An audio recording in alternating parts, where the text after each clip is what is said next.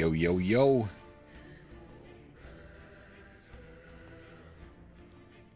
What's up? What's up, party people?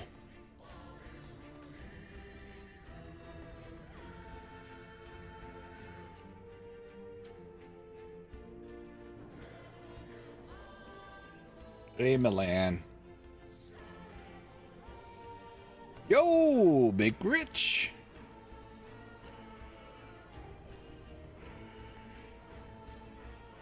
Hey, McRich. All the best, man. Thanks for the lurk, buddy. Hope all is well. Hey, what's up, Chris?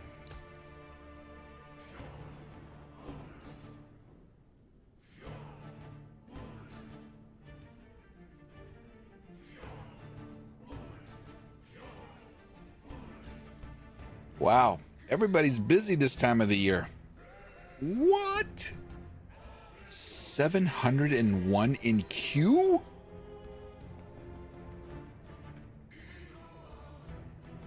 What? What's going on here? A queue?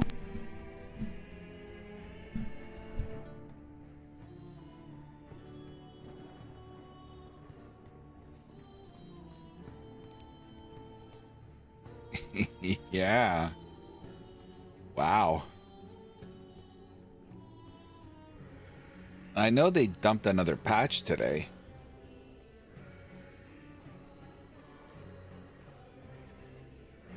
Let's see what they're saying in Discord. Let's see. What are they saying in Discord?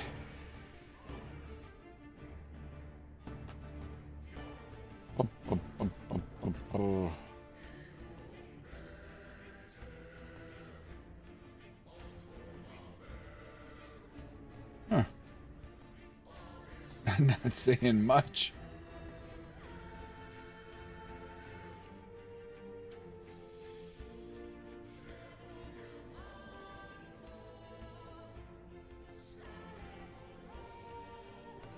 People on Steam discussing just now saying they can't play.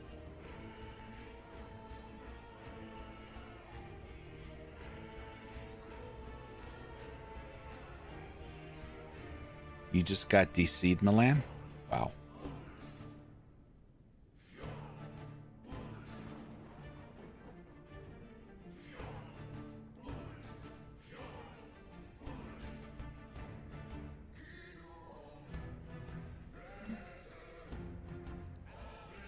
Let me take a little snappy poo here.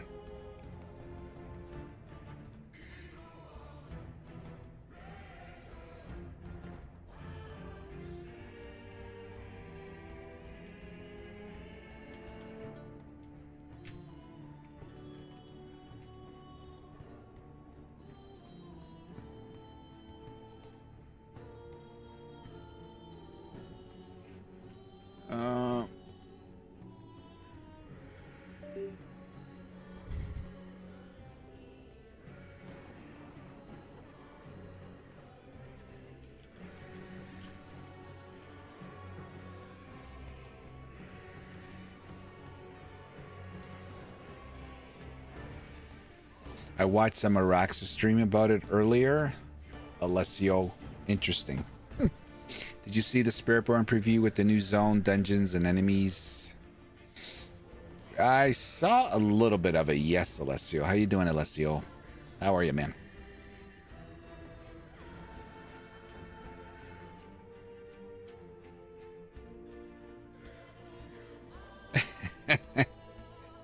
Yes, Milan. It's the not paladin. Yes.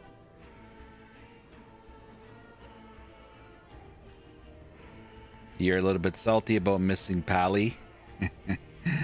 I don't know why everybody's so hung up on the paladin. Give me a break. No, nothing against you, Milan, but like, give me a break. Come on. It's a new zone. It's their first expansion. Come on, can you really blame them? They wanted to make a new class. I don't see anything wrong with it. Eventually they'll add it. No biggie. I would have done the same thing, to be honest with you. I think it's a good decision. It's their first expansion. Why not do something new? I think it's wise, personally. But I get the Pally shit. I do get it. Nah, I'm not. I'm a Sork main. Oh, you're a Sork main too? So am I. Yeah, like, you know, it's a brand new, like I said, it's their first expansion.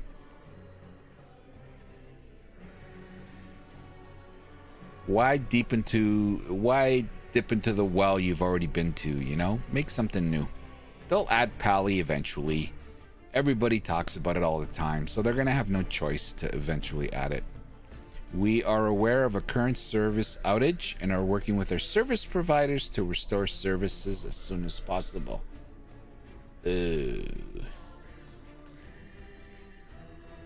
Okay.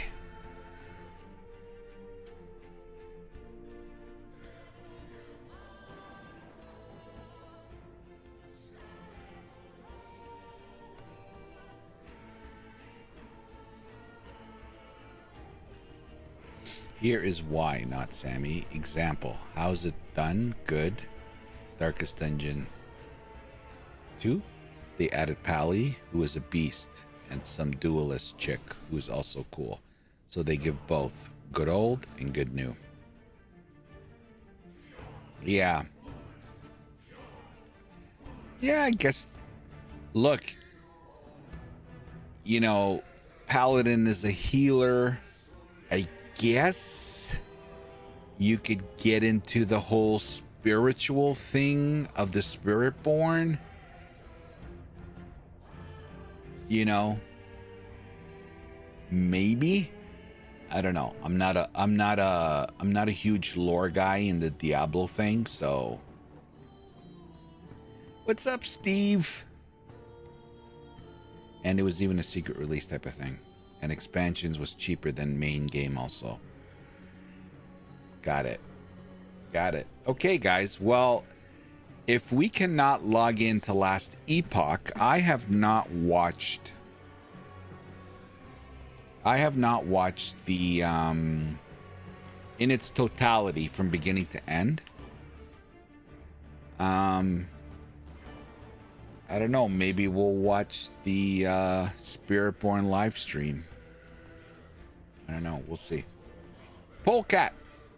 Osmond hit the nail on the head. They stole the whole idea from the Mystic Spear Hand from Dragon's Dogma 2. Blizzard used to be able to come up with their own class. Really? Really, Polecat? Interesting. Crazy. Well, Osmond knows his games, that's for sure.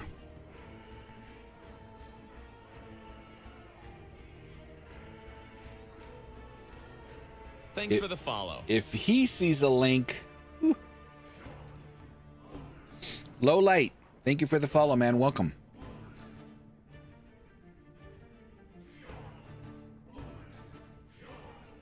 I've never played Dragon's Dogma 2, so I wouldn't be able to make that link. But like I said, Osmond knows his shit when it comes to games. So if he's making the link, there must be something there.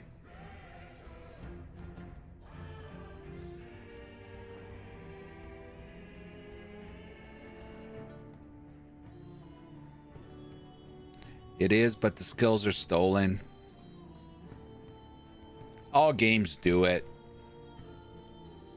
As someone who plays a lot of ARPGs, I see a lot of similarities in certain things in all of them. And you want to know, you want to know the saddest part of it? All of it? All of it. PoE, Last Epoch, what else? Titan Quest, Grim Dawn, the genesis of it is Diablo 2. So obvious. So my point is they all steal and take little things or big things. and implement it and make it theirs in their game. I miss Diablo 2 and early WoW Blizzard, I guess. Yeah, Polecat. A lot of people do, and you're gonna have to get over it. It's new people. But Blizzard should be the one people emulate. Yeah, I agree. I agree, Polecat. People should be copying Blizzard left, right, and center, not the other way around. Yeah. When you're a giant, when you're a billion-dollar corporation, when you've been the industry standard for so long, totally agree with you. Well, you don't really have to miss Diablo 2. People still play it a lot. Oh yeah, Milan, of course. I played it for 5 months religiously late last year. Thanks for the sub. One of the best experiences I've had. Hey, Lowlight. Appreciate, man. Thank you for the Twitch Prime. Appreciate it. Welcome to the fam. And thank you for the support, Lowlight. It means the world. Thank you. One content creator was asking why they didn't bring back the Amazon. Stupid question. The Amazon's from the Skoros Islands, not the jungle. Well, that's the other thing because, well, there's no stupid question, Alessio.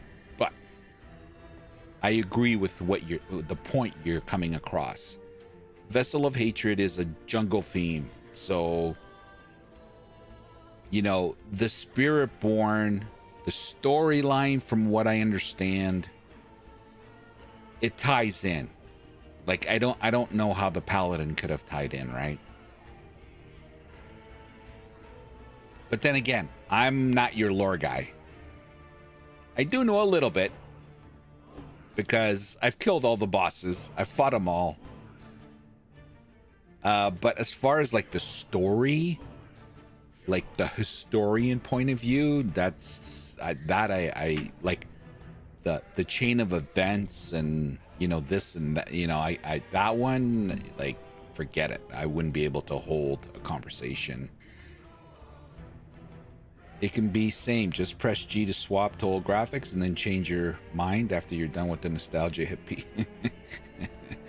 The Amazon class and Amun were based off of Greek mythology, not the other way around. Amazon jungle. Got it. Okay, guys, it doesn't look too good. So we are gonna leave the queue.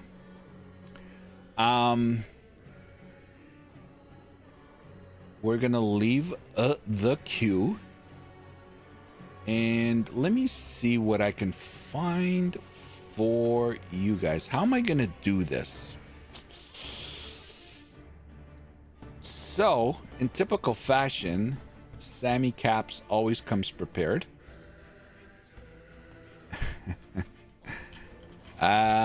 I guess we're gonna watch this. I need to watch it anyway because I do need to make a video on it.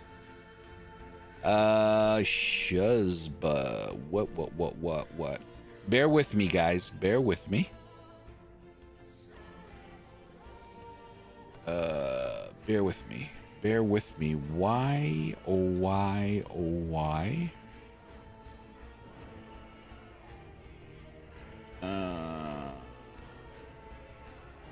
Oh, here we go. Boom. And like take a right turn and actually amplify it. Okay, here's this the last stream? Oh, check out the yeah. Or take it into a slightly new direction that makes it very different. I know we have like sorry guys. Sorry. Videos. 6 hours ago. Theater mode. Boom. Okay, let me know if you guys... Let me fix this. Okay, so I have not watched this. Should I put it up here? Is that good? Are you guys good with that? Okay, first of all, let me get rid of this. Confirm. We do not want the Last Epoch music, however good it is. All I can say is Diablo 2, I had several 99s just smashing bail runs and setting up Diablo. Less to do, but somehow the game has more replayability than Diablo 4. Game has no real PvP. Okay, so here's my take on that. Well said, Polecat. The reason why there's replayability, at least in my experience with Diablo 2, and why Diablo 2 to this day, 20 plus years after the release, is there's many factors, but I think Diablo 2 has replayability because the itemization in the game, like Diablo 2 has a chase. There's a chase involved. Now, when I first started playing Diablo 2, the chase was I just wanted to beat the game. So to me, it was about getting to hell difficulty and beating hell difficulty. Now, I did that on softcore, and then I wanted to do it on hardcore, and we did it. And then it was about, you know, doing the Ubers and beating the Ubers. And I did that challenge and did it. The point is, irrespective of whether or not you have those challenges, the game, you're always chasing something. Like loot matters. There's that what do they call it? Those, like when the aha moment when an item drops or that ruin drops for you. Like there's just so many, and there's five acts, right? Yeah. There's 5 acts if I remember correctly. There's always a chase. You're always doing something. You have the 3 difficulties, right? Levels of difficulty. So you're always getting gear checked. The boss fights are actually good boss fights. Like there's a lot of different builds you can play. So this all lends itself to replayability in a very motherhood statement, you know?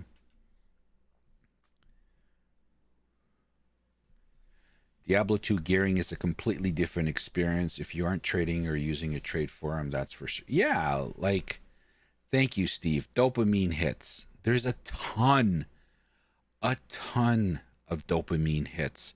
I can't remember what ruin I was looking for or that I needed for the type of weapon.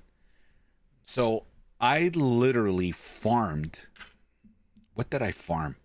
I can't remember what area I farmed. I literally farmed the same spot for 1 week. I bumped up my magic find, which requires gearing. So anyway, 1 week of waiting for that one ruin that I needed. I think it was an I can't remember. I'm probably wrong. 1 week, and you're like, what? That doesn't sound like fun. Are you kidding me? Every stream of mine, I was literally sitting on the seat of my chair, hoping, dreaming, oh my God, if I get this, I literally can go fight Ubers. Like, and when it didn't happen, I was pissed. And I did another weapon. I didn't do plan A, I did plan B. My point is, you're always chasing, right? You're always chasing. There's purpose. There's purpose in the grind. Countess? No, I did all that. I did Countess. I did Mephisto. I can't remember Polecat. I can't remember. Okay. Anyway. I didn't farm a torch. A torch you get once you beat the Ubers, which I did get. That's another thing, right? You farm the end game because it gives you things that you can't get in the regular. You only get the torch, and there's another thing you get when you beat the Ubers that you just can't get anywhere else, right? Okay. Anyway, yada yada yada yada. So basically. No, Mother. Can you guys see that? But, Hey. but I must carry this burden alone. I must get to Akarat's tomb. But look at you. You gotta say, man. Killing yourself. Blizzard should get into making movies. How much longer? Nobody comes near them when it comes to cutscenes. That's for sure. I'm here, little magpie. I missed you so much. I'm so proud of you. But now, I need you to give up. No. Of course it's you. You monster. Let go of me! Let go? No. You made a choice. And I warned you, little magpie. There would be consequences.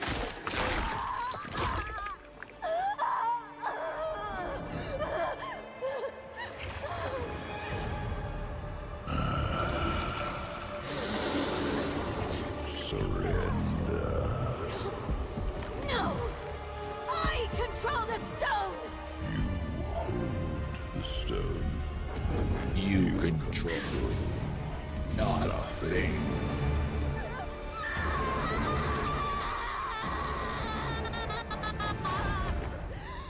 so good.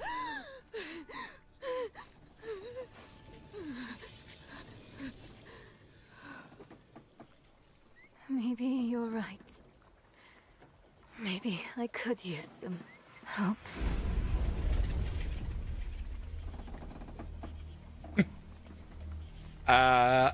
Nope.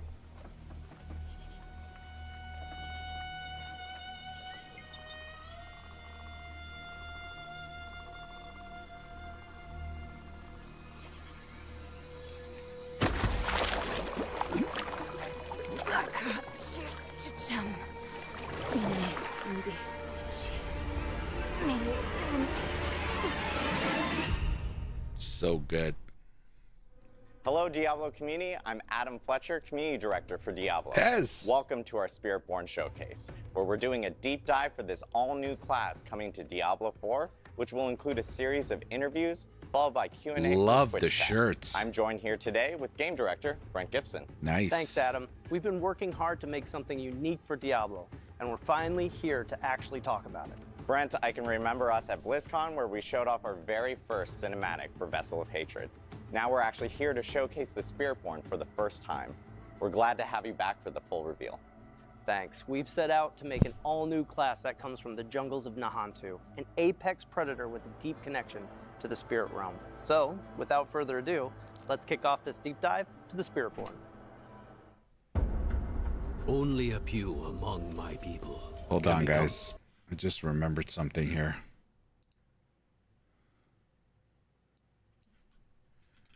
I better change my title.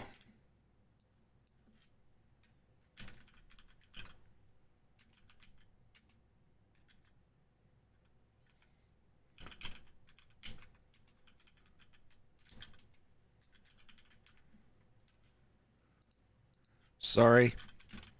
Sorry.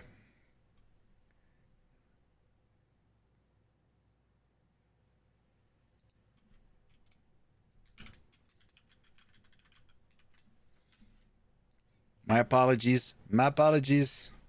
Where were we? Right here. Spiritborn. As children, the most promising face judgment. Did I see the POE yet?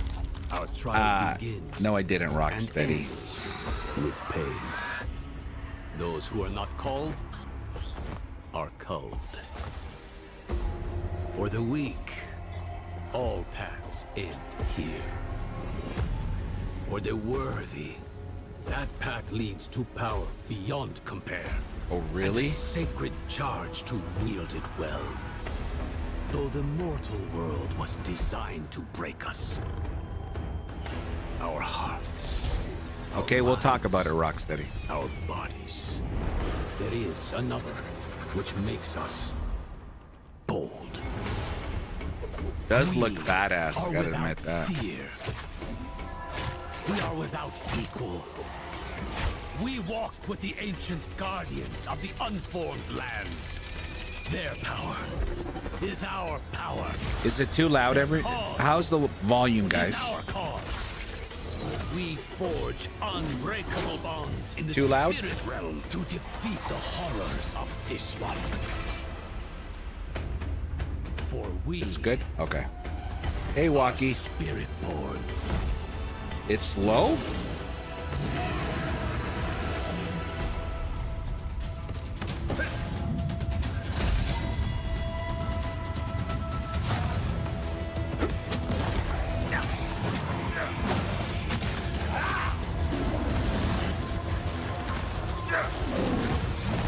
Yeah, I know, Rocksteady. I was in it. That's why we're here. Holy shit, there's a bird.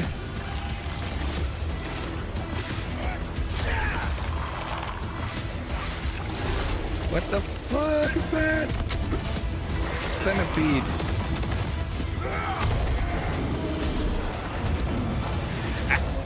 And a gorilla.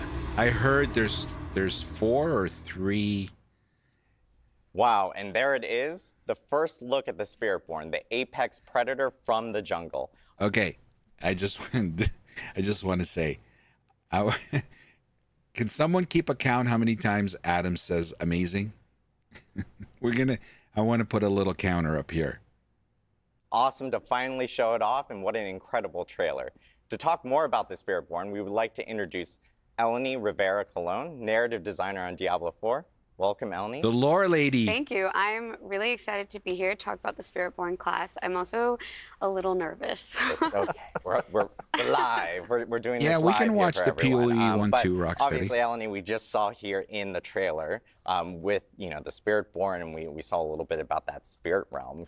Guys, pay attention to the M&F'n screen behind them. Apparently this, like Pez Radar tweeted it the other day. So they're at the Microsoft Studios, and there's a massive friggin' screen behind them. It looked amazing on his tweet. I hope they show like the gameplay behind them. That's gonna look Tell us a little amazing. bit more about what that spirit realm is. Yeah, so I mean, to put it plainly, the spirit realm is a place where spirits go. It's this deeply spiritual place that's a byproduct of Sanctuary's creation. So, as you may know, the angels have the high heavens, the demons have the burning hells, and we have the spirit realm. We're hearing a little bit about the high heavens and the burning hells here, and players have actually seen both of those places specifically. Kind of like, what does the spirit realm actually look like for players? Yeah, we really love this concept that the spirit realm is shaped by humanity. So if that's the case, the foundation of that would actually be Sanctuary. So you could imagine being in the middle of the jungle and you're surrounded by these tall trees and these ancient structures. And when you cross over the veil into the spirit realm, you're going to see a ghostly reflection of just that. The big key difference is that you're going to see all the spirits and the creatures that exist there. Yeah, there are these massive creatures What's that up, protect Scott? the realm from spirits they protect the realm and the spirits from corruption. So the Spiritborn class have this harmonious bond and connection with these massive creatures that are called the Spirit Guardians, and they work together to ward the land. It's awesome to hear about the spirit guardians, and people saw them in the trailer a little bit there. Can you actually tell us a little bit more about who these spirit guardians are? Yeah, so if the spirit realm is shaped by humanity, we love the idea that the guardians are formed from human belief. And so if you're trying to survive in the jungle and protection is a thing that you are pouring all of your belief, your hope into, that belief it's magical. It's got power in itself, and it can actually create a creature that represents that. It could represent protection. Yeah, so as Brent is saying, the Spirit Guardians are this complex creation of Sanctuary's creation along with this powerful human belief. And Spiritborns devote their entire lives strengthening this incredible bond, because these spirit guardians are powerful. It's this idea, right, of what these gods look like. And so they can help protect both the realm and Nahantu. You know, we saw in the trailer and some of the gameplay, people were, you know, if you're playing the Spiritborn, you can actually summon one of these in there. Is that something you can do on demand? Like, how does that work? Yeah, you know, very early on in concepting, we saw this one piece of a simple warrior raising their staff above their head and this massive spirit creature forming behind them. And that really became the lightning rod to a lot of thought-provoking ideas. I mean, we knew what we wanted to do mechanically with the class, but that image really solidified that the idea of summoning a god into battle was really cool. And that actually became the cornerstone for a lot of our development from then on out. Yeah, so talking about spirit guardians and summoning them, the Spiritborn class can summon 4 spirit guardians. The first one that I want to talk about is Razoka, and this guardian manifests in the form of a jaguar. So the belief of courage and ferocity, striking on the hunt, attacking a kill with no fear or reservations. The second one is Balazan, appearing as this massive centipede.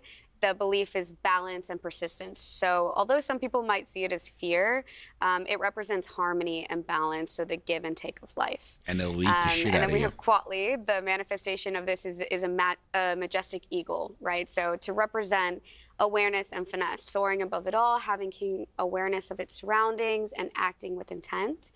And then the last one is Woomba.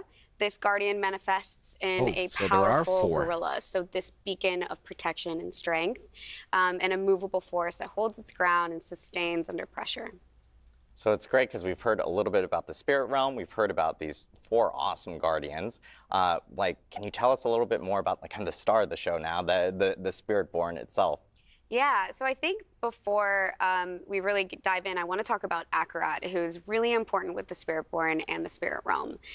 For those who don't know, Akarat is this prophet that believed in the human experience and that it gives us this unique power. We have this light within us.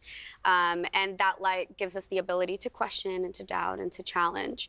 When Akarat made his way to his mother's homeland in Nahantu, he felt this strong otherworldly presence, and he would spend a lot of time with one of his apostles, Isavete, trying to uncover what this mystery was. What was this feeling when he got to the realm, or when he got to the land of Nahantu, until he eventually discovers this veil, and that's the veil between the spirit realm and sanctuary.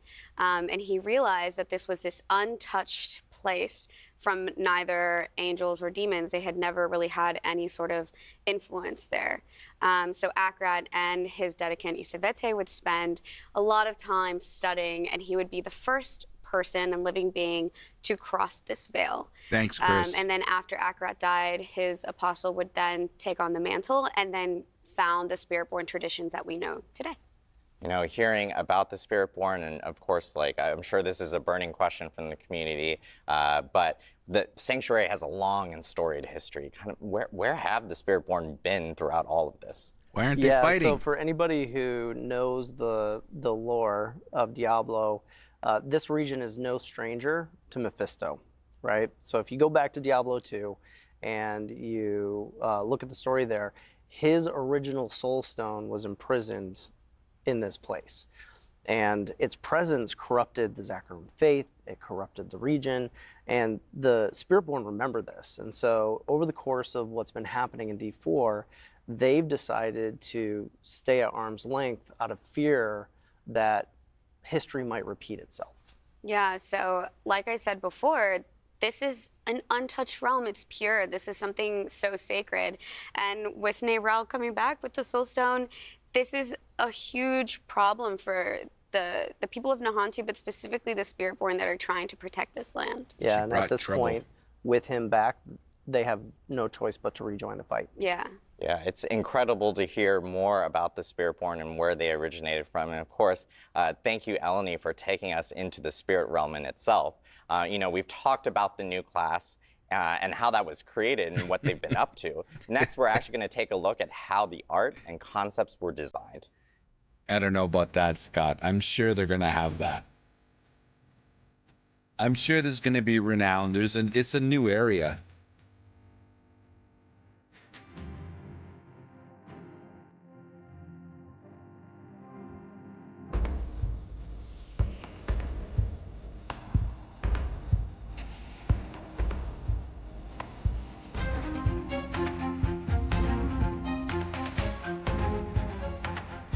Wait, did they get a real live Spiritborn?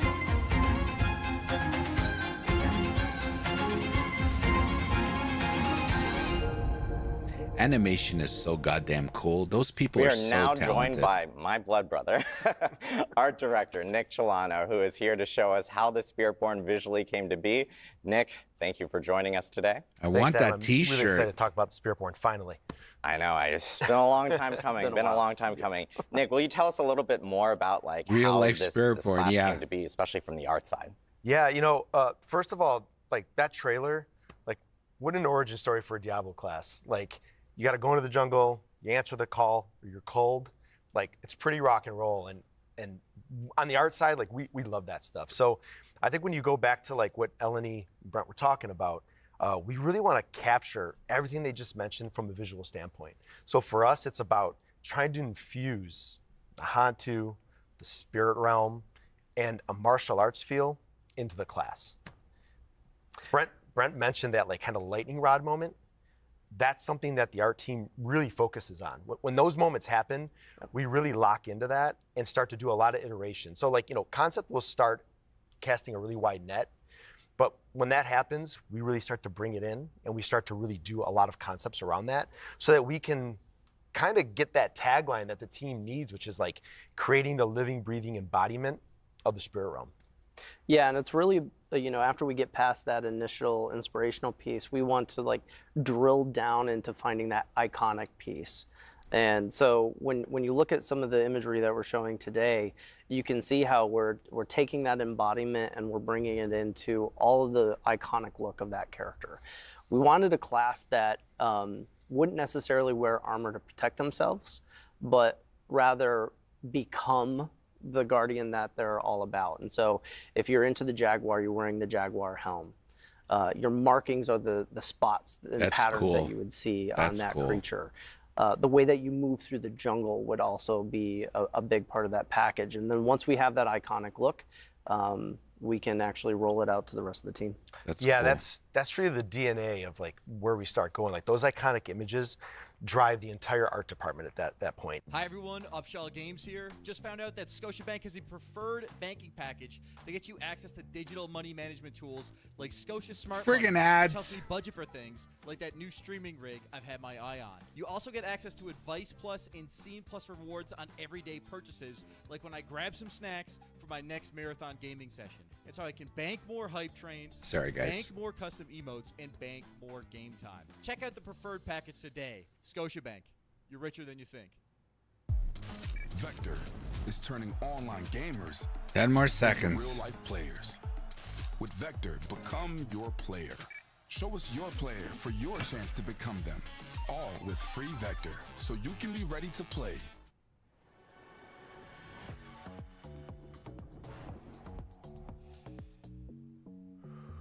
Can I fast forward the D stuff, the D4 stuff?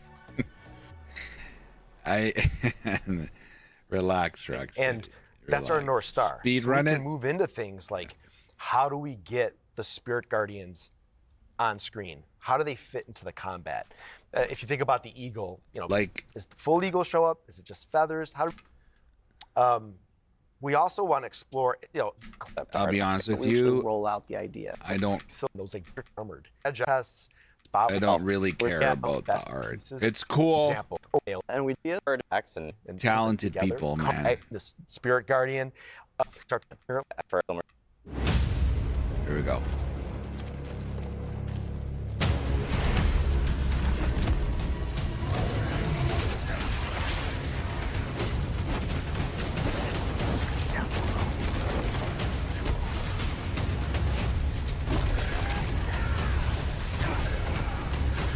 It's gonna be a quick. Looks like it's gonna be a quick build. Gameplay deep dive. Here we go. Let's go. We've heard the lore, we've seen the art. Now let's get ready to talk about some gameplay. I know a lot of people are excited to hear more about how this class actually plays. So next up, we have Bjorn Mikkelsen, class designer, on stage to talk about the gameplay for the Spiritborn. Bjorn is actually here to tell us more about the Spiritborn's overall class kit and design. And later on, we'll get into some itemization, which I know every fan wants to hear about because itemization is, of course, incredible, especially within Diablo. Bjorn, welcome.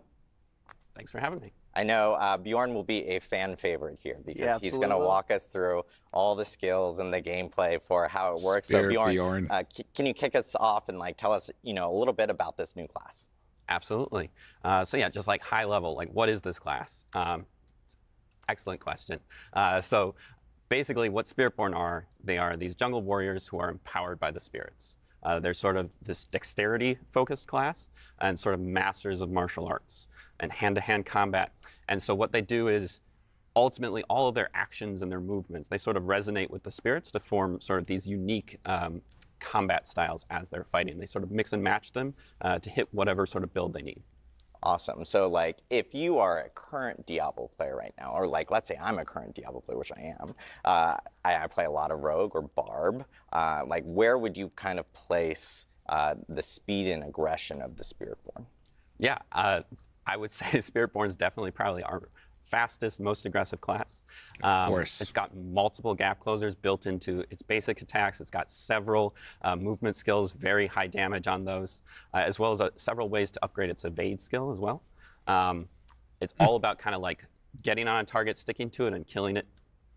Awesome. I know we had footage earlier of within the trailer of players actually being able, and we talked about this earlier, players being able to actually summon in these spirit guardians. So can you just summon a giant jaguar into battle or anything like that? Yeah. Yeah, absolutely. Yeah, kind of in addition to being these master martial artists, because they're empowered by these spirits, you'll see parts of the spirits, but then ultimately with the ultimates, the spirits themselves will show up on the battlefield and they'll empower you and deal damage.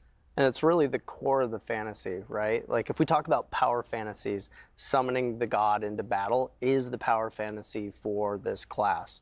And one of the things that I really liked about that is that we were getting a bunch of feedback early on about making ultimates more meaningful, and we were actually able to do that with this class ground up. Awesome. I know people are probably dying to know, okay, let's jump into some Spirit Guardians. So I think this is a great opportunity. Maybe we should start off with the Jaguar being the first one. Bjorn, do you want to take us through the Jaguar itself? Sure. Yeah, starting off, Jaguar is a great one.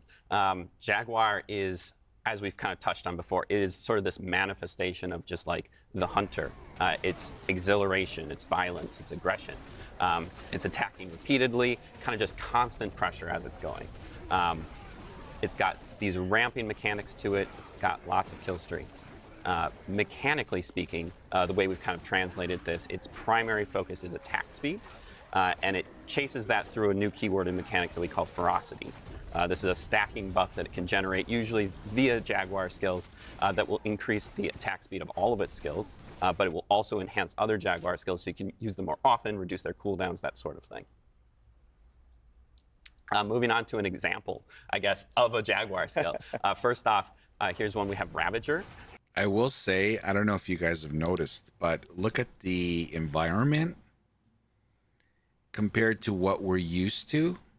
It's nice to see. Obviously, it's a jungle theme.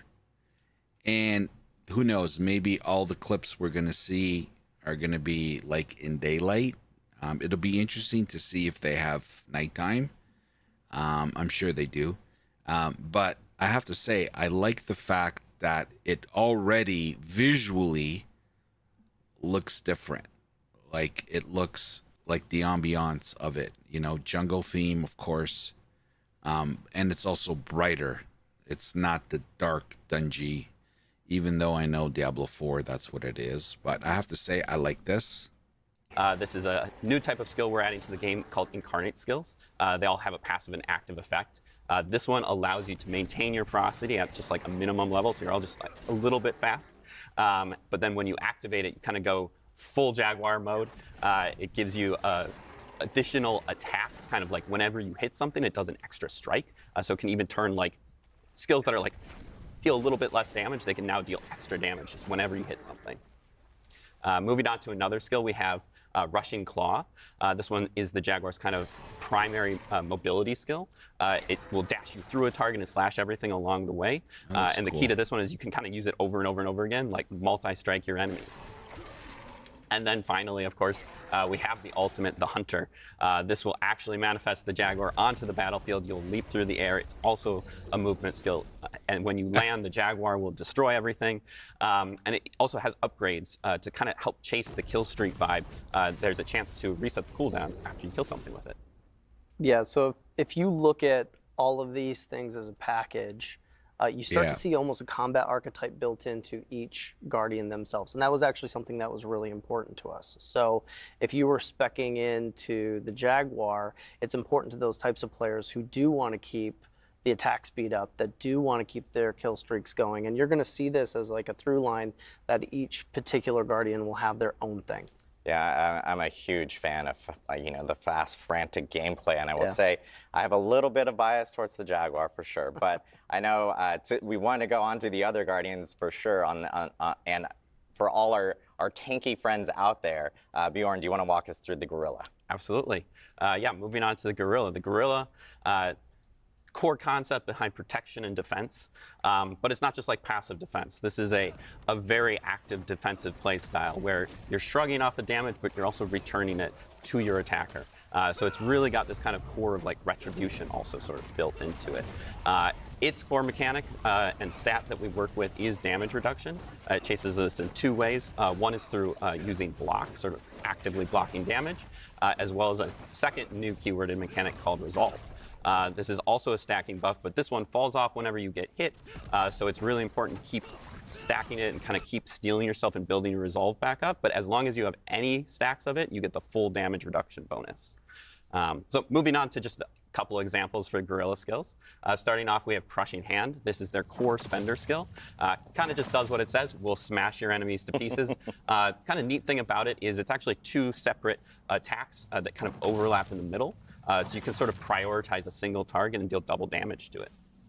Another attacking skill that we have, this one's Payback. This one really leans hard into the sort of aspect of retribution that we have going on. This one will deal a large amount of damage, and that damage will ramp up the more something has hit you. So it's really good for just like ending a fight if you need to. But also like as things are hitting you, that will reduce its cooldown. So kind of you have this flow of like being able to sort of like end fights, but also kind of keep hitting as you go. And then finally, again, we have the ultimate skill, bringing in the Gorilla itself. The skill is called the Protector. It creates a large protected area on the battlefield that will grant you barrier while you're inside of it, as well as several other defensive bonuses that you can spec into with it. And the Gorilla will... Just an update, guys, on LE. The servers are down while they're fixing the problem. just smash any enemies that try to come and harm you while you're in it. Yeah, if you like that bruiser archetype, like this is the build for you. It is definitely about that give and take of damage. I mean, you'd said it earlier. Anyone who's been looking for a tank or a tank-like build in Diablo, this is the one that you're going to want to spec into as a part of your kit. Yeah, it sounds like a really unique way of being able to, especially for tank players, to like bring damage to enemies and stuff like that, which is so awesome. So next, on to our third Guardian. Of course, we have the Eagle. Bjorn, do you want to take us through the Eagle? Yeah, so the Eagle, kind of soaring above it all, we've got this Guardian that represents precision and accuracy and kind of finesse. Its ability, its freedom of movement, like a lot of the movement that the class has is very aggressive, very in your face, and the Eagle really is able to kind of take that to another level and kind of go wherever it wants. In addition to that, it can also sort of like extend its attacks to sort of pseudo-ranged playstyle. Allows it to really like prioritize a target and sort of like hit from anywhere. So its core stat that it cares about is movement speed. That allows it kind of, like I said, able to kind of go anywhere it wants and sort of tactically reposition on the battlefield. And it also has several ways to sort of amplify its evade skill, you know, adding damage, that sort of thing to it. So moving into just a couple examples, we of course have to start off with Soar. This is sort of Spiritborn's premier mobility skill. Takes you up into the air, out of the battle for a second, able to dodge mechanics with that if you need to. But also, because the Eagle is all about kind of those big impacts as well, it will create a target area where you're going to come down and make those enemies vulnerable so that it just amplifies the damage when you land. Moving on to another example, we have Razor Wings. This is a damaging skill for the Eagle. This one has kind of this cool back and forth where it sends it out, allows you to hit something at range, but because it also returns to you, it sort of rewards you for the tactical positioning on the battlefield, so you can sort of line it up so it'll hit different things as it comes back. And then, of course, our ultimate skill, the Seeker, bringing in the Eagle itself to just annihilate your enemies with damage. You can cast it anywhere on the battlefield. It charges up and then blasts off. The blast can be upgraded to be a guaranteed critical strike, and while it's on the battlefield, it will also make everything vulnerable for you. This is also like one of the first ultimates that we have, which will have multiple charges, so you can kind of use it back to back or like prioritize a target with it, and there's like a lot of player agency with that.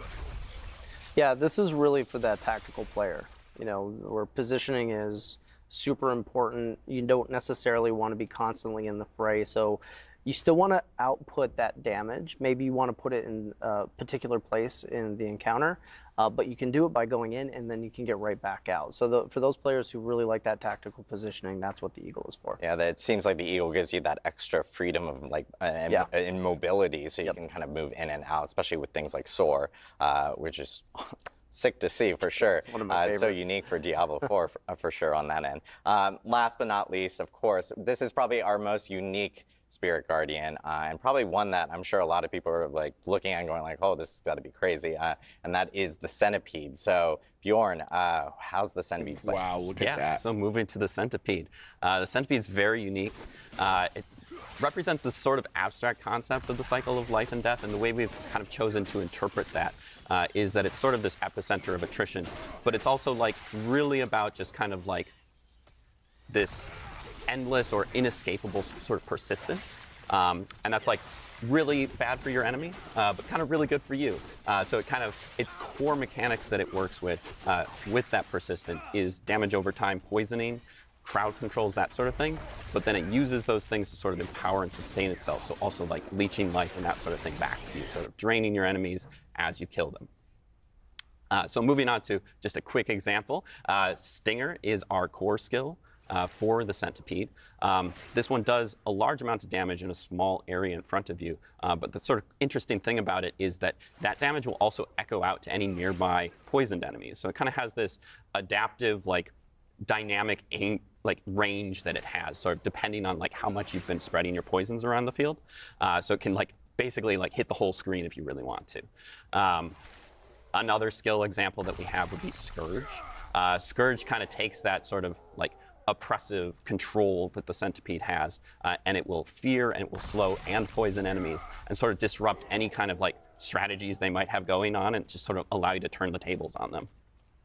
And then finally, we have the ultimate skill, bringing in the Centipede itself onto the battlefield. This is the Devourer. Poison laser beams, globs of poison everywhere. Just the Centipede kind of wrecking the entire battlefield. It's got upgrades which will also allow it to instantly execute enemies who have been fully poisoned, sort of helping the cycle of life and death to speed up a little bit there. Yeah, this is clearly our most Diablo Guardian that we have.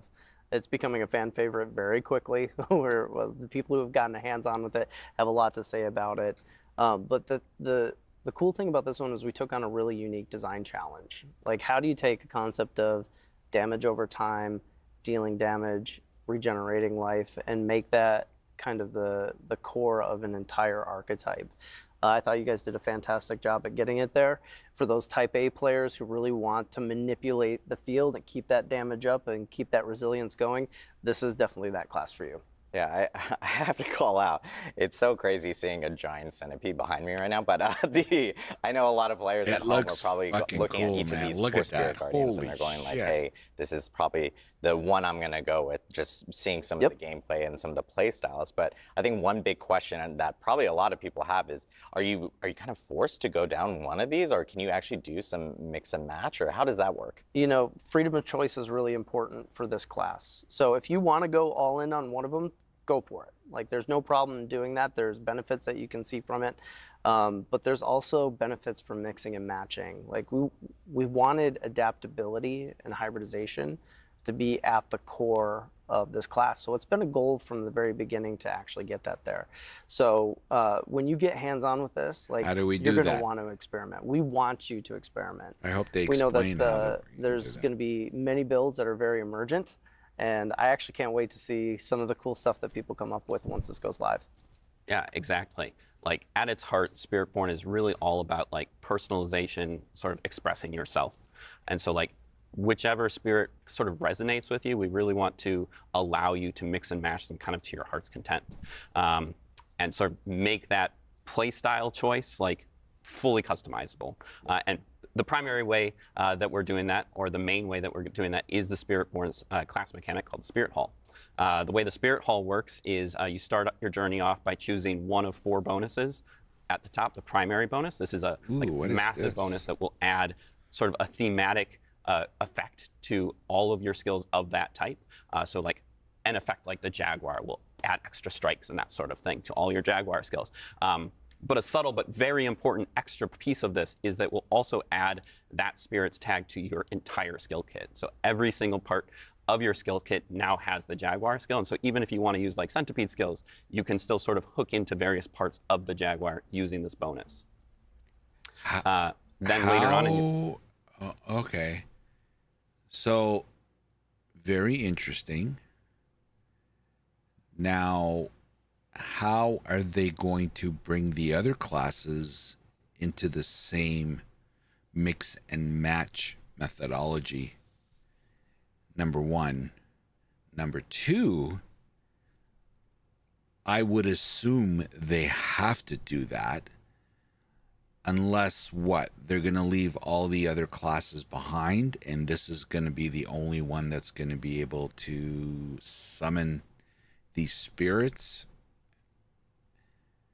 And if that's not the case, and they are going to balance all the other classes, that means that all those classes require some sort of Spirit Hall mechanic. I wonder if they're going to talk about that. Anyway, I'm just spitting out what's coming up in my puny little mind here. Your journey, you will unlock a second bonus. This is a set of 4 distinct bonuses from the first. Each of these kind of has a tie-in with the sort of core mechanics of each of the spirits. So we mentioned before sort of the new keywords that we were introducing, like with the Jaguar has ferocity, the Gorilla has resolve, those sorts of things. These give you an opportunity to sort of mix those into your kit, regardless of like if you are using those specific skills or not, and sort of like add that extra layer on top of your build. And when you're choosing these spirits, these can absolutely be the same. You can pick Gorilla and Gorilla, Jaguar, Jaguar, or you can mix and match them. And it's really important that like they all kind of flow and work together. So if you look at the nesting doll effect that we have of your skill tree, your class mechanic, this can get complicated very quickly. And so one of the things that the team took on was this idea of finding what resonates most with each Guardian, and how do we create some level of overlap so that we can have some synergies between all of them. Yeah, exactly. As we hit, like each of these has like very clear themes, right? You've got the Jaguar with its attack speed, you've got the Gorilla with its protection. You can definitely build into those, but it was important for us to sort of establish that these spirits, they don't exist like in isolation from each other. They have overlap. They have things that they both care about, and that allows us to sort of create these very hybrid-esque builds that work together. You know, just like an example, right? You've got like the Jaguar is a hunter. It's all about aggression and kind of chaos, and that's a thing. It loves that. But as a hunter, you're also sort of providing, you're also sustaining yourself, which is a thing that the centipede also loves to do. And so they both care about healing, and they both have like different hooks that they can do for that. And so you can really like, if you're looking to get more healing into your build, you can add some centipede, you can add some Jaguar, mix them together, you can make an entire build about healing that is centipede and Jaguar. These aren't like prescribing ways to build, but they're more so just like, they're overlapping stats that allow them to sort of communicate with each other. Yeah, no, I know what you're saying, Alessio, and you may be 150% right.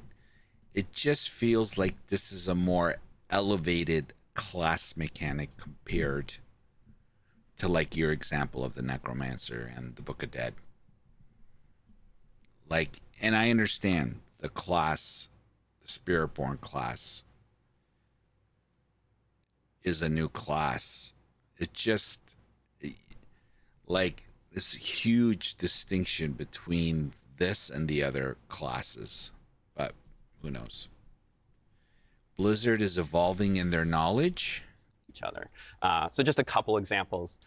We have, for instance, if you want to build like the Gorilla, Gorilla's a lot of protection, Jaguar's a lot of sort of chaotic, constant damage. So when you mix those two together, you get this sort of like semi-tanky brawler who can just kind of go toe-to-toe with anything. And they sort of like dip into the stat of dodge, because dodge is a little bit inherently a slightly more RNG, a little bit more chaotic, kind of Jaguar, but it also kind of has that damage mitigation. And so you kind of combine them together and you have this very like retribution, but also fast-paced playstyle. Another example would be potentially if we think about like the Centipede and the Eagle. The Centipede's all about sort of debilitating your enemies and like making them weaker, and the Eagle's all about like kind of finding those weak points and like getting these high damage, you know, bursts off. So when you add those two together, they both care about vulnerable and sort of like turning the tables on all of your enemies. And so adding that together kind of creates this character that's sort of just able to like prioritize a target, weaken it, and then just like cull it from the battlefield. Yeah, it's. I'm so glad Bjorn brought all these like really good examples for us. He's got a lot of footage for us to go through. It's awesome. Yeah, I have to say, like, just from everything I've seen, this is my personal taste. I'm not saying anything against the class. It's just this is my least favorite play style from what I'm seeing. For me personally, the class looks friggin', you know, really polished and amazing. Obviously, being able to summon those 4 spirits is awesome, but like from what I'm seeing, the play style does not suit what I like personally. To see all these skills and how they work with the actual Spirit Guardians, and of course, the big popular topic that comes with every single class is itemization. And I know we have a lot to talk about with legendary aspects and some uniques as well. So Bjorn, Brent, like, how does itemization work with Spiritborn? Yeah, we all know that itemization is the heart of the game, right? And as we've been moving through our itemization journey with this game, we've had a really great opportunity to fold in all the feedback and how that applies to the Spiritborn as we've been developing. And one of the cool things that we did was took the opportunity to actually lean into the things that you get from items and see how they build into the spirit's abilities themselves. So we're going to show a few examples of that. Now, this is just the tip of the iceberg. There's a lot of really cool stuff coming, but we thought we'd do a really quick breakdown and show you what that looks like. Yeah, so just hitting a couple examples, you know, we have added this large suite of Spiritborn legendaries and uniques to the game. But just to break down kind of some of our thoughts as we were working with them, sort of the types of legendaries you can expect to see. You know, one example, as we were just speaking about, sort of. I have to say, I like this guy. This guy knows what he's talking about. He seems very genuine. They got to use him more. These hybridization things. There's a lot of different stats in our game and sort of making them work together, not just like work together, but they like only be have cool 2 together. So we kind of have this category Both of items are that will sort of two-handed? interweave a couple of different stats. So there's no secondly, we have shield? our power augmentation legendaries. These just kind of let you take like your favorite skill and ascend it to its final form and just kind of like go crazy with it. And then thirdly, we have sub powers. These are sort of things like we think of them like rogue grenades, barbarian dust devils. These are sort of things you can sort of build around. They're sort of almost like skills, but they don't exist in your skill tree as things you can put on your bar. And then finally, we have our unique items, which are there to enable you to sort of make the craziest builds you can think of. Cool. So moving on to a couple examples, just kind of one for each real quick. We have Tormentors. This is an example of a hybridization legendary.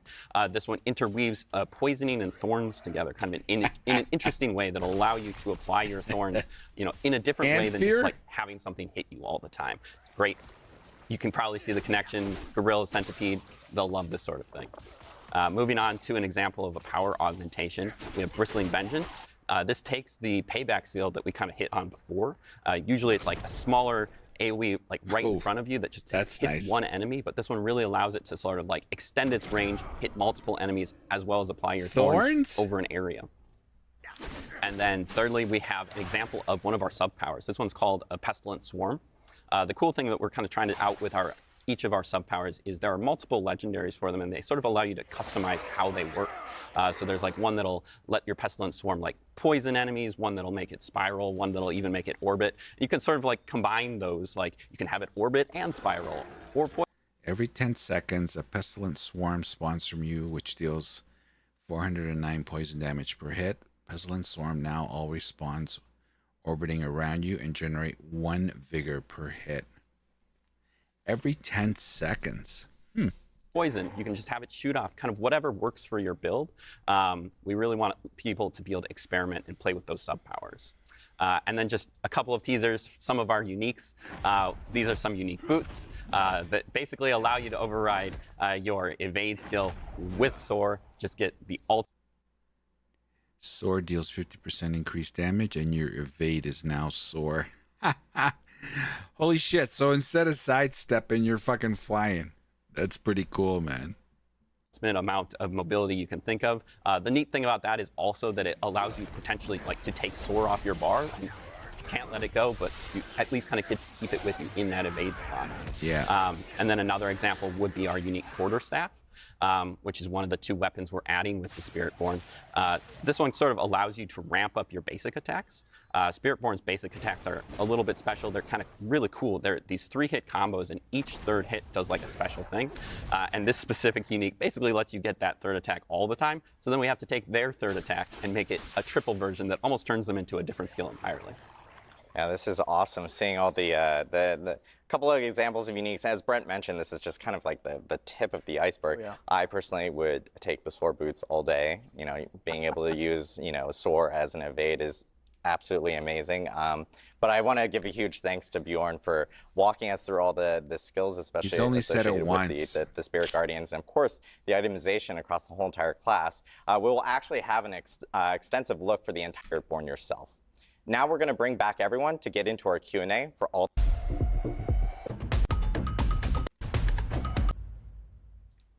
Now we're ready for our community Q&A, where we'll answer your burning questions for all things Spiritborn. If you have questions, again, please drop them in Twitch chat, and we'll try to get through as many as possible through the whole entire Q&A process.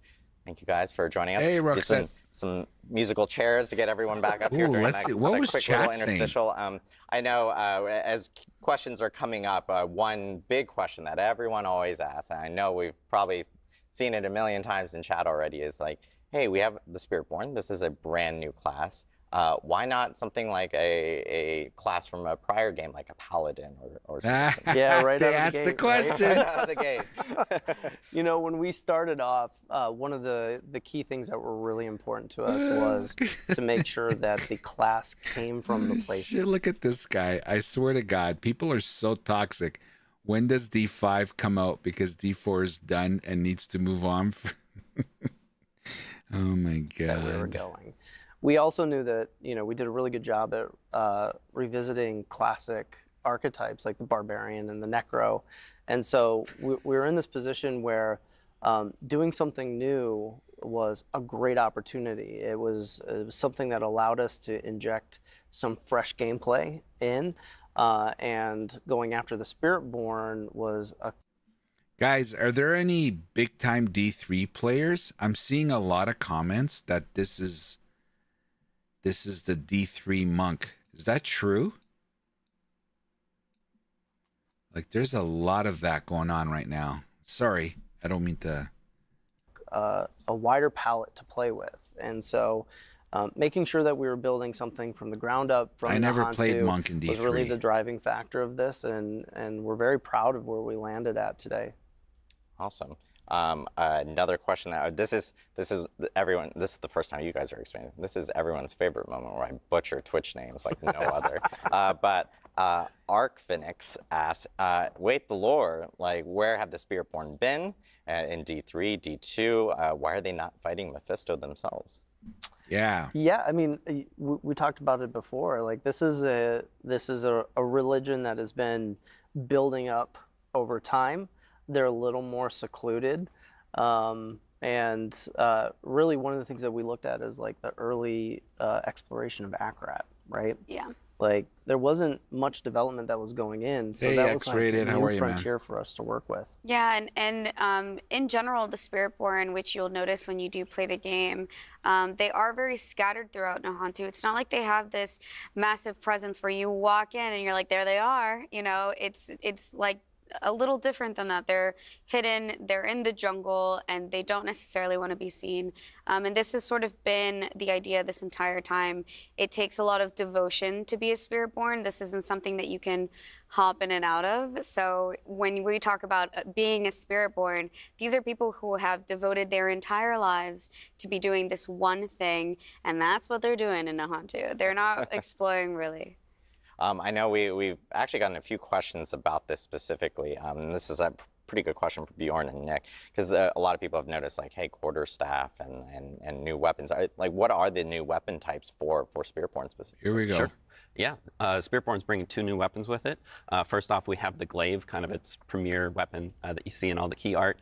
Two-handed? That's really the weapon for like a hunter. It's great for like taking down priority enemies. It's got built-in elite damage, that sort of thing. And then the second weapon we're adding is the quarterstaff. This is a faster weapon that they can use to even sort of like add like block chance and that sort of thing to it. So it's almost like a little bit of a pseudo-defensive weapon. There you go, but it's also got Alessio. very high attacks. You called it.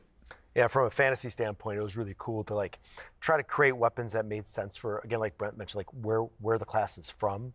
So like, you know, a glaive makes a lot of sense for like cutting through the jungle, you know, being an aggressive weapon, being an attack-based weapon.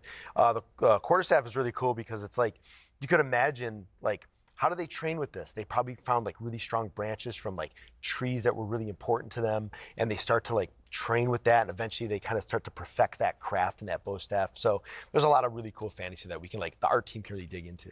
It also looks cool. Yeah. like, There's like that. just to be frank, like if we're talking about a martial arts class, like Yeah.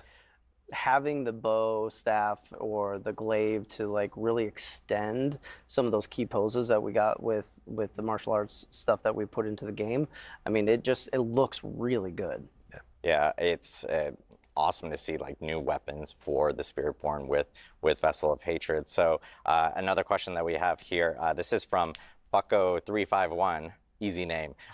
Question, what's the difference between the Spiritborn and the Druid class? The Druid class currently has bonds with like the stag, the wolf, the eagle, and the snake.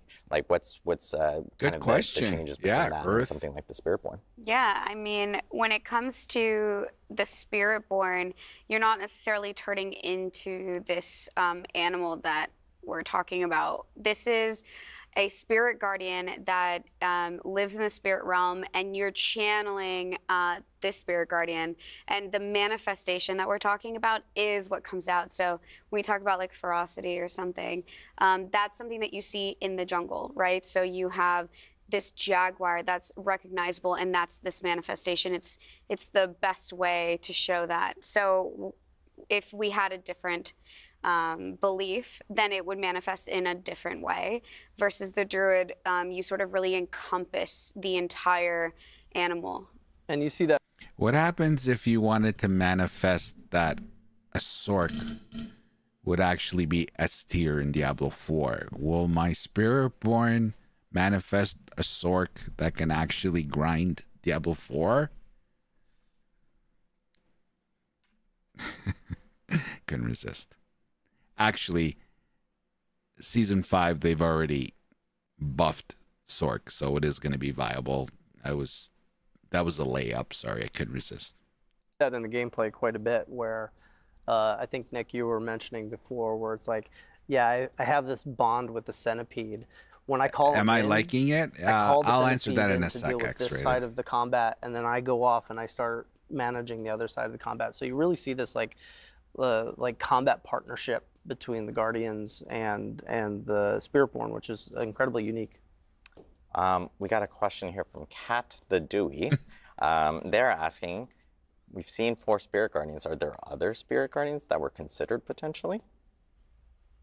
Yeah, look, I'll spill the beans. I'll talk about it. You know, when we're choosing the spirits, we played around with a lot of concepts. Super abstract stuff that weren't animal-based. We talked about, okay, if I'm from the jungle, these things would probably represent things I know, which brought us to animals. And when we think about protection and strength, we originally had some conversations around an elephant. Like, what does an elephant mean? If there's a animal that represents like family and protection the most, the elephant is one of those. The gorilla was also being talked about at the same time, and they mean the same thing. So when we looked at them side by side, that really came down to like which one can convey the best powers, what gives you the right movement and visuals that you would need for the power set itself. So I was going to say, like, Twitch we chat, spent a lot of man. time trying to figure out, like, there's a lot of collaboration, and sometimes Andy starts with the Okay, roots sorry. and, like, This is. Going poison effect work on enemies not poisoned by you? Is there like a radius limit? Like how does it work specifically? Yeah, there's a small radius limit to it, but that can be extended through things like tempering and that sort of thing. It will do any poisoned enemies on the screen. Yeah, let's see how it. Nice. That sounds. It That looks sounds crazy. looks So yeah, looks really quick. And then we have a question from Crawling Out of the Spiral. This one's a lore question specifically. Did Mephisto know about the veil between Sanctuary and the Spirit Realm, and like the corruption within the jungles during Diablo 2? Like Mephisto knows everything. Sense it during that time. I know we had talked about like the Spirit Realm being this pure and like untouched place. So.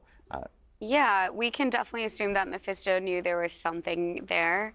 When it comes to the lore of Nahantu, there are a lot of protection that happened during Mephisto's corruption. He wasn't able to break through the veil, so that is something that, you know, that's why it's so dire now. But definitely he had this feeling for sure. Question for not MVP. How does the resource for the Spiritborn work? Do they generate it like passively, or how does that work specifically? Sure. The Spiritborn's primary resource is called Vigor. It does not inherently recharge passively. You'll generate it by using your basic attacks. But sort of like the key with Spiritborn being very customizable, like one of the first choices that you'll be able to make in your tree with your basic attacks is you can sort of like customize like how you will build the spirit beyond that, whether it's like by poisoning enemies or by blocking damage, that sort of thing, to really like kind of make the resource work the way you want it to work. And then later on, there are also some uniques that will allow you to further customize sort of like how your build influences the resource generation. Awesome. I know we just talked about the weapons and stuff, and there's like follow-up questions of like, are the Spiritborn only using two-handed weapons for this class? Yes. The short answer. Yes. They are.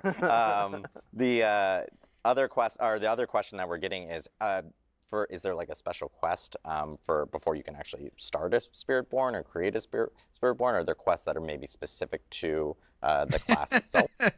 Look at this one. Will you hire any of the GGG devs once PoE officially closes? Are they good enough to be considered? Or would you need to provide training to bring them up to industry standards? Oh my God. Twitch chat. Yeah, well, we're going to definitely be introducing the class mechanic similarly to the way that we introduced it with the other classes. As far as the beginning of the story is concerned, you know, we really want to jump straight into continuing the chapter of hatred, right? Like what happened when Nayrel left. We want to jump right into it, get right back into the story. And so we're going to pick up from the perspective where Nayrel left off. Awesome. That was a question from Agar. I forgot to throw out the name. I do want to give people shout outs when they do actually ask the names. The Grim Knot asks, does the Spiritborn have ties maybe with the Witch Doctor in any type of way from Diablo 3? Not at all. When Brent is talking about creating something new, that's what we wanted to do with the Spiritborn. That also meant really diving into lore and figuring out a separation for freshness. We wanted to still bring in things that were familiar from D2 and just lore in general that we know about, but when it comes to the Spiritborn class and the traditions of the Spiritborn, they're very new. You get a chance to explore it in the game, and you'll see that they're very different. Awesome. Azeron Blood Moon asks, how much is the monk inspired into the gameplay of the Spiritborn? You know, it's we always look back and we can find like a lot of reference, or we can be inspired by things we've made. But I think when you play the class, you'll see it's extremely different. It's so unique, it's so fresh, and it kind of carves its own space in our kind of lineup that after an inspirational point, maybe of looking at like martial arts at just the core, it just kind of goes off in its own direction and kind of redefines that space. We're gonna. Oh, sorry. Go. No. Go. Well, I definitely want to add to that. Is like I don't want to be shy about the fact that we know what works mechanically in the game, and so we're constantly looking at inspiration for the existing classes, for the new classes, on what works best. Take that inspiration and then like take a right turn and actually amplify it or take it into a slightly new direction that makes it very different. I know we have time for one more question. This is a question for everyone here. What is everyone's favorite spirit? I've already revealed mine, which is Jaguar. But like, what is everyone's favorite spirit guardian here for the Spiritborn? I mean, I can start. I'm gonna cheat. I'm gonna say 2. I love the Jaguar as well. But it's just a little bit too chaotic for me, like inherently. And so I love to just like mix the Eagle in there as well, just for a little bit more control, a little bit more like freedom. Gorilla. I mean, when I saw it show up on screen, beat its chest, and it was just awesome. It was King like, Kong, that's yeah. it. I knew it. We're like wrestling buds, you know, where we talk about wrestling all the time. I'm not surprised Nick is about like the gorilla. Not surprised. My favorite guardians are Quatley, the eagle, and Balazon, the centipede.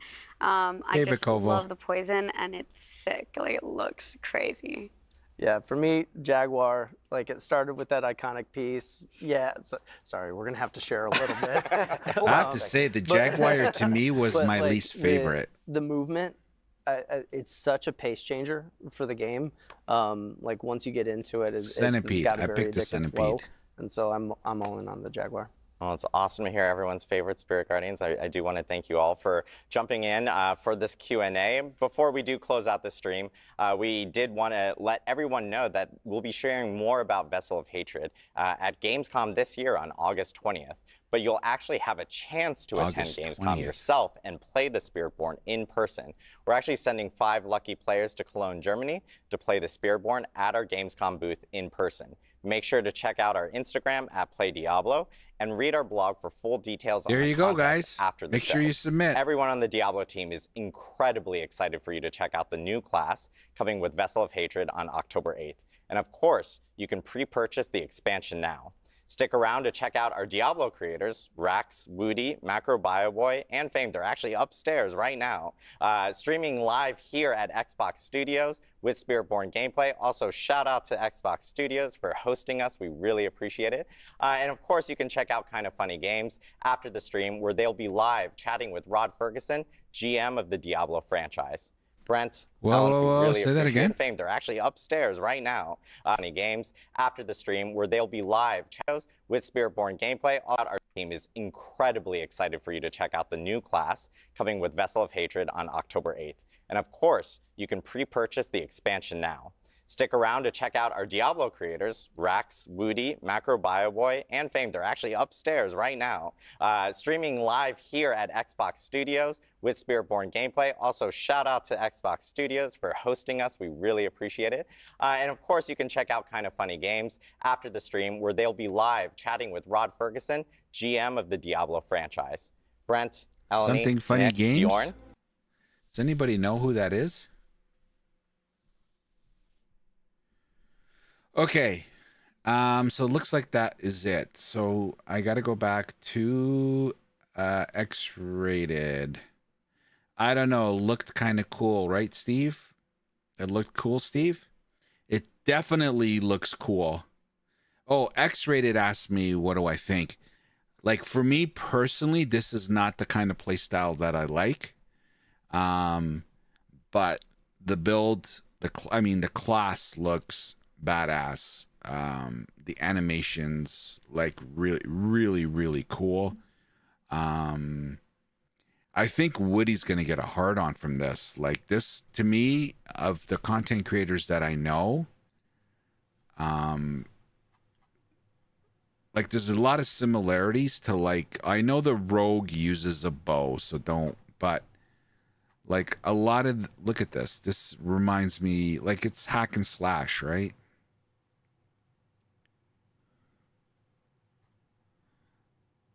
This is pretty cool. This Russian claw, that looks really good. That looks cool. But yeah, like this is like not up my alley. It looks good, yeah. Yeah, it's gonna, I think, like, aesthetically, it's gonna look really good.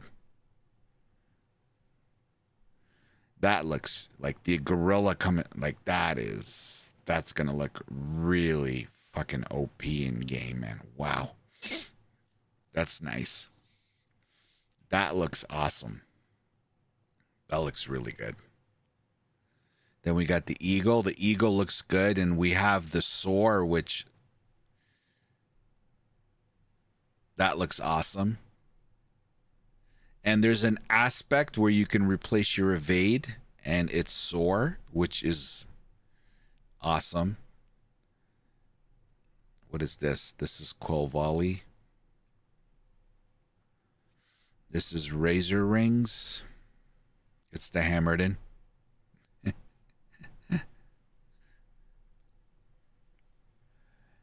I don't know. It's up mine, but I don't know. It all comes down if they can fix the bugs. Yeah, then the eagle looks badass as well. Like, I gotta say, all four spirits look badass. They do. This is my favorite one, the centipede. Where is it? Scourge, Stinger, Devour. Look at that. That's awesome, man. The female Spiritborn is hot.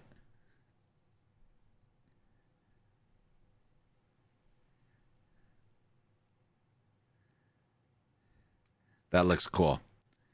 Okay. Hone your build. So this is all the adaptive stances. So eagle is movement, gorilla is damage reduction, jaguar is attack speed, centipede is life steal.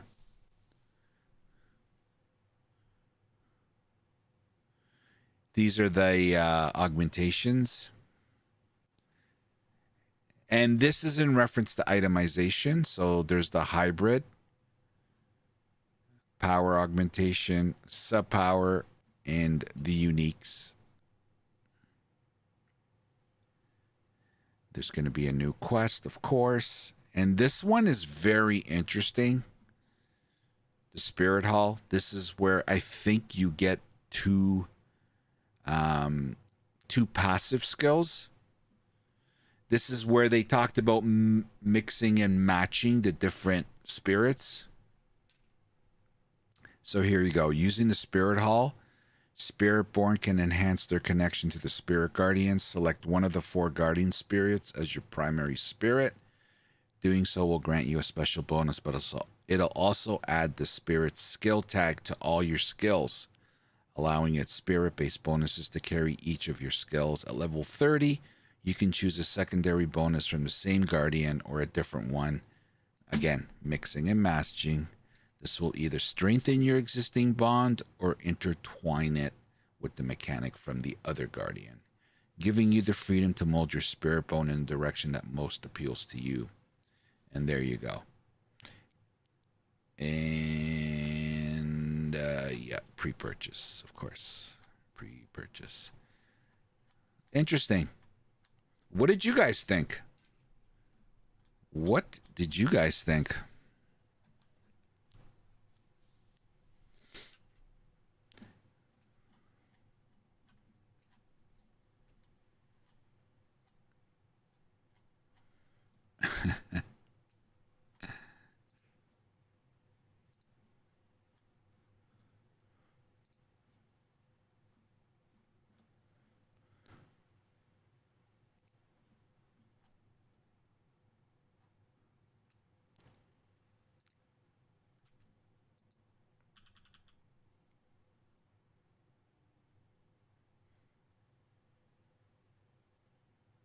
Centipede looked cool, yeah.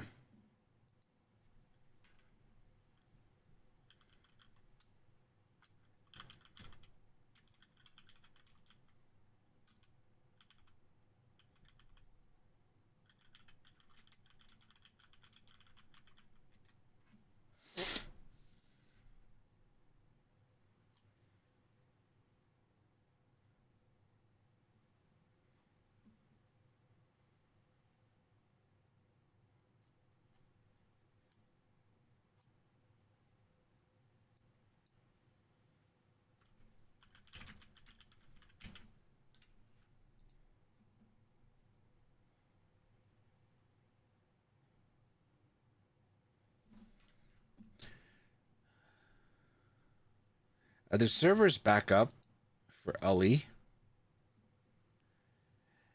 Vakavo, it's so hard for me to go back and forth with Ali and D4 between seasons. D4 is a clean game, but it doesn't hold a candle to Ali.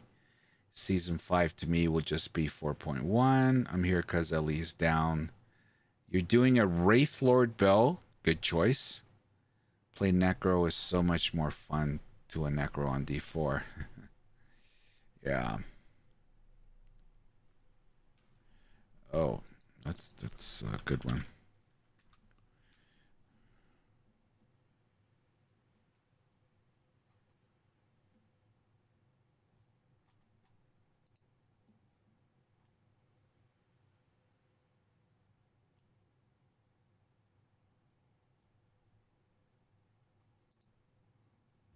Hi, I'm Chris Wilson from Grinding Gear Games. Welcome to GGG Live. Today, we're going to show you an exclusive reveal of Path of Exile Settlers of Kalgur, which launches next week on July 26th. Twitch drops are enabled on today's livestream, so make sure you follow the instructions below in order to claim your Corsair back attachment. In today's stream, we will take you on a deep dive into the new Settlers of Kalgur Challenge League. We'll cover the league mechanics, its new and revised crafting systems, a new trade market system for currency, some sweeping balance improvements including 2 Ascendancy class changes, endgame improvements, some further additions to the campaign, and some quality of life features. We'll then talk about our console native port releases and the features that come alongside them. Finally, we'll show you our new supporter packs, ending with a live Q&A session where Ziggy D will ask Path of Exile's game director Mark your questions from Twitch chat. After the livestream, we'll drop the full patch notes. I'll hand over to Mark now to introduce the new league. We've really innovated with the content in this league, and I'm really excited to see what everyone thinks. So let's just get right into it with the trailer for Path of Exile, Settlers of Kalgur.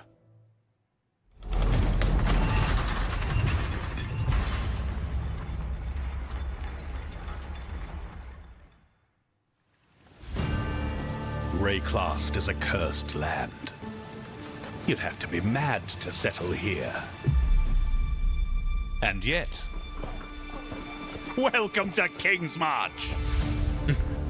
It's not much yet, but with your help, we can erect the greatest city Rayclast has ever seen. We'll need resources and savvy planning.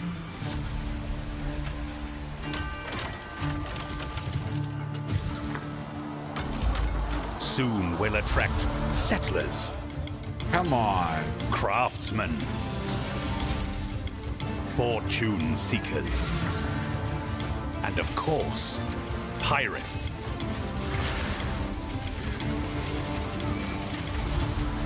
But if we prevail, our ships will be heavy with gold. We hope to achieve the impossible. We hope to build a home.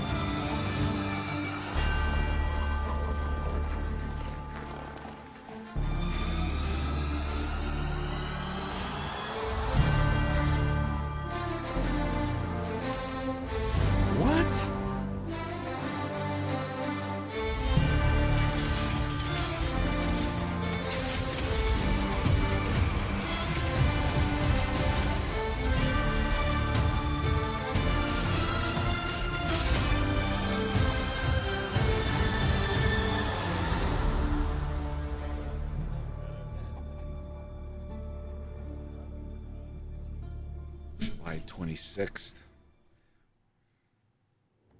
In Path of Exile Settlers of Kalgur, you will encounter some familiar faces from the Expedition League.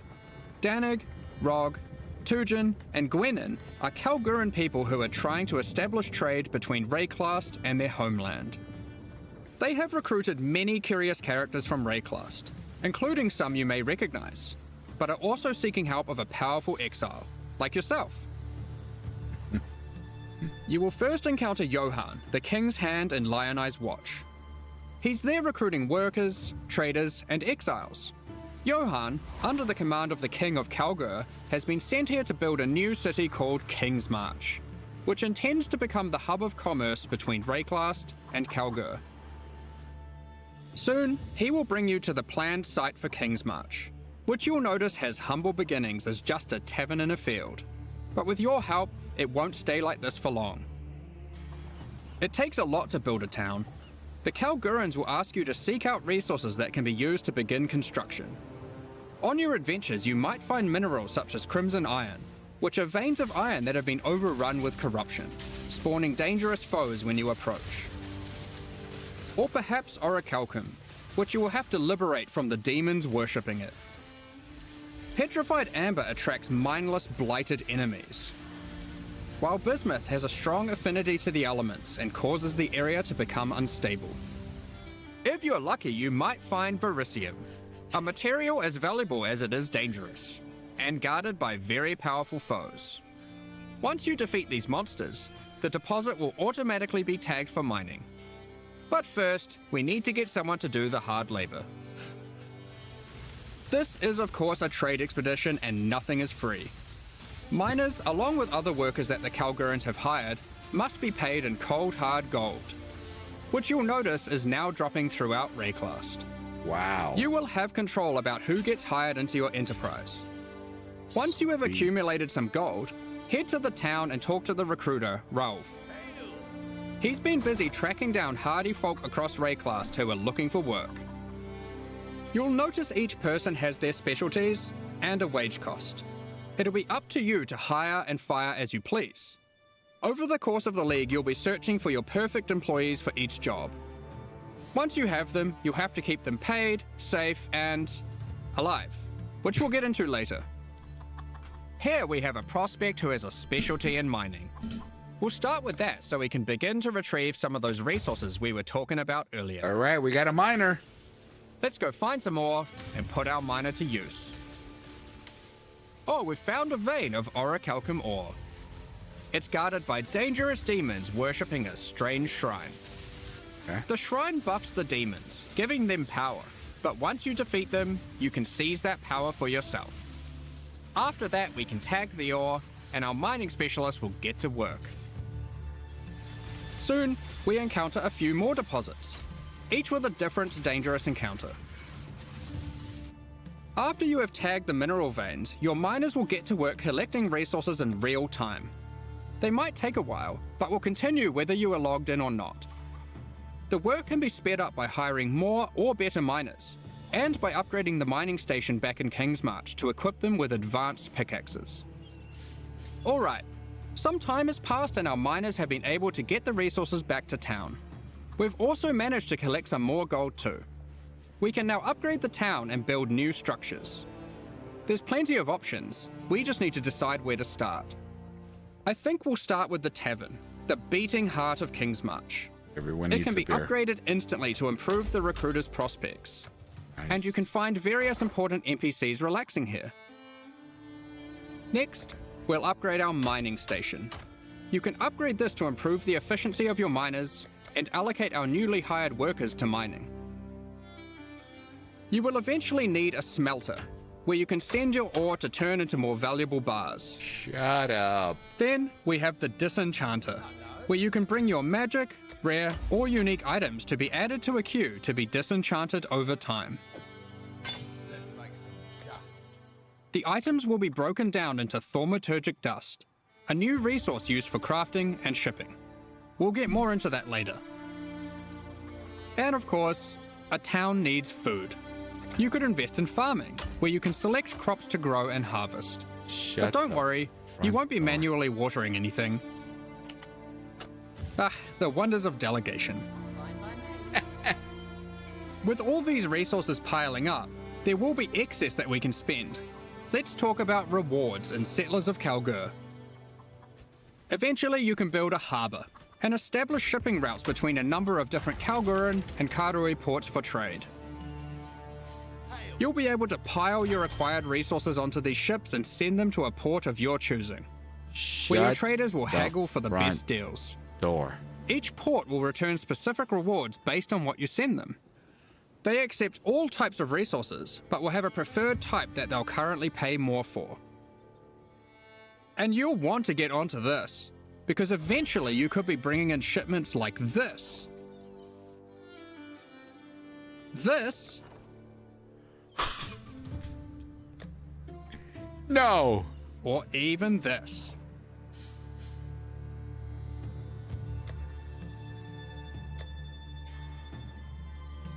Today, we're going to trade with Kalgur. You'll notice that as we send more resources, this risk meter creeps up. Much like the dangers on the shores of Wrecklast, there are dangers out at sea. Monsters, pirates, environmental hazards. You'll want to try keep your shipment safe. You can do this by hiring workers that specialize in shipping. The more of them you add to the ship, the less risk there will be. Put him on the boat. Like this gentleman, who's famous for fending off even the most dangerous of pirates. Put 2 of those on the boat. Now let's get that shipment going, and we'll continue exploring Wrecklast while we wait for its return. This is the first Path of Exile League that experiments with true, real-time mechanics. You can send out shipments, go and have lunch, and come back to your rewards. Many mechanics in the League work this way, so you'll always have some ongoing project or outcome to look forward to. When your shipment has returned, or met its demise, you'll get notified, and at your leisure you can return to the town to collect your rewards. Wow. Our shipment returned safely, so let's go see what we got. Ooh, they've sent us a unique item alongside our rewards. Oh shit. Perhaps hoping to secure us APCG. as a loyal customer for the... Yes, you're correct. Sorry.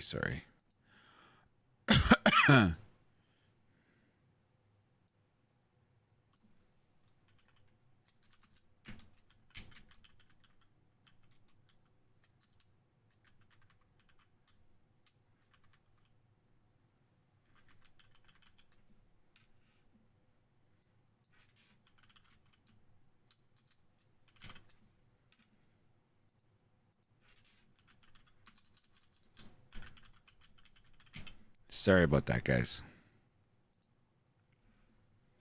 Where were we?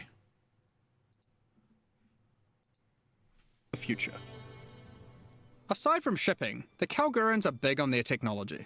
They have hired Isla, a familiar face from the Heist League. She is an engineer who the Kalgurans have employed for a very exciting purpose. You're not the only one who understands how profitable running maps can be. Once at endgame, Isla can help you build a series of Kalguran modified map devices. You can then put a queue of maps into them. If you've hired a few skilled Atlas runners, they will put themselves to work running those maps for you one after another. Look, more delegation. Once again, you'll be notified when the rewards are ready to be collected. You can put lots of maps in the queue, so don't feel obliged to go back there all the time. Be careful though. The difficulty of the map impacts the risk of your workers perishing. Yeah, this is a bit... the first game that popped into my mind when I saw this was Lost Ark. Try to pick your best workers, or perhaps just ones you don't like. Consider the difficulty too.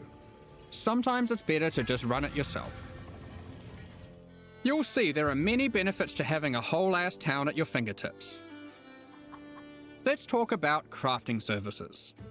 You should definitely consider building a runesmithing table. This is operated by Danig himself, using powerful Kalguran blacksmithing arts. He can engrave runic magic onto your weapons using runes. I don't think so, Alessio. There are many rune types and combinations to choose from, and you can unlock new crafts that can be applied to your weapons as enchantments. Our design intention here is to take powerful effects you would usually only find on unique items, like this modifier, which you might recognize from Doomfletcher's Prism. Danig can apply it to your two-hand maces. Shit. There are over 100 different special crafting outcomes, ranging from ones very easily applied to very difficult. The rune types can be acquired through trade with Kalgur, or defeating powerful bosses. You can play AFK, The Kalguran Chris. tech benefits don't end there. We're also bringing back a formerly overpowered crowd favorite, Recombination. Isla is trying to master this. She just needs you to help her with getting resources. The system isn't as strong as it used to be, but it still allows you to combine two items together, hoping to get the best modifiers of each onto a single item. Wow. Between running a town, shipping, and exploring, you'll be collecting a lot of extra gold. It is now the primary resource for 2 huge new quality of life features that we are putting to test. Oh boy. Firstly, you can use gold to respec passive points. This is a feature from Path of Exile 2 that we've decided just makes sense to port back. The higher level you are, the more expensive it gets. And the next one is absolutely massive. A currency trade market. The Kalgurans have recruited Faustus, another NPC from the Heist League. He allows you to asynchronously buy and sell currency and most other stackable items with other players without the nuisance of, price fixes and people who never respond. All you need to do is select what currency you want, say what you have, and your ideal ratio. It works kinda like a real-life stock market. Wow. Faustus will make the trade happen for you, so long as there is someone selling on the other end for the same rate or less. They brought it in the game. You'll be able to go back to blasting monsters while trusty Faustus does the dirty work. That's massive. Notifying you when your currency is ready for collection. All you need to do is pay him a small amount of gold for his time. Cards on the table. This is an experiment to see if this type of asynchronous trading has a place in future Path of Exile releases. Hell yes. We're very excited to see how it goes. Now, given that Faustus is an expert in black market trade and shady deals, he also provides another service, offering items for gold. The items will generate with random rarity, and on average the modifiers on them are better than normal. This can be a very nice way to get some targeted items during the campaign. For serious crafters, it can be a great starting point for making those elusive, specific in-game items, which perhaps you could take to the runesmith afterwards. It's worth noting that you can invite Faustus to your hideout, where he will always be available for respecking, currency exchange, and black market items. Crazy. As your town grows, it will attract more attention, good and bad. Settlers of Kalgur features 3 endgame bosses that will close in on your operations, wanting a piece of the pie. They might capture and ransom your workers, even your entire ships. What? You'll have to make some tough decisions. Will you take them on, or pay them off? One example of a boss is Sasan, the Bandit Lord. You won't stumble across this boss by accident.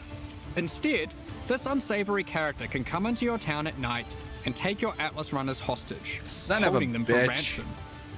What happens next is up to you. Perhaps you'll refuse to negotiate with bandits, leading to a fight to defeat Sasan and rescue your workers. No, I'm gonna pay him off. If you're not up for the heroics, you might simply pay the ransom in gold. Or perhaps these workers were especially disappointing, and you'll just leave them for dead in true Ray class fashion. They knew what they were signing up for, right? That's right. Of course, the heroics might be worth it for other reasons. These bosses can drop new unique items. Oh. Okay. In sum, Settlers of Kalgur is a very experimental league with new mechanics that will completely change how you play the core game. We've been sitting on a lot of these ideas for a while and can't wait to share them with you. But there's a lot more to this expansion. Let's talk about balance. Well, we've finally rebalanced the Gladiator. It's been a long time coming. Like before, there are passive skills that allow you to invest in bleeding and block. We've designed new skills replacing some of the old ones. Like this, War of Attrition, which is very handy for long sustained boss fights. Further alongside the Gladiator theme, this new passive allows you to combine different weapon types while dual wielding to get a variety of powerful bonuses. For example, holding a dagger will give you more critical strike chance, while holding a mace gives you more area of effect. Of course, you could just use Varanastra for all weapon type bonuses. And finally, we have a new notable which allows you to invest in the newly added Retaliation skills. These are active skills which require you to meet a certain condition in order to use them. Once you meet that condition, you can unleash devastation on your foes. Here we have Eviscerate, which requires you to have a shield. Or for those who like to dual wield, Swordstorm, which is great for obliterating bosses. Here we have the Divine Retribution skill. This one has the condition requiring you to block. You can then unleash a devastating spell, causing lightning bolts to strike the ground in an X shape around your target location, doing huge amounts of damage. And of course, in true Path of Exile fashion, there are many avenues to invest in these mechanics further on the passive tree and a new support gem. You are able to increase the leeway duration after meeting the condition, reduce the cooldowns, or just increase their damage. The world's your oyster. The Gladiator wasn't the only Ascendancy class we've changed. As we develop Path of Exile systems, we often find ourselves reusing. Alessio, PoE 2 has nothing to do with PoE 1. There shouldn't be any synergies. Mechanics, increasing their depth, and allowing more avenues to invest into them. As such, the Raider Ascendancy class found itself lacking, with many of its passives commonly available elsewhere. We want our Ascendancy classes to always feel like they're pushing the boundaries, allowing you to change your character in ways that are meaningful and ideally unique. As a result, we've straight up removed the Raider, rest in peace, and we've added a new class in its place. The League Warden. stuff is going to be in PoE 2? This class is largely inspired by its predecessor from the Affliction League, with a few changes. The Warden now focuses on elemental attacks, changing the behavior of Shock, enhancing Freeze, and replacing Ignite with Scorch. There's also a skill that allows you to go ballistic with your elemental damage, periodically. The class also grants Barkskin, which is a skill that can be used to mitigate physical damage from hits. After taking a number of hits, it increases your evasion, making it a great defensive choice. Finally, the last thing the Warden can specialize in is tinctures. These are an alternative to flasks from the Affliction League. We're bringing them back with adjusted mechanics. Tinctures can be placed in your belt, replacing flasks. You can inherently only have one tincture active at a time, and it requires a melee weapon to use. While activated, they grant a powerful buff. They can drop as magic items, or be modified with currency to grant extra bonuses. Okay. Here is a prismatic tincture. This one increases elemental damage by 100% while active. You'll notice it has two extra effects. One is that it applies mana burn every second. Mana burn is a debuff that builds up while tinctures are active that causes you to lose mana, losing more mana for each stack. Tinctures also have a cooldown, so once you have disabled one, no other tincture can be enabled for a time. These changes make tincture use a more active and interesting choice than it was in Affliction. Both mana burn and the cooldown can be modified through modifiers on the tinctures or on the passive skill tree. Players will want to maximize their tincture uptime for sure. Here we have a couple other tinctures. The Poisonberry tincture is excellent for poison builds. The Rosethorn tincture is the choice for those wanting to deal critical strikes. You might be wondering, with the removal of the Raider, where has the Frenzy Charge investment gone? We've added a Frenzy Charge passive skill to the Deadeye, replacing the Rupture passive skill. On top of Ascendancy classes, we have revisited a number of core mechanics. This time taking pains to ensure easy access through the passive tree, skill gems, and simple items. We don't want all the powerful mechanics to be hidden behind layers of complexity. Let's just rapid fire through the key points. If you want more detail later, you can read the patch notes, which will be dropped after the livestream. Good idea. Be sure to let us know what you think. There's a lot of changes, so be prepared for a bit of a shock to the system. I expect it will take several days for the dust to settle on this one. Firstly, we've made some drastic alterations to melee skills. Let me just rip this band-aid off. Melee totem skill gems have been removed. We're trying to adopt a philosophy with melee going forward that, unlike other builds, it will be far less oriented around set and forget gameplay. You will deal the damage yourself, and you should be rewarded for doing so. To compensate, we have buffed the damage on almost every single melee skill. As the majority of this damage growth comes from gem levels, we have also made them cost more mana as they level, but it's nothing like the mana costs on spells. Here are some examples of the damage and costs before and after.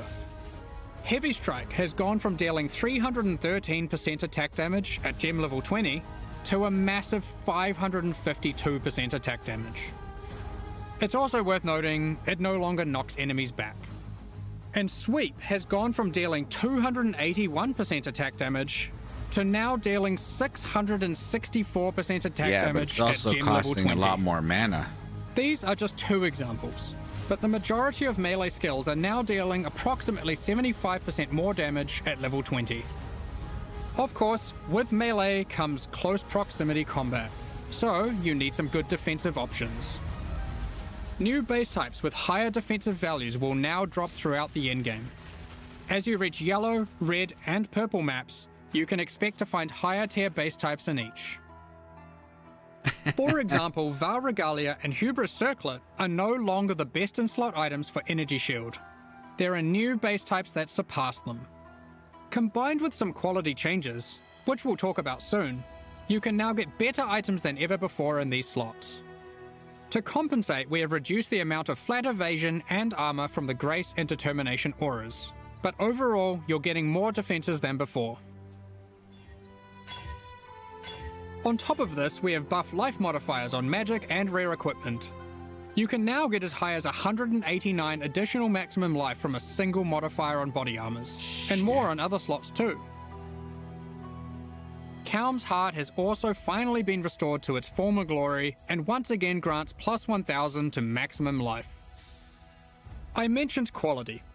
Quality on weapons and armors is being changed to apply multiplicatively.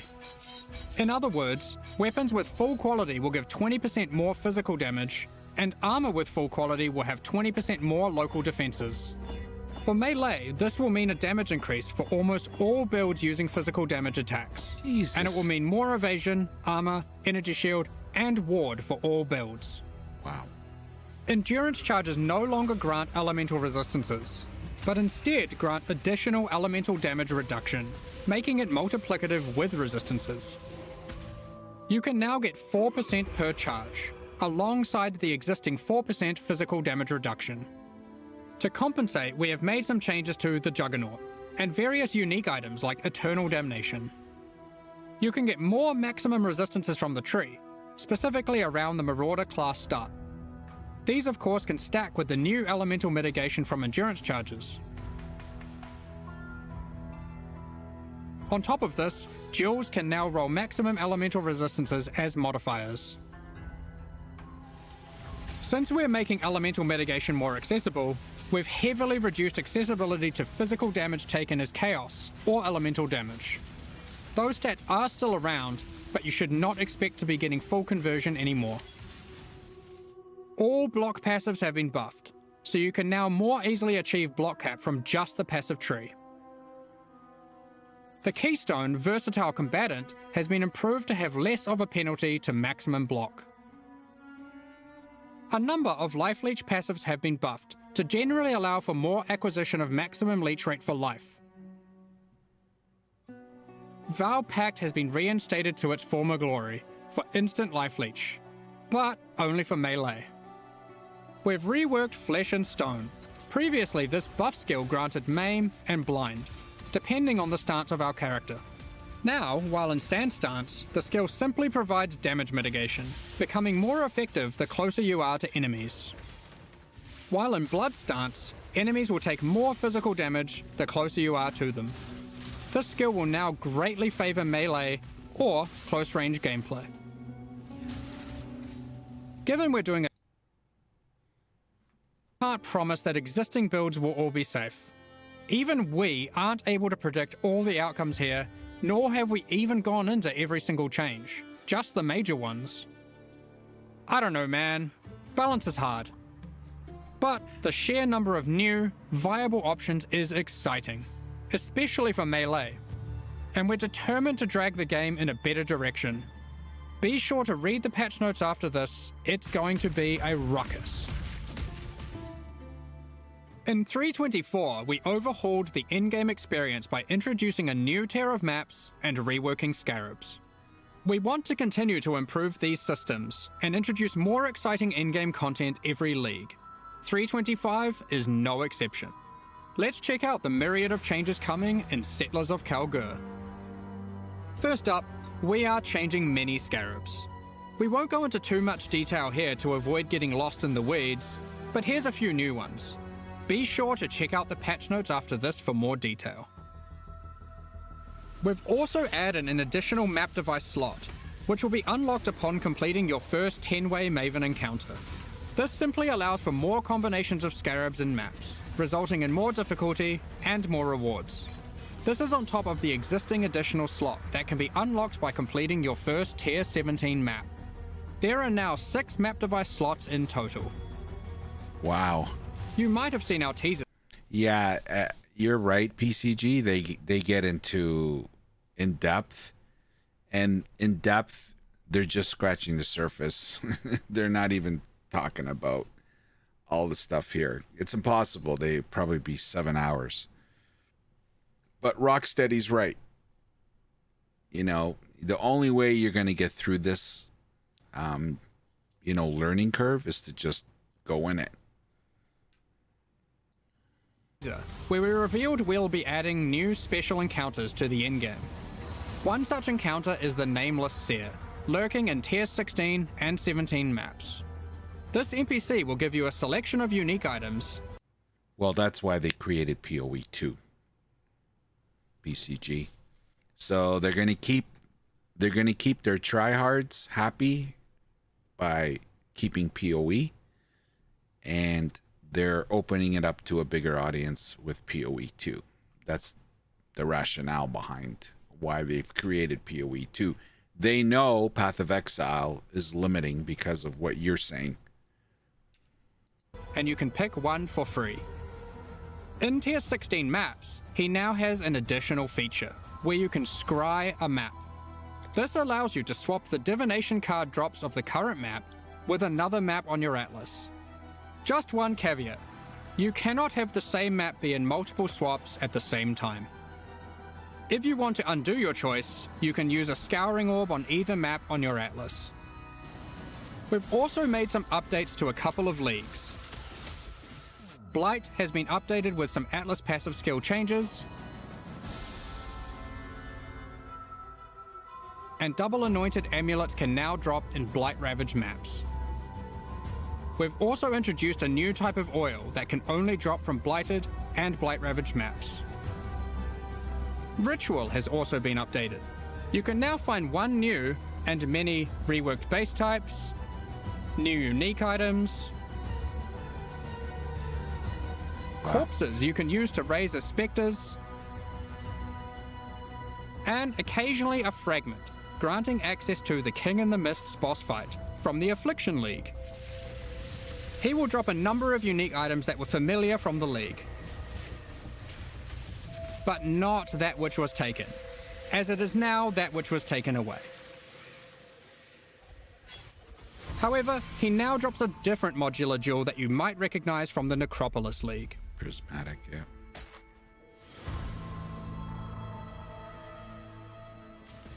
In Tier 16 and Tier 17 maps, you can now encounter the Wildwood, also from the Affliction.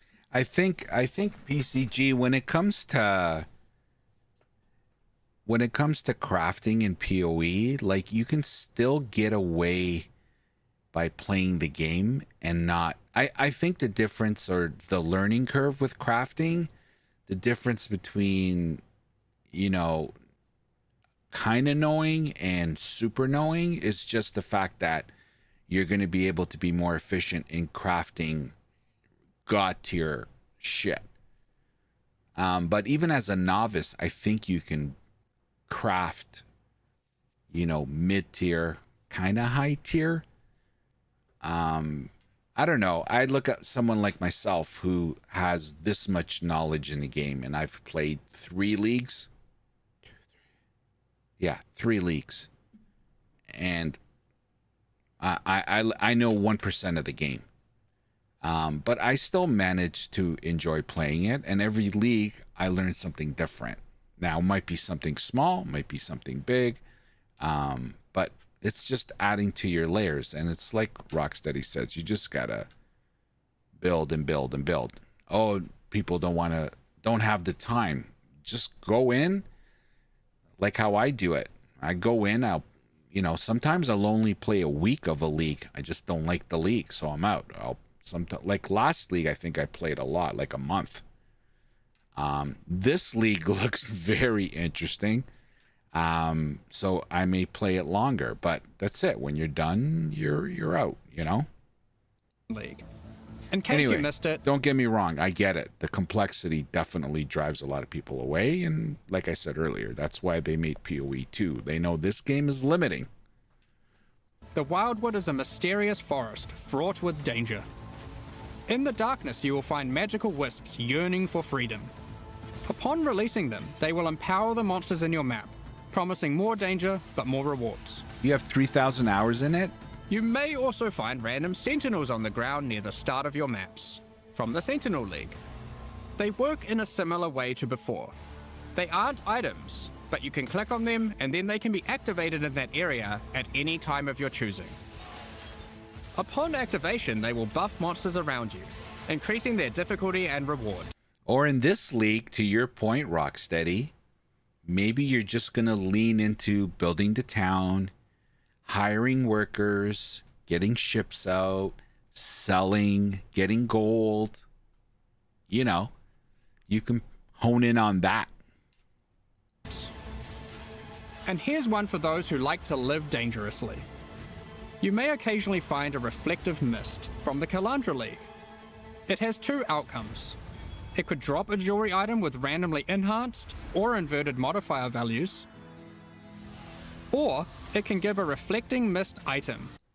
Yeah, but you're right, PCG, but I think that ship has sailed, no pun intended.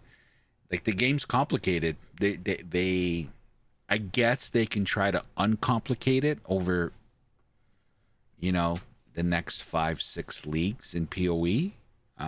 But the game's complicated. And you have 3,000 hours into it, so you know the game. Which can be used on an existing piece of jewelry to perform the same action at a time of your choosing. Good luck! There's many other small changes to League content. We're removing the first 15 most boring waves of the simulacrum and rebalancing its rewards to improve the chances of finding unique jewels. We're also adding some of the beasts from Einhar's Memory of Harvest Beasts to the core pool. This includes the Black Morrigan. In other news, we've added a set of new chisel types, which can be applied to your maps to get different bonuses. Wow. While the Cartographer's Chisel still increases item quantity, there are new ones that now increase rarity, pack size, increased chance for currency items, nice, divination cards, and scarabs. Wow. It's also worth mentioning that chisels now apply 20% quality per chisel to white maps, 10% to yellow maps, and 5% to red maps and higher. Unique maps still require the full 20 chisels. Also, only one type of chisel can be applied to a map at a time. During 3.24, we made a change to Tier 17 maps that allowed them to be rerolled with Chaos Orbs. We are now expanding the currency types that can be used on them to also include currencies like chisels and Val Orbs. Ultimately, the only restriction Tier 17 maps now have is that explicit modifiers cannot be removed from them. We have also revised the difficulty of these maps, as they didn't quite hit the mark. The monsters in them now have substantially less life, and deal less damage, meaning Tier 17 maps now better fit into the progression between Pinnacle and Uber Pinnacle content. Lastly, we've adjusted the drop rate of Valdo's puzzle boxes. Previously, we were adapting its drop rate based on the possible outcomes selected by supporters. So many supporters really wanted Mage Bloods, so the box was hardly dropping. Thus, we have drastically increased the drop rate of the box, but reduced the probability of getting chase unique items from it like Mage Blood. Overall, we have taken care not to reduce the number of Mage Bloods total in the economy. We figured it was better to have more tickets for fun rather than barely seeing any boxes in a league. We've been hard at work improving the Path of Exile experience on consoles. With native ports for the Xbox Series consoles already being released, and PS5 on the near horizon, the game now takes full advantage of the console hardware. Loading times have been reduced even further, pop-in has been reduced, and textures won't start unloading in heavy scenes. Furthermore, overall visual fidelity has been improved for all new generation consoles. Path of Exile now uses the highest available resolution textures and water effects. We've installed a new upscaling algorithm that improves the crispness of dynamic resolution, with an additional anti-aliasing pass on top of that.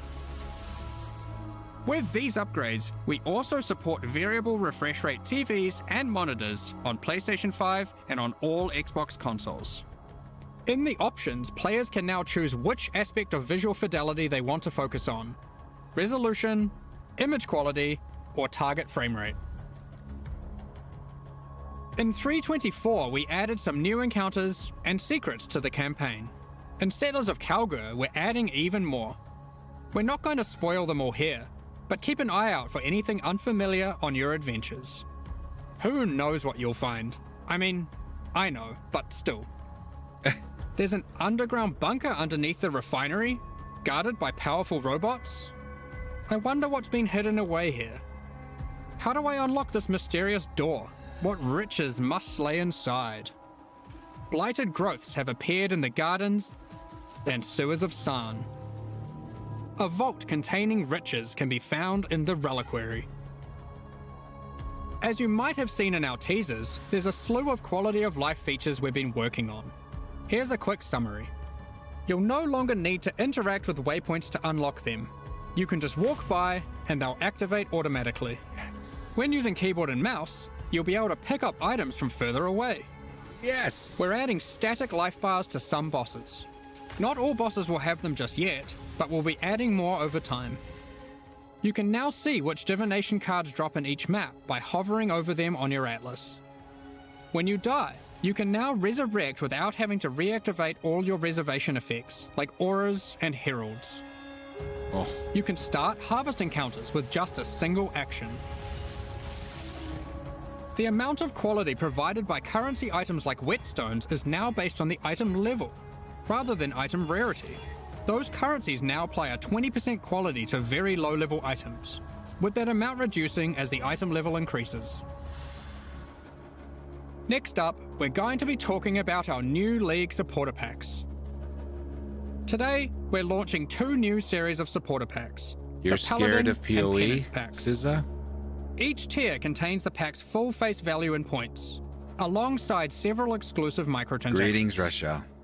These packs are only available for the duration of the Settlers of Kalgur. I can tell you, SZA, every time I got into a lull with video games where I was like, what do I play? I don't have anything to play.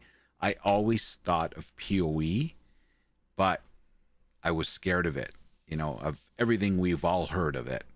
And, I would stay away. And when Crucible League came out, I was in that rut. I'm like, fuck it. I'm just going to go in. What's the worst that's going to happen? I'm not going to like it. And anyway, and I just took the mindset, you know what? I'm going to do what I'm going to do. I'm going to learn what I learn, and so be it, and I enjoyed it. So Kalgur League, and will leave the store forever when it ends. As always, the microtransactions in these packs are purely cosmetic and do not affect your character's power or progression in any way. The Paladin series of supporter packs contains 6 exclusive microtransactions. Adorn your weapon or shield with the Paladin weapon effect. Wow. Make a show of leveling up with the Harpy flyover level up effect.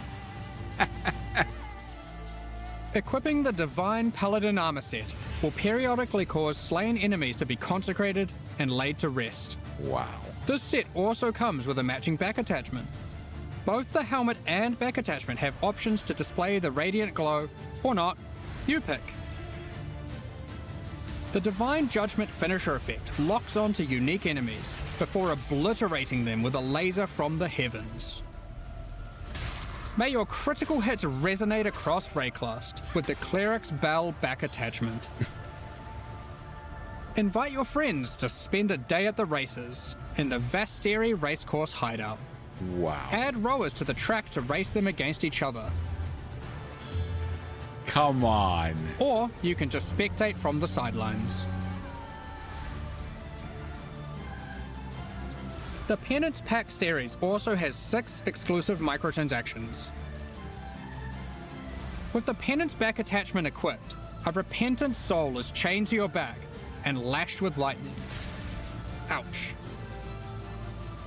Place none other than the Trial Master in your hideout and have him comment on your chaos A classic, but far fairer now than in ancient times. and Val crafting attempts. Your luck is over, fool. He even keeps a record of how many Chaos and Val orbs you've used in your hideout during the league, or across all leagues. Blood stains your armor the more life you lose when wearing the Acolyte's Penance armor set. Jesus. The Zealot's Madness portal effect fragments as you near it. Wow. The Cauldron map device boils maps, fragments, and scarabs placed into it, keeping a tally of how many have been thrown into the pot in the current league or across all leagues. The Exiled Squire pets follow in your footsteps, hyping you up for battles, No sweat for you, boss. providing pessimistic commentary, The cycle repeats. or voicing their disdain for you to bring you down a peg. About time you kicked the bucket. These packs are now available for purchase on both PC and console, and will remain so during Path of Exile, Settlers of Kalgur. Meanwhile, the Solar and Eldritch packs leave the store forever at the launch of Settlers of Kalgur League, so now's your last chance to purchase them. Thank you so much for your ongoing support. D4 has different colored portals, Rockstar. Now, we have one more thing to announce Yes. before getting into the Q&A. We are soon going to be running a small closed beta test for Path of Exile 2. We have been taking signups for the Path of Exile 2 beta tests over at pathofexile2.com. We will only be selecting a very limited number of people for this first test, but if you want to make sure that you are considered, then head over to the website and register your email address now.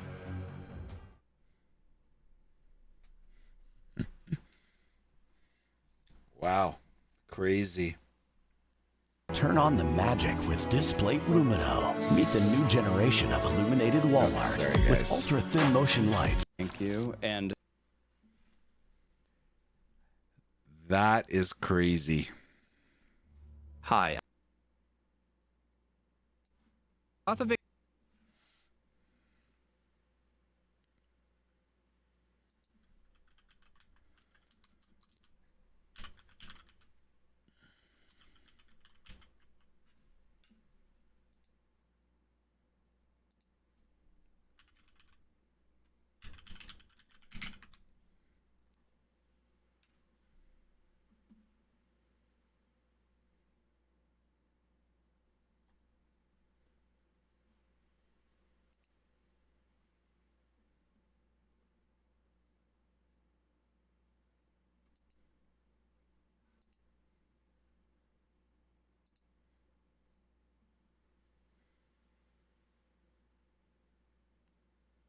Can we see the screen?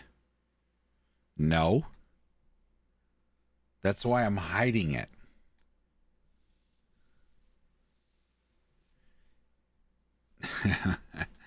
I ain't playing no game. No, I'm just I'm just looking at what this PoE2 access thing says. I don't think there's a time frame on here.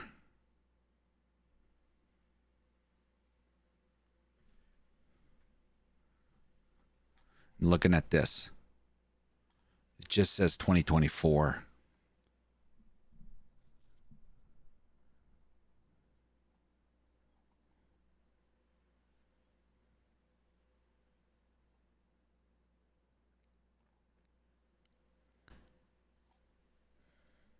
All right.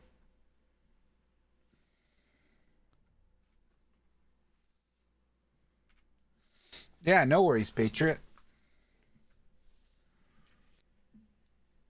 Anyway, that's what it is. PoE is a time sink. All video games are time sinks. It's just a matter of to what degree. PoE 2 access, sad. I want your money for closed alpha beta game.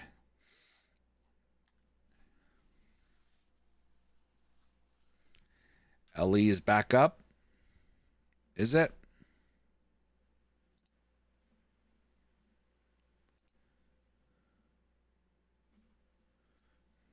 Anyway, guys, that's the beauty of video games. You guys can choose what you want to play, what you don't want to play. But it's like how Chris said, man, the ARPG space is solid right now. God damn. It's solid.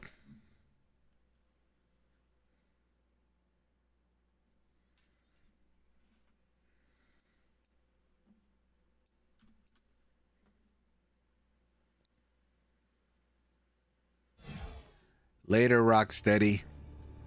See ya, man. Titan Quest 2 better be good. All right. I don't know. To me, it looks like the game is still... I think they're still... Let me go on Discord and see. Whoa! All right, Rocksteady. See you tomorrow. Okay, looks like we're in. We're in? All right, I'm going to take a bio break, actually, before I start grinding. Oh, no!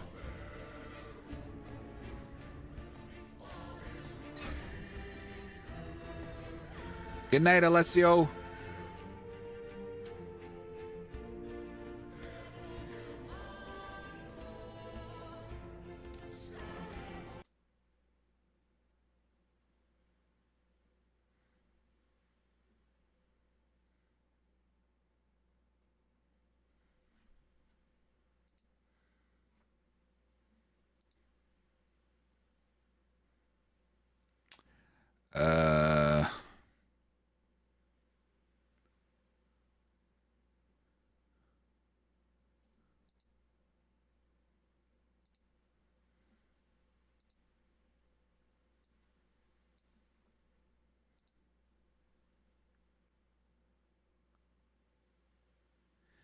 Today you decided to play Warlock in offline mode, and guess what? My internet goes down for 4 hours.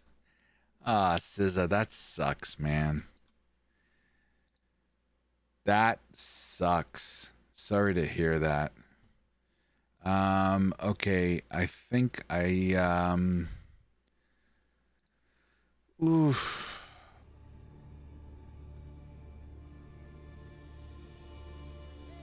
One sec.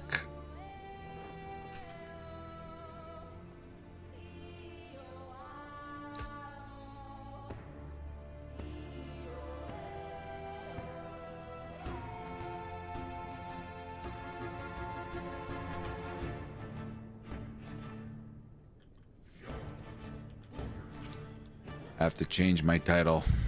Sorry, guys. Well, looks like I'm not going to be able to play my Warlock.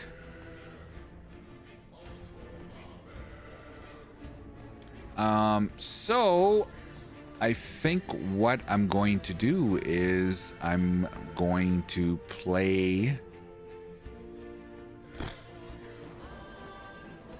I'm going to play this Ruin Master build that I found. Oh shit, where is it? There it is. And what was it again? It is the what the fuck is it? You know, you could say Thief is back. Why the fuck are you doing that? Stride into battle and unleash a barrage. No.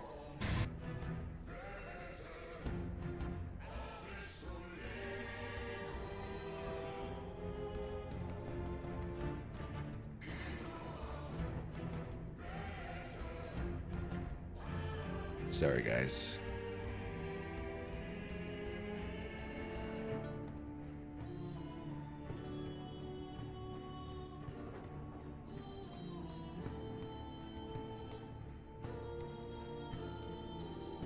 Okay.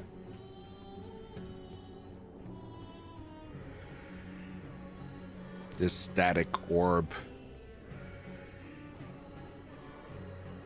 Did he put... Oh, no, he didn't put it. Fuck. Seriously, bro?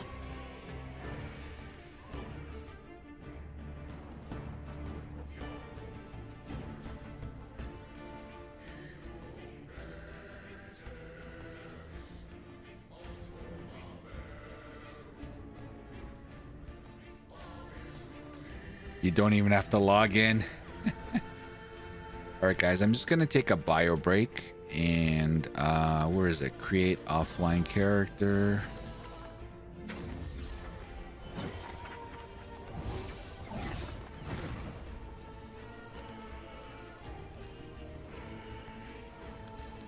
Ellie bad. Normal. In the beginning. Ellie bad. I guess so.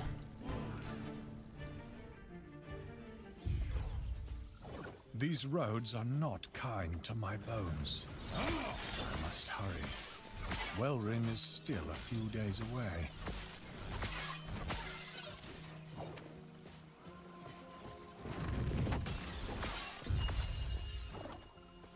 Ellie bad.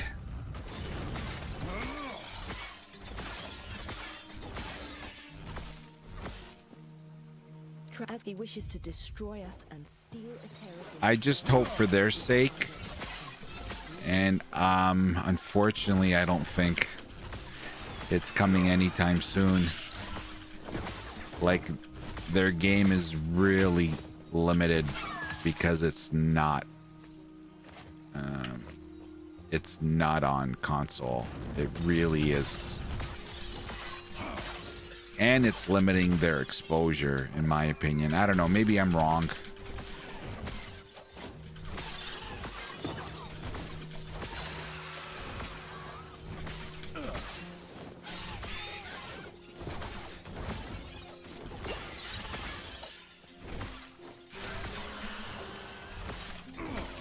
Really? You had to aggro them?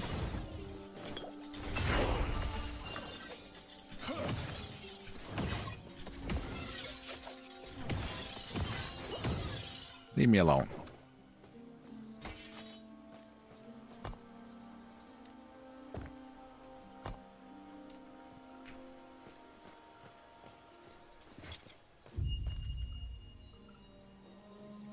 It's the same shit.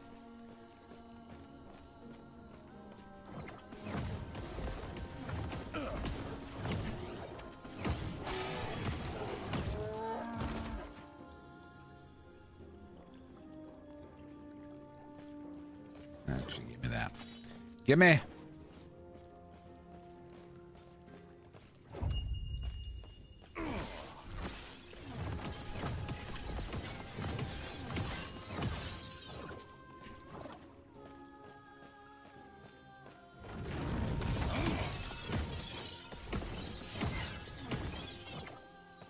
See, we got to start from scratch.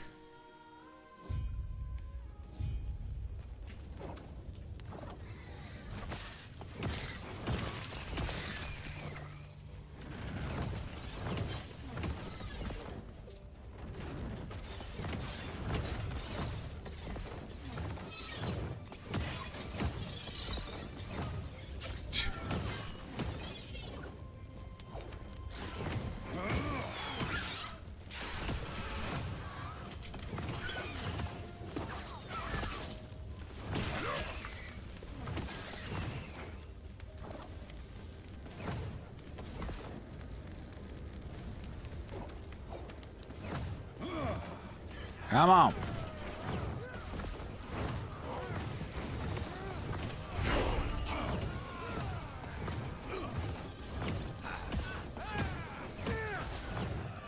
Good job. When you arrived, was there a family? It was mine. They were like, what? Are you a name? Who's come? Yeah, damn.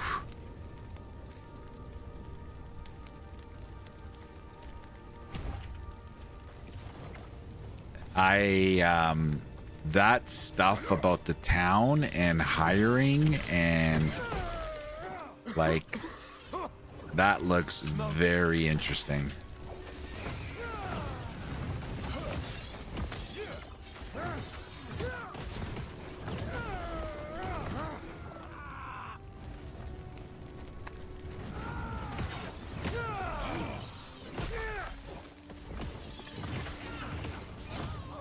Good job.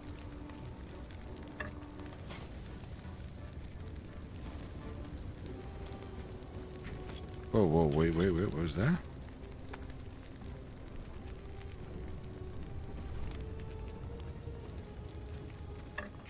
Let's see what that does.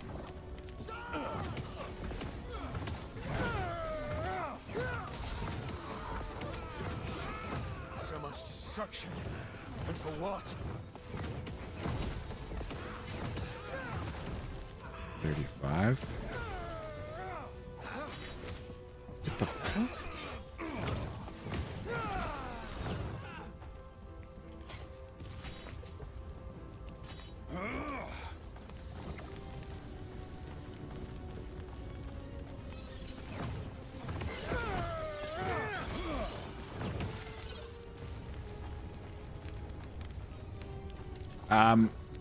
Well, monoliths, there's a lot more going. There's a lot more going on. Where'd you learn to fight? I don't have any latency or stuff like that, but there definitely is a little bit of a drop in performance in the monoliths. Whoa. Oh shit, he already got him.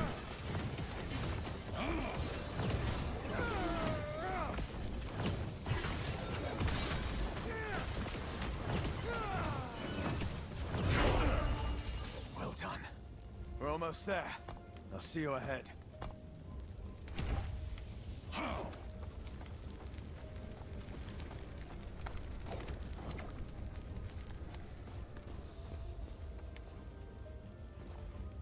One word, Unity Engine. Bingo!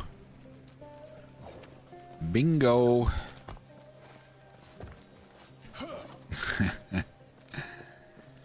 They gotta get off of that. Sounds like the key.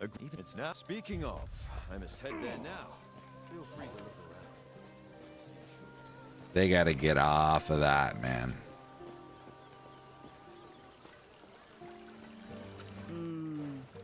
Right.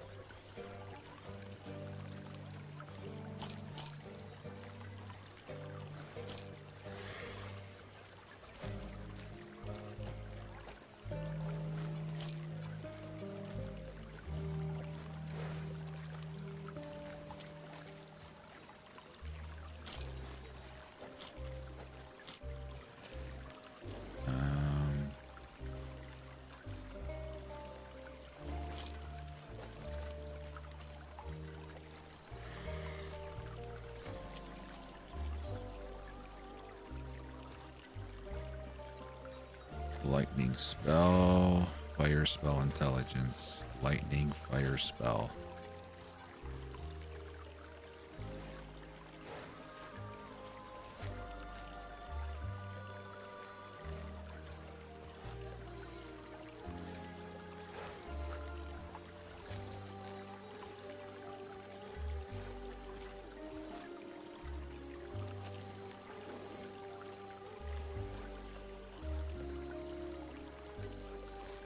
$16.5.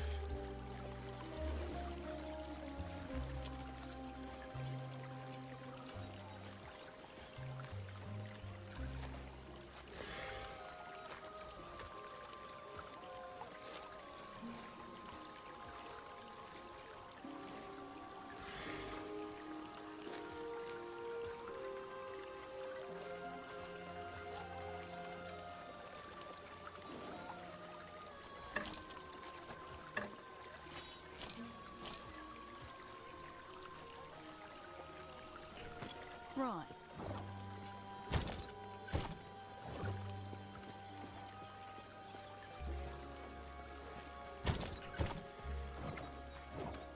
Yeah. Grail was just one bolt, but not you could they do this, and our alliance is secure. We'll lend our aid to heal Borea's army.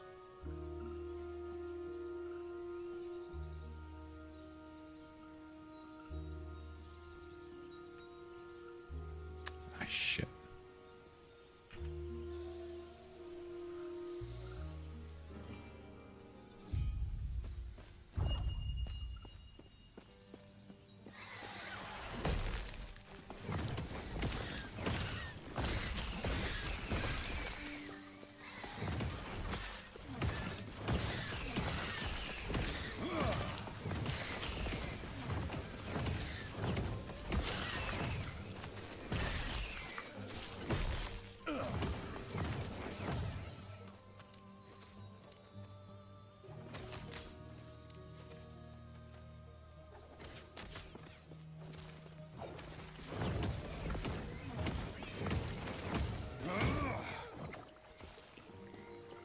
Hey, what's up, Ben? Just Grim Dawn mod is off the chain. Yeah.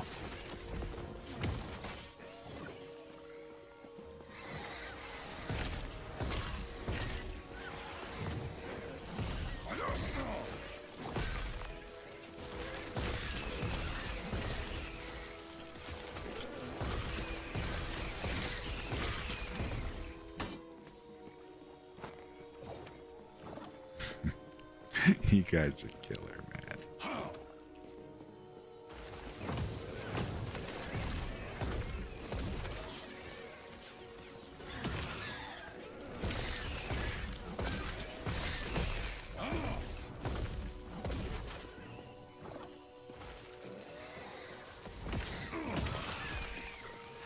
Ah, shit.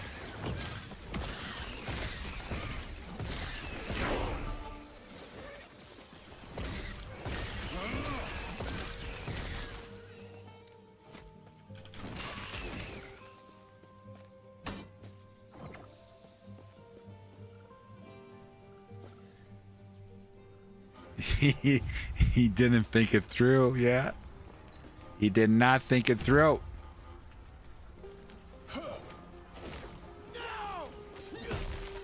Oh, shit.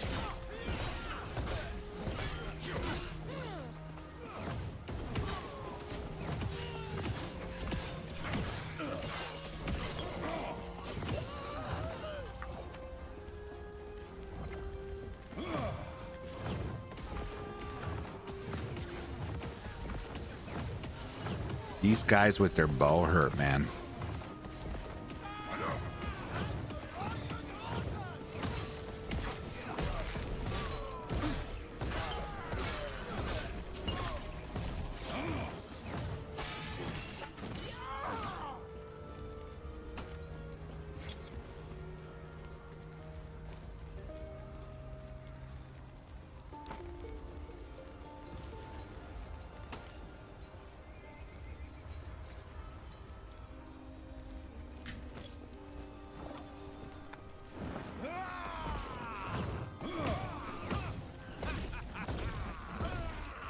Went a little too far there.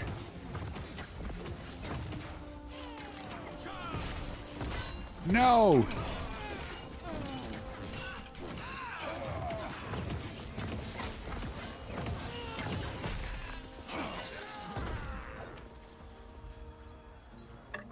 Seriously?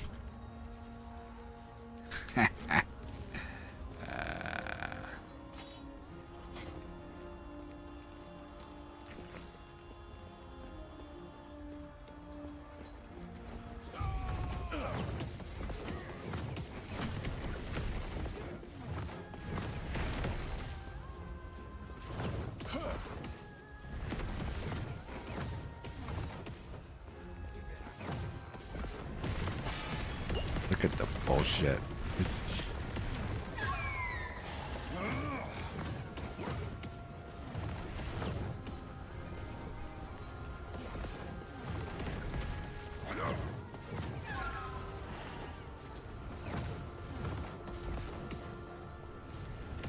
Oh shit! I clicked off screen.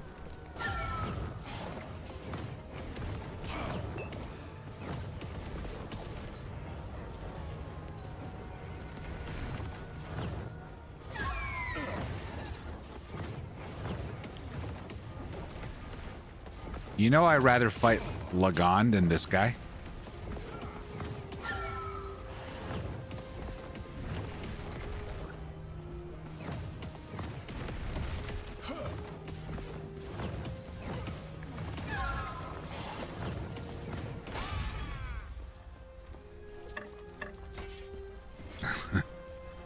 I'm serious. I'd rather fight Lagon than him. No. Let's go.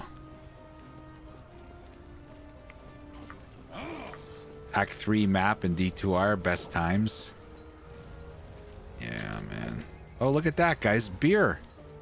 We got beer.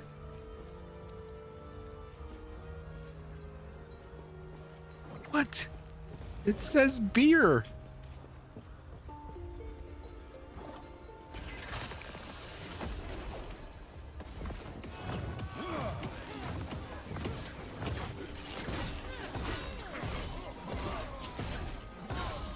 Don't you love a game that has beer?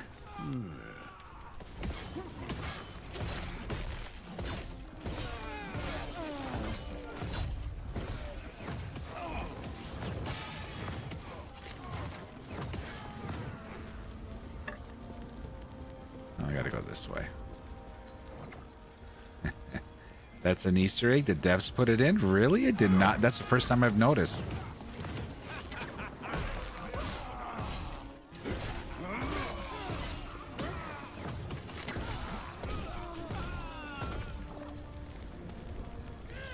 Well, you've seen it with me now.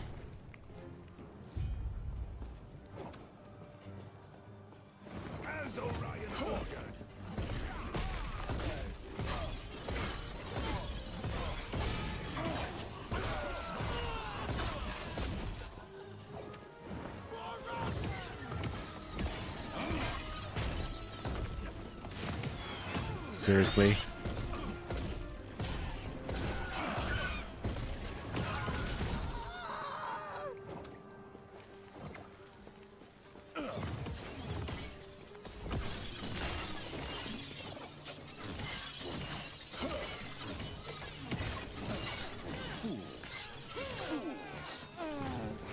Fools!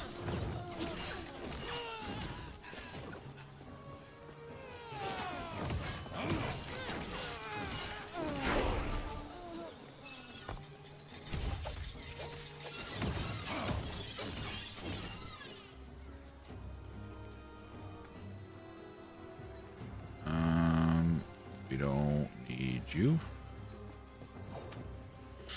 Oh.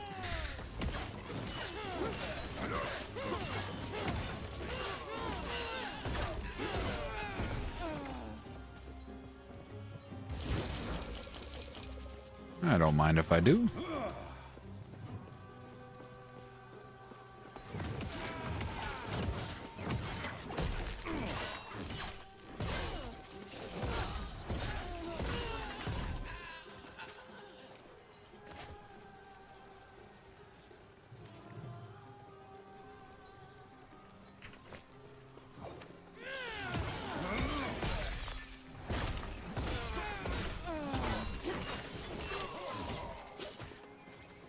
And by the way, while I played Last Epoch, I realized that mobs actually could say something. In D4, they are silent. Maybe some bosses speak some forgettable stuff. I did not know that.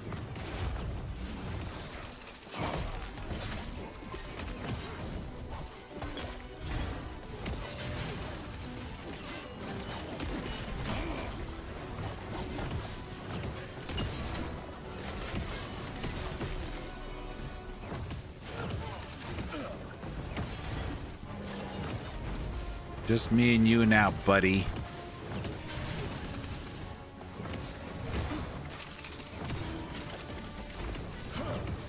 Nice.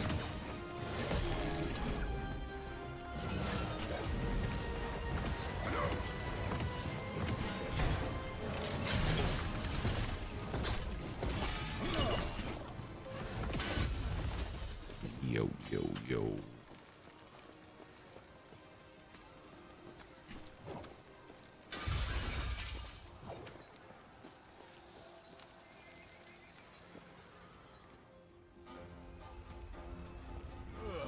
Huh?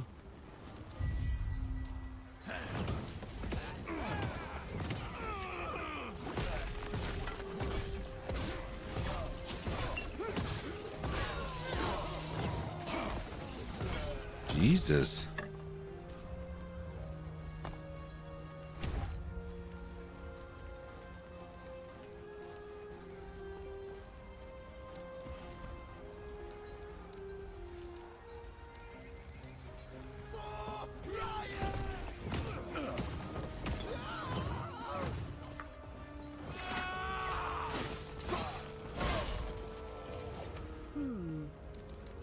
I...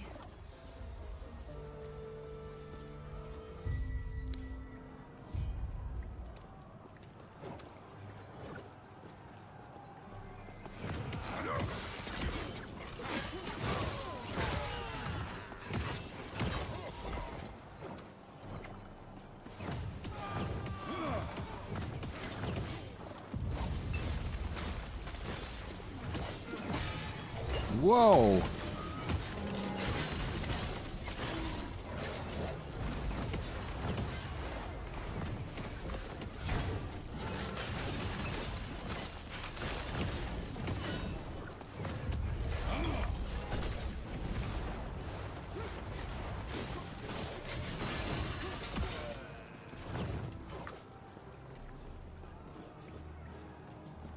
Big damage, big damage. This way! You're here to help protect the son of the Drake! Tread carefully.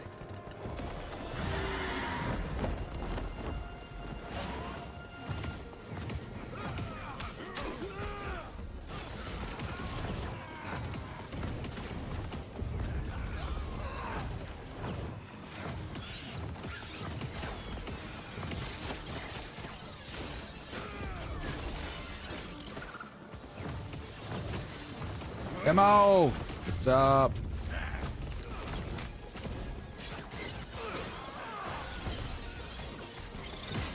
What?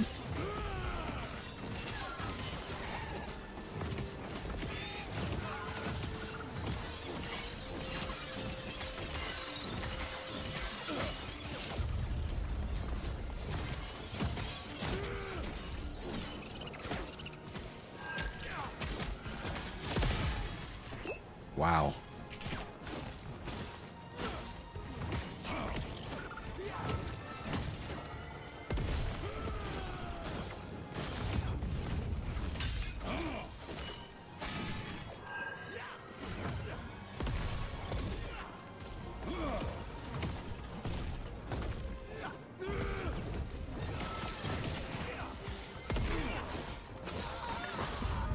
Look here. It isn't safe. We'll reconvene outside. That should hold the... Well, tell you what. Let's get out of here first, and then I'll explain more. Okay. These dogs are hardly worth it if you don't know why Orion is after us.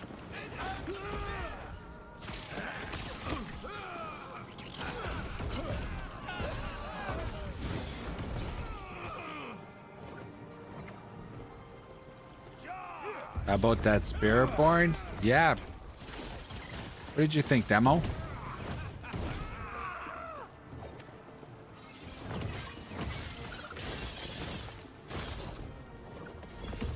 Fools. Fools.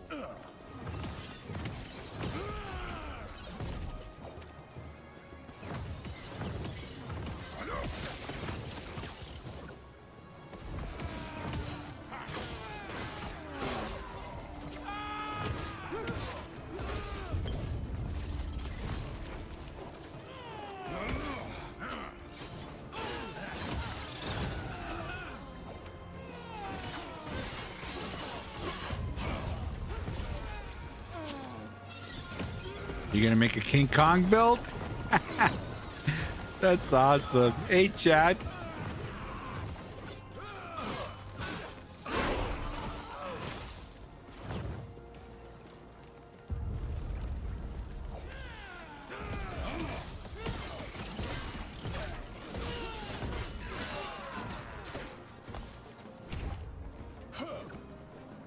I don't know about Spiritborn, but the PoE League is going to be fun. Yes, it does. I have to say, it looks really good.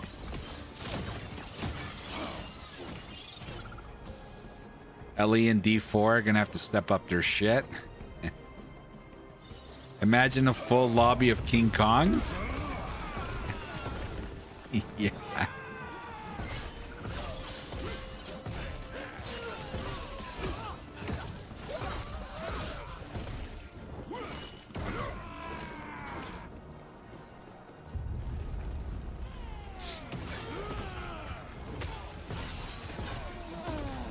Yeah, man.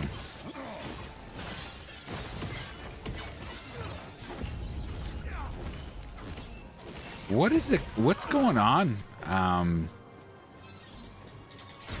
Oh, are you talking about the game chat?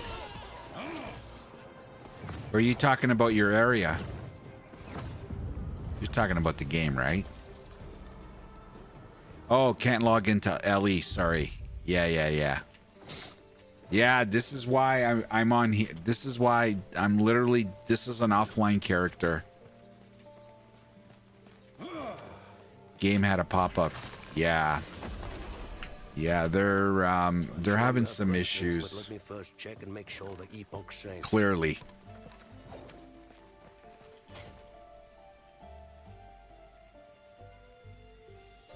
Oh shit. No.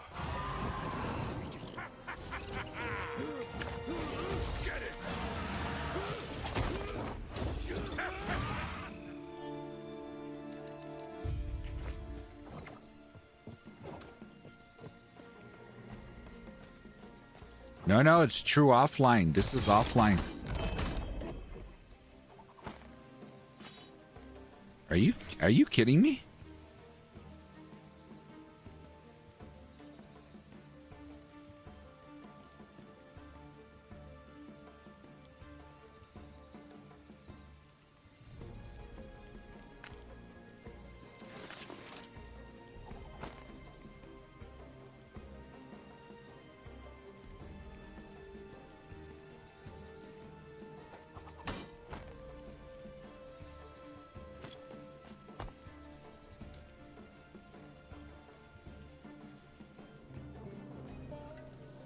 No, you got to go into the loader.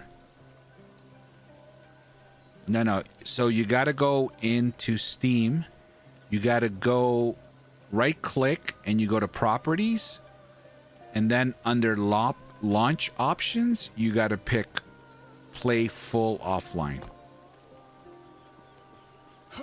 Yeah, legit one. Yeah. It's my understanding the game won't launch without it.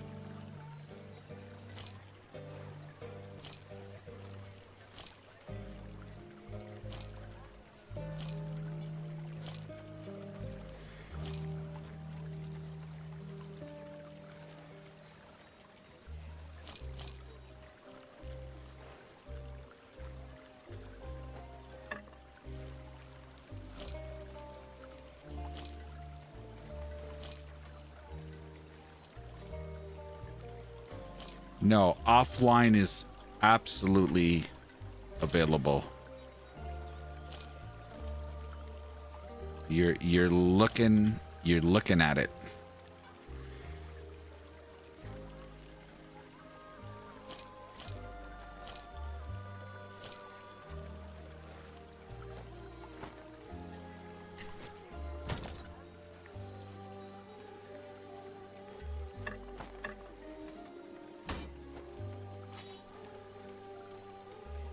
This requires level 4.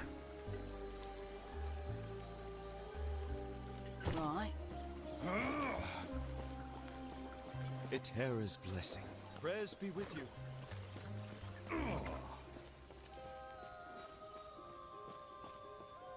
Everything okay? Yeah. What that we think? Are you stay safe, stay alive, and bring both us. You're absolutely right, SZA. This is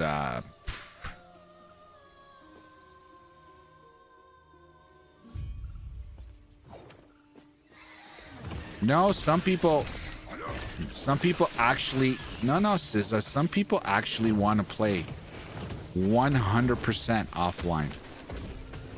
There are people that actually prefer it.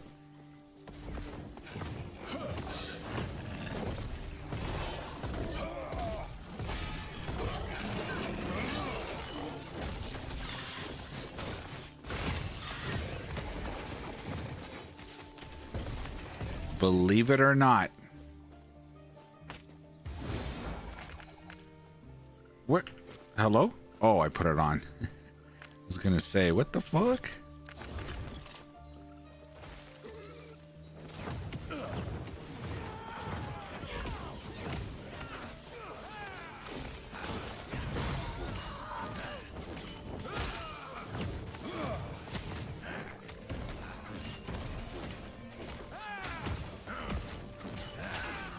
I prefer COF anyway.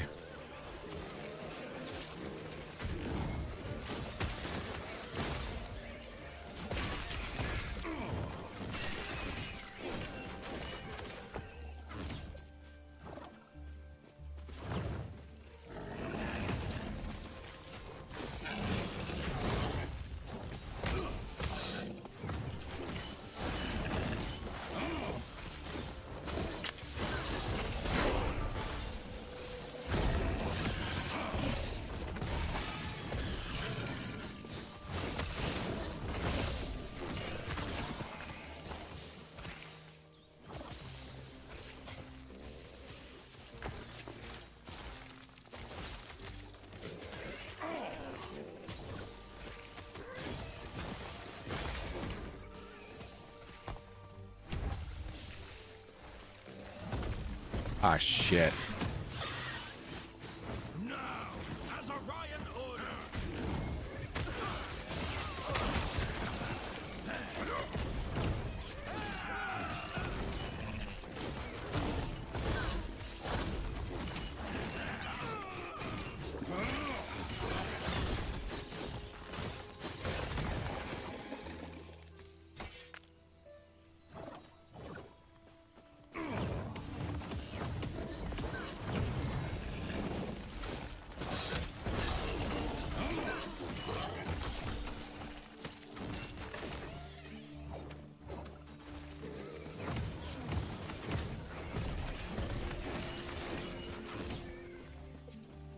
So I want to join Trade Guild and offline to trade some stuff to mobs and buy things on an age-generated market.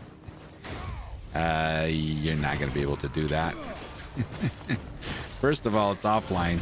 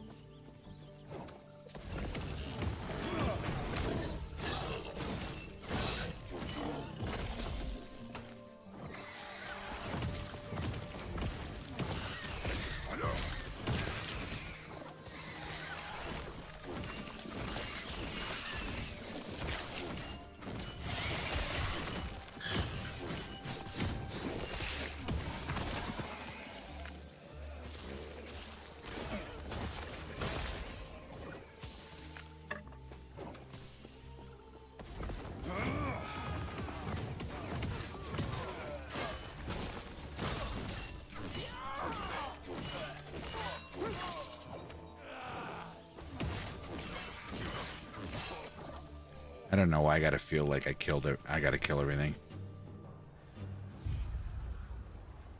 You've never played a Ruin Master? I played it very briefly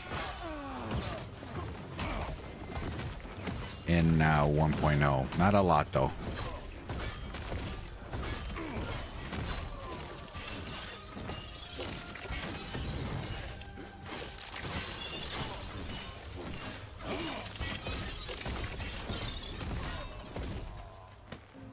can't wait to get it going, that's for sure. As Orion ordered.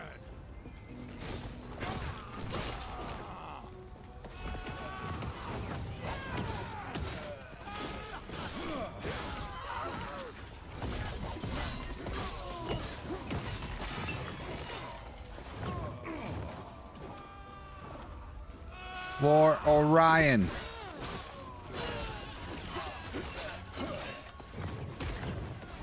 I hate when I do this.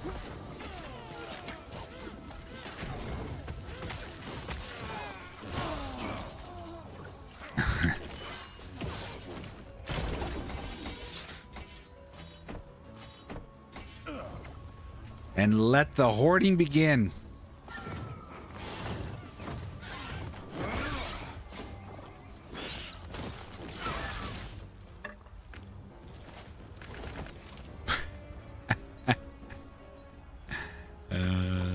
God, let the hoarding begin, man.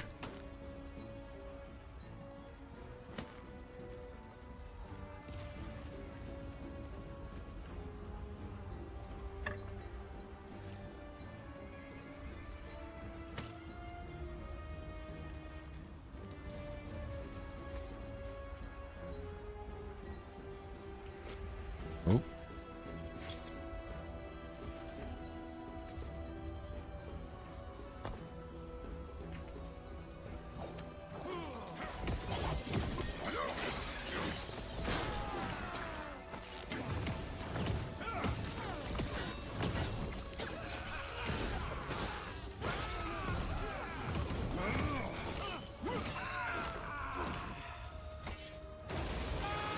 I gotta pick up everything, don't I?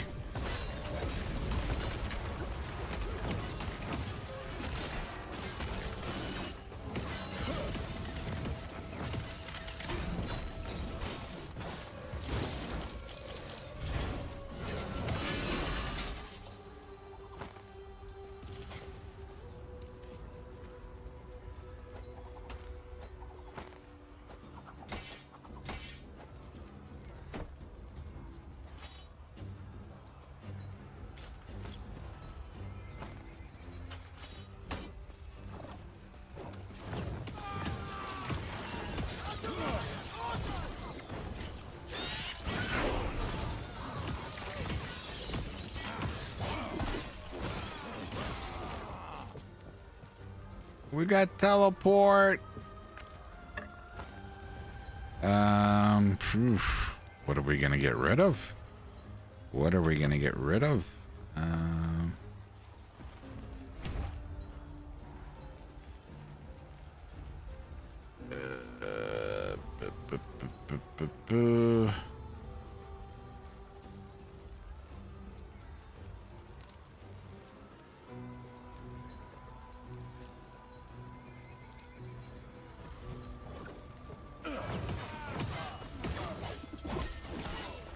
What the fuck?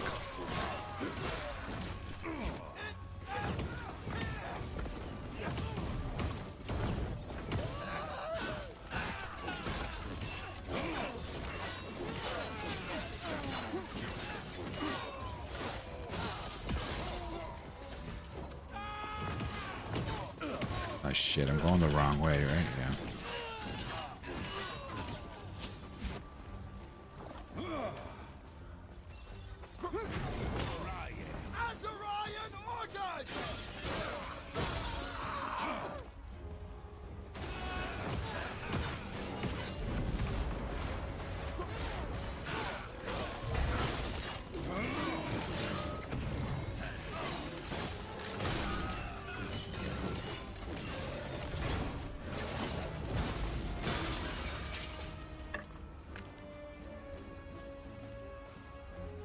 You haven't done a minion build, sorry?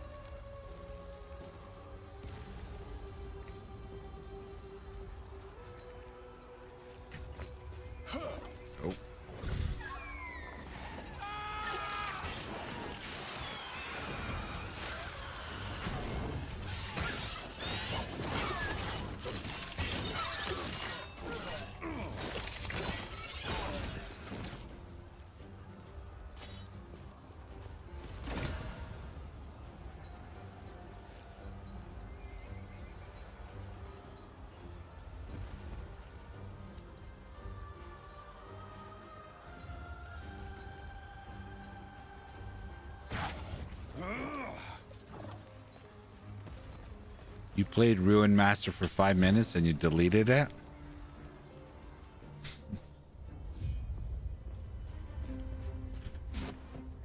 You gotta be patient. It takes a while for it to ramp up. You're here for the epoch. I am. Reaching me was impressive, but it's mine. Call member wing.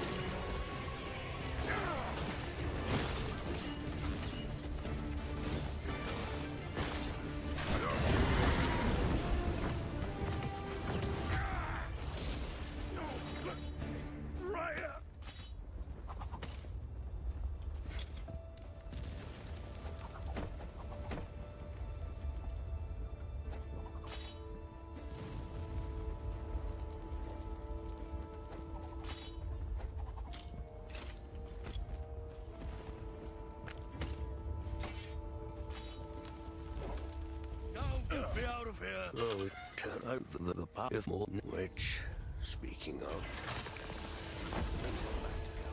I must reach Lena at once. Yeah.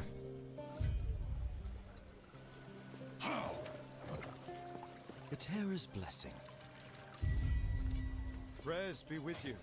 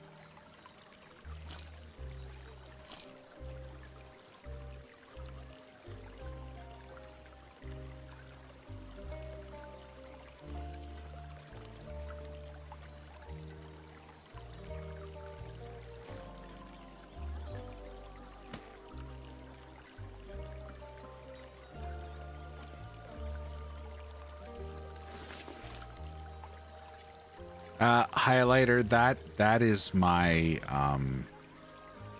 that build is my online character. The servers are down, so I'm just starting this build right now. But that build is for my online character.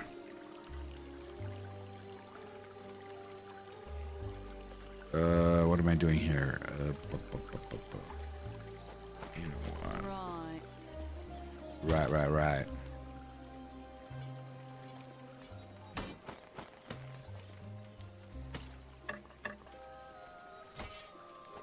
I actually want to see something here.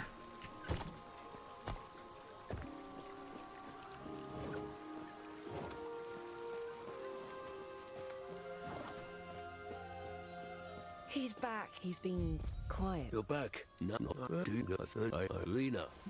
I'm sorry to you too. This is what's best for us all. With the Epoch's power, I'll finally be able to...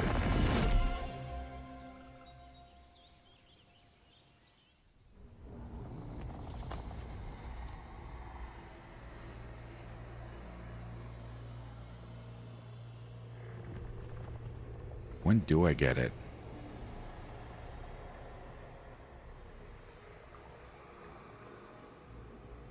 Oh, I get it soon.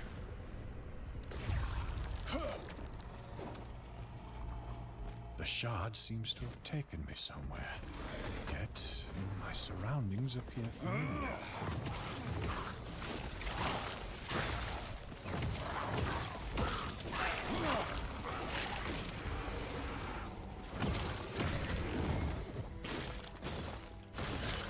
Fucking completely fucked that out.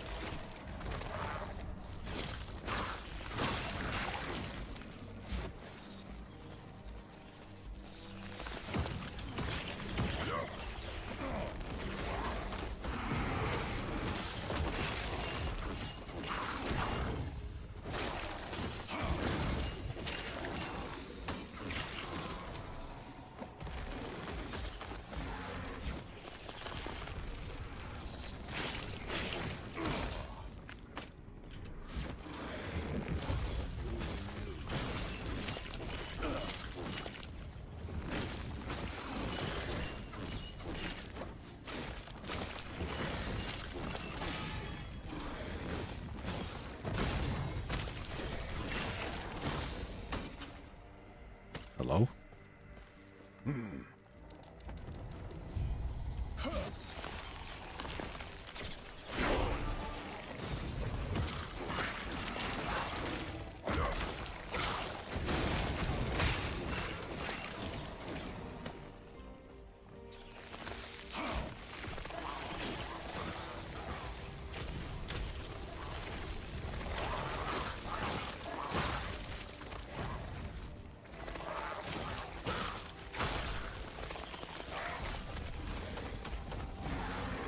Oh.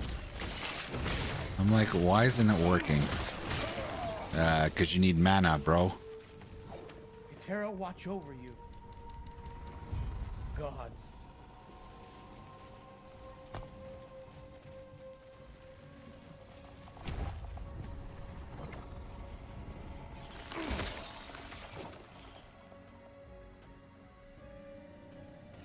They need to do something with AoEs in the game because many of them are barely visible. Yes. Gods be with you.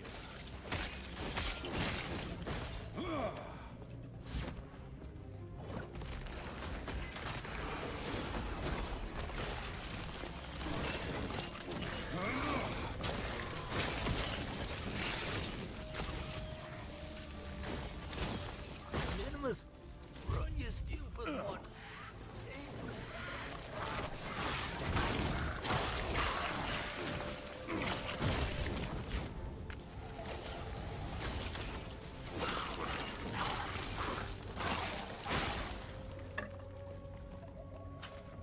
Okay, Sammy, stop hoarding.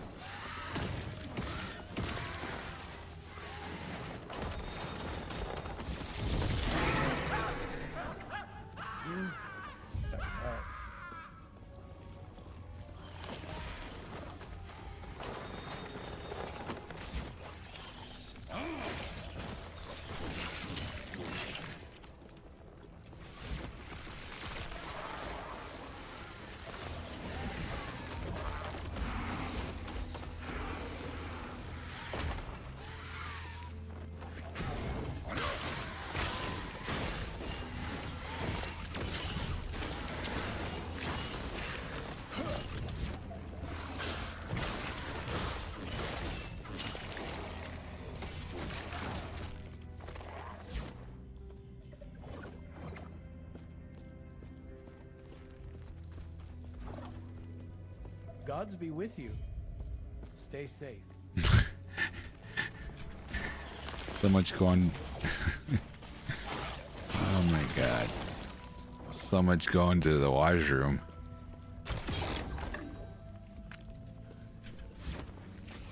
So much for my bio break.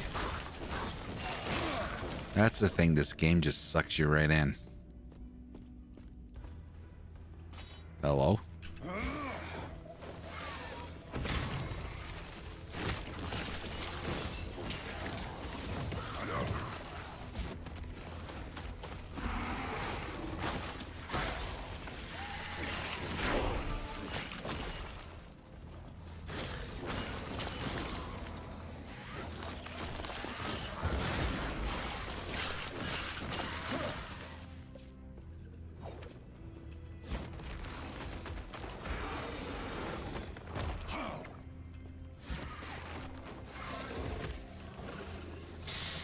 Oh shit.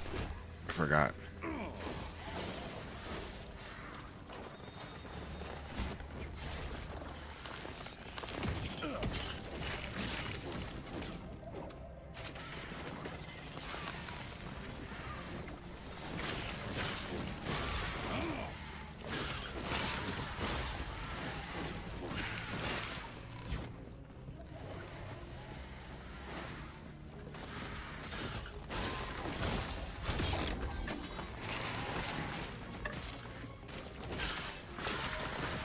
What brings you here?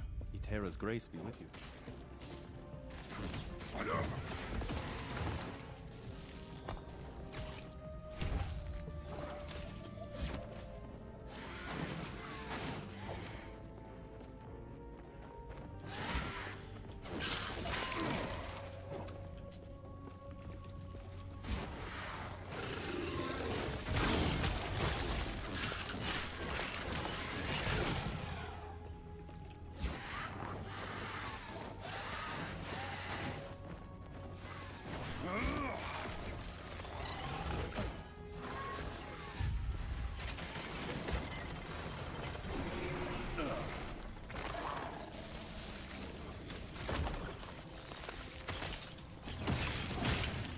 Come off me.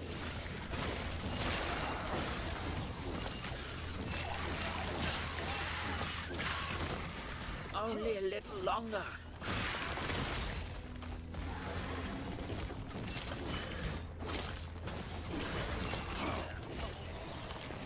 I got that in the wrong place. I gotta change this. Keep them off me.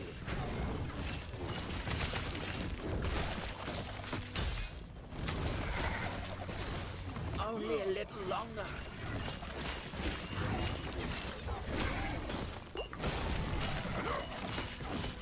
You there, help me.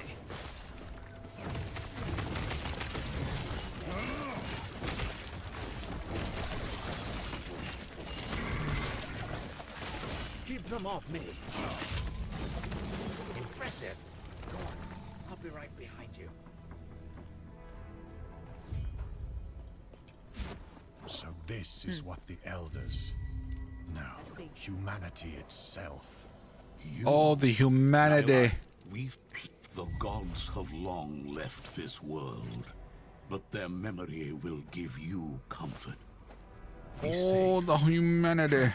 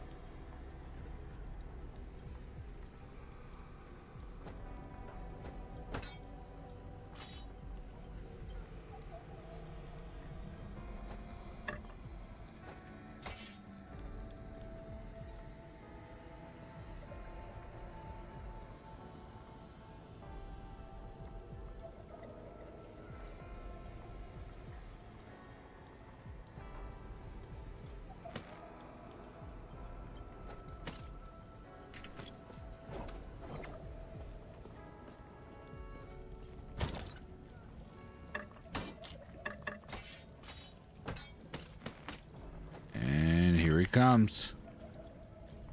Ladies and gentlemen, Order Sammy.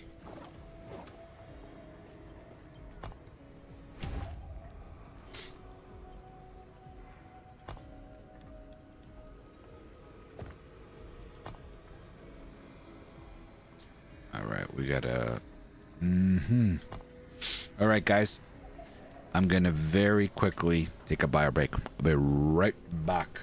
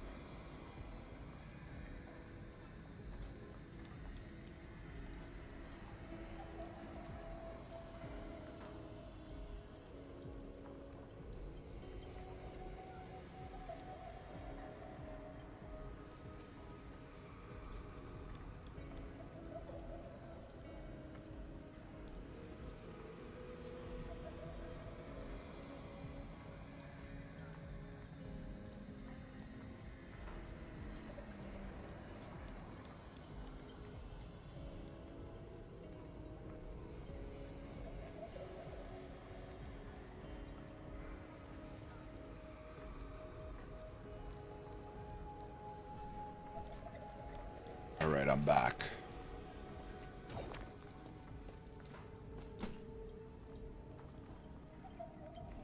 I just checked Discord and I don't see anything yet from EHG. And this is offline, guys. Just playing offline.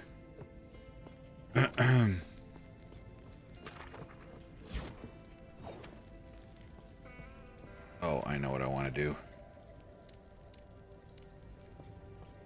Actually.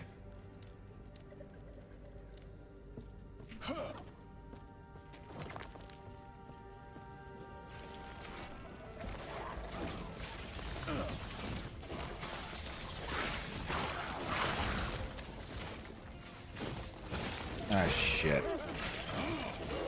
I gotta unlearn my muscle memory now.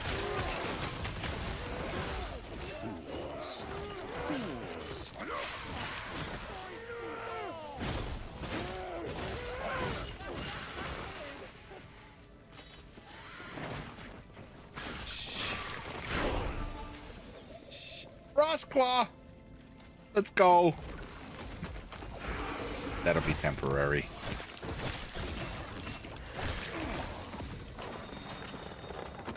That's not what I'm going to be playing, guys. Oh, shit. Yeah. We've done enough Frostclaw.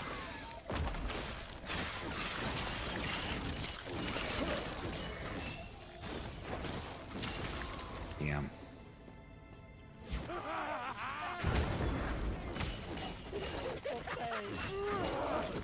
get that?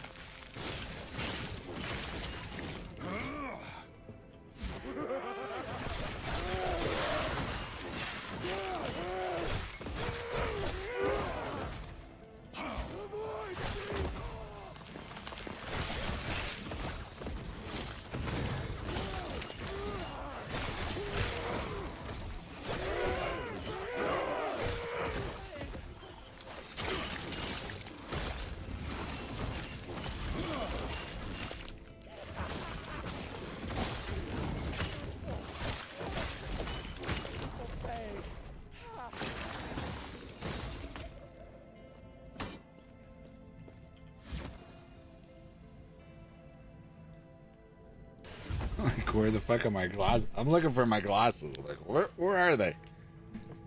Screen looks a little...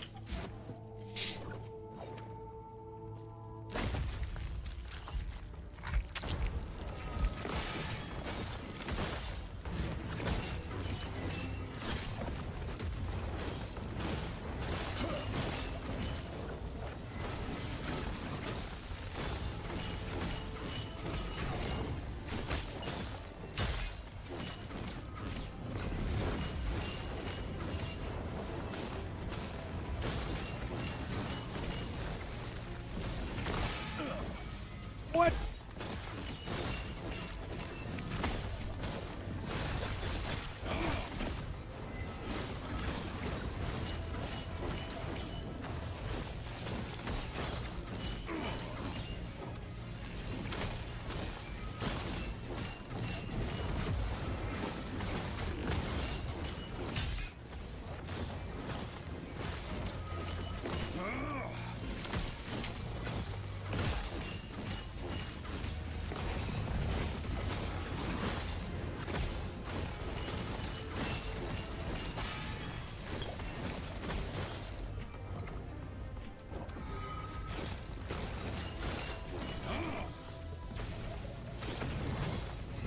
Oh, nice sidestep.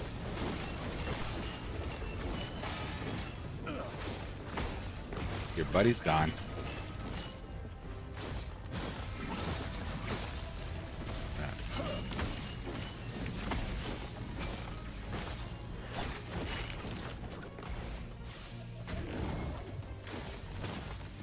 Fuck.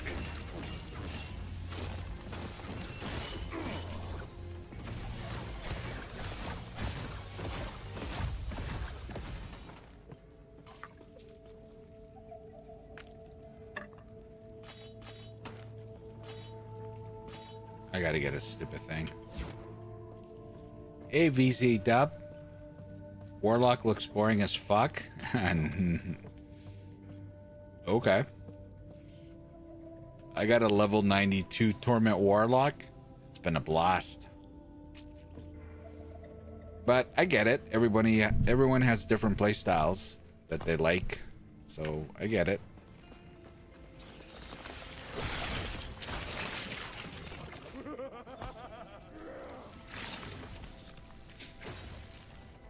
I had a blast. Warlock is one of my favorite masteries. I please stop him. It's so good. Gods be with you. Stay safe.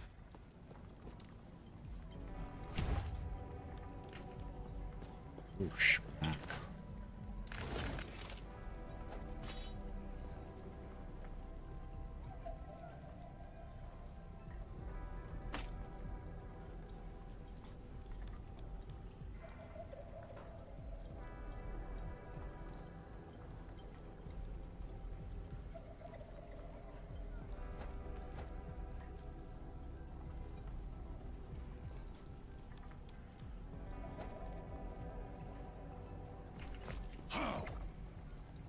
Oh shit. Oh no, that was the one I was going to. Maybe if I go to the right area. Orders are us. Look at this. Look at this. I literally just started it. I literally just started it. I'm already full. One tap. Full.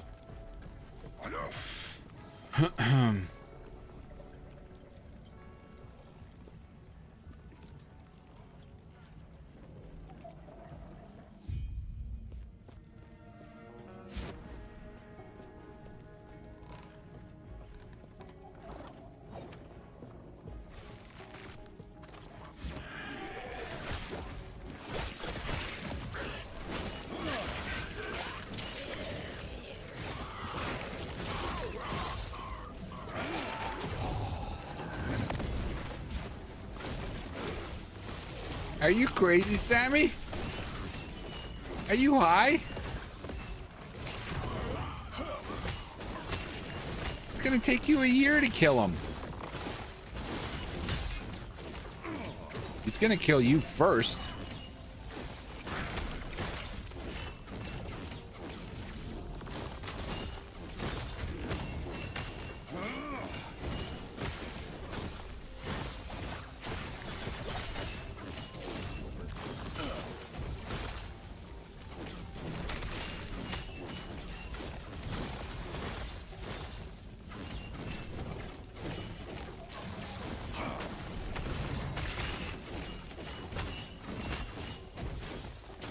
Oh, you piece of shit.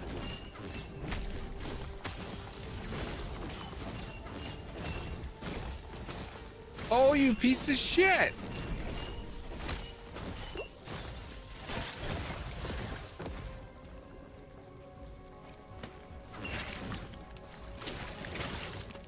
All right, maybe not.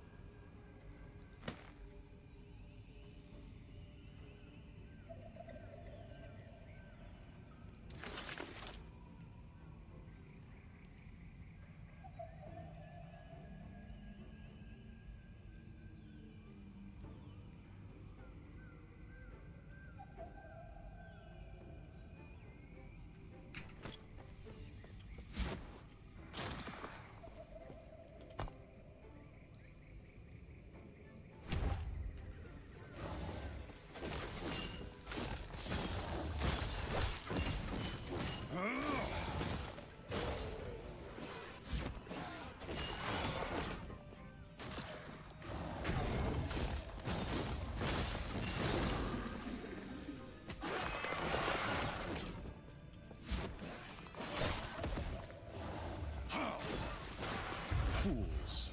Fools.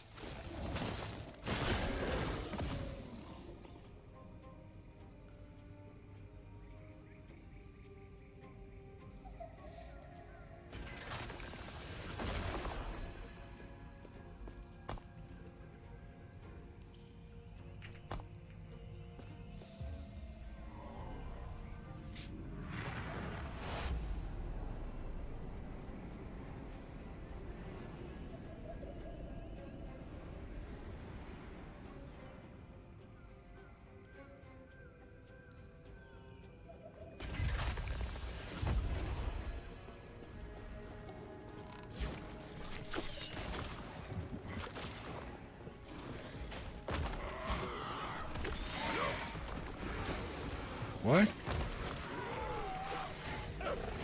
What is...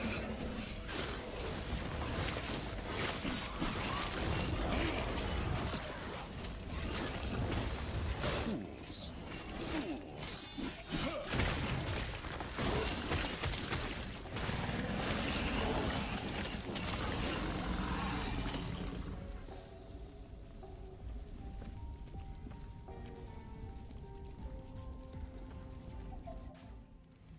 Fools. Fools.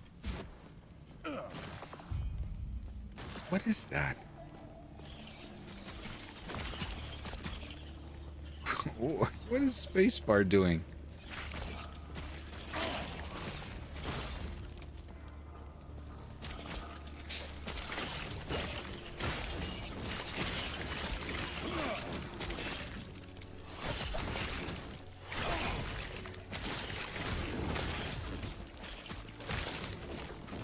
Have I beat the expansion boss? No. So on my online character, my Warlock, I've beaten 3 out of the 10 Harbingers. That's where I'm at. And I'm currently level 92.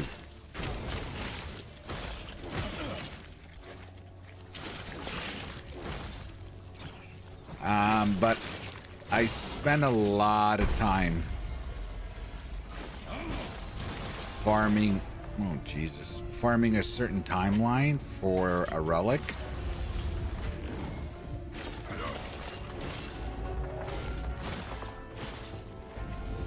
Oh shit, get the fuck out of there.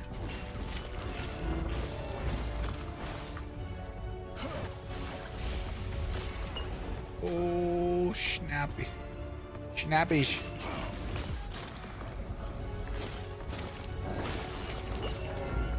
God.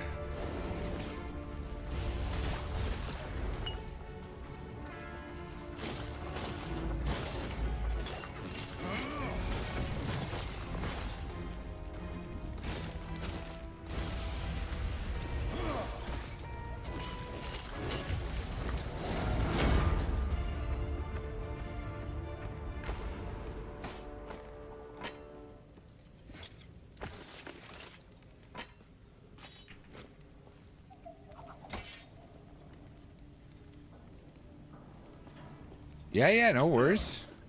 I'm only playing it because online's not working. Take care of yourself. You take care of yourself, buddy.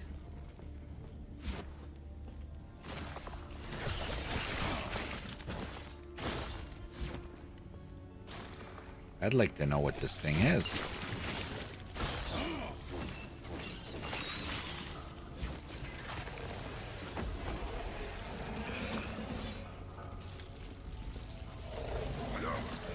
What is that? Okay.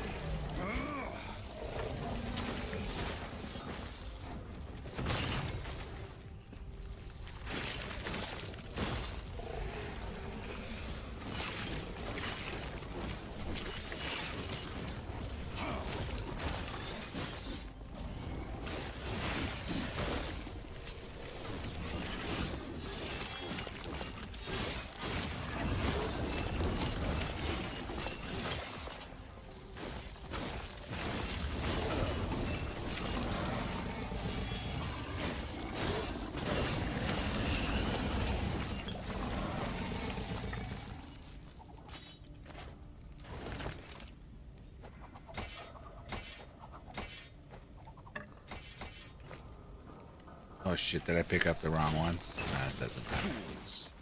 Fools, I say. Fools, I say.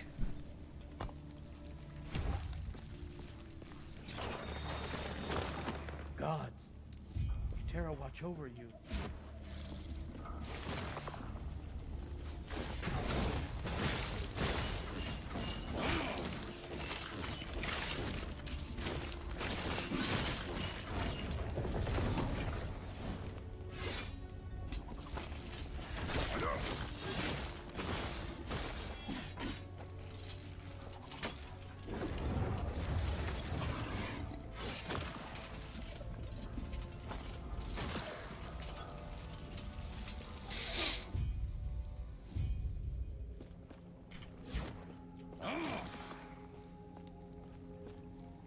Stay back.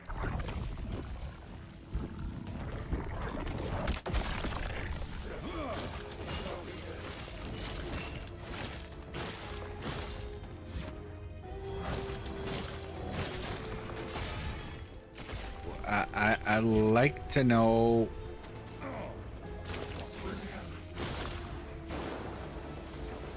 Oh shit.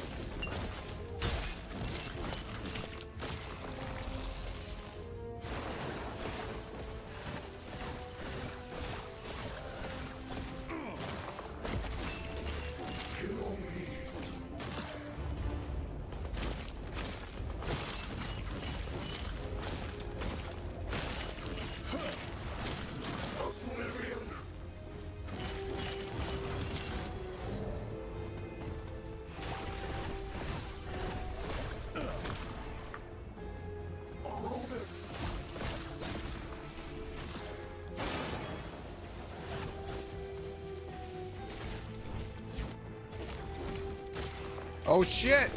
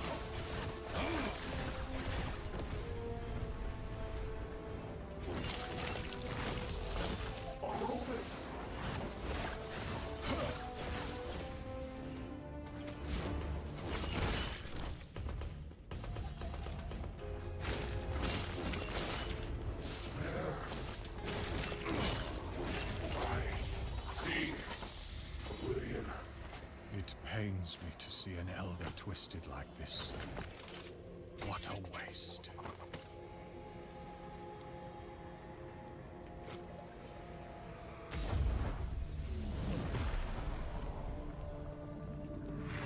It pains me.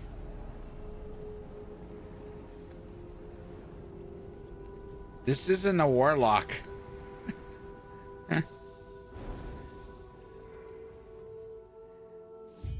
This is not a warlock, guys. You seem a little he might be. Stay safe.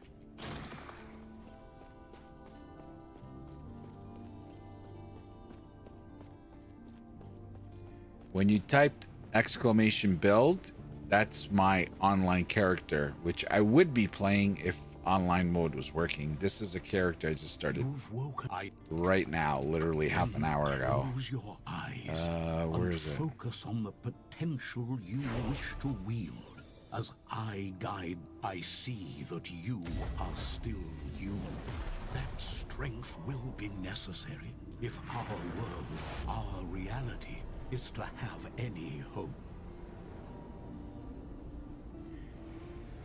Oh, excuse-moi. Excusez-moi. So this is what the Elders... No, humanity itself has been reduced to. Why? Thank you. There is an old passage to the surface. Gods be with you. I will dispel. Stay safe. Greetings. Do not dwell on regrets. Yes?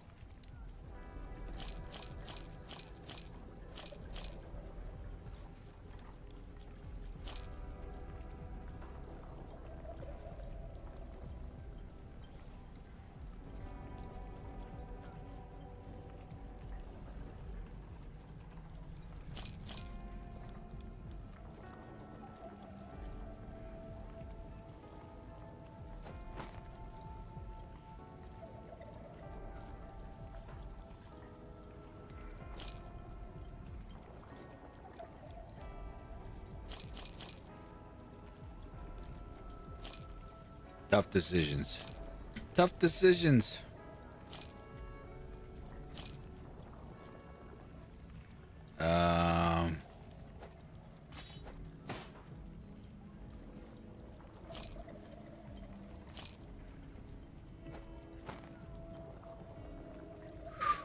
Ooh, it is better, but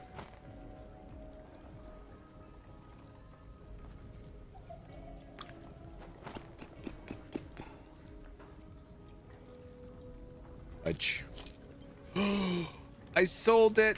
Damn it. Did not want to do that. Okay, you know what, Sammy? Stop it. Stop it.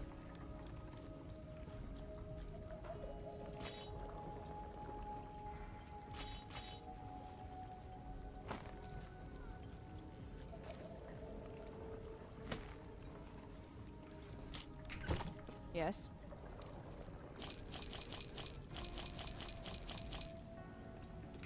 Follow your feet. What the fuck is this?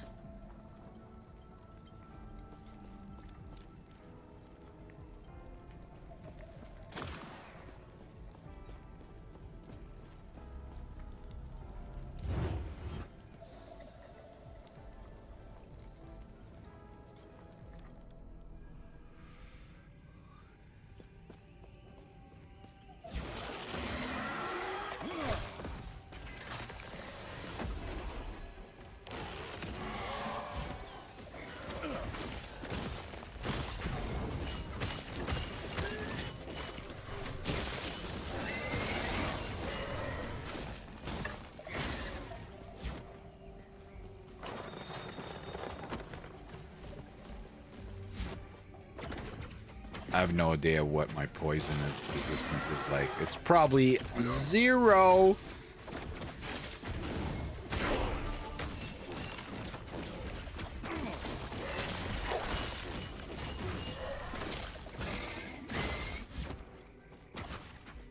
Imagine how hectic things are EHG right now.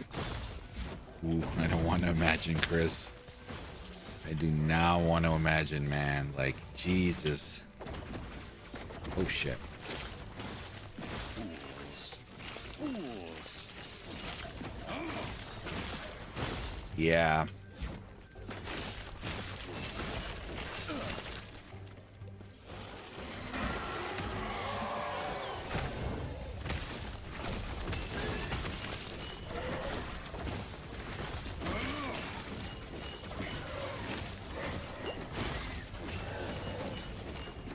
Oh, look at that.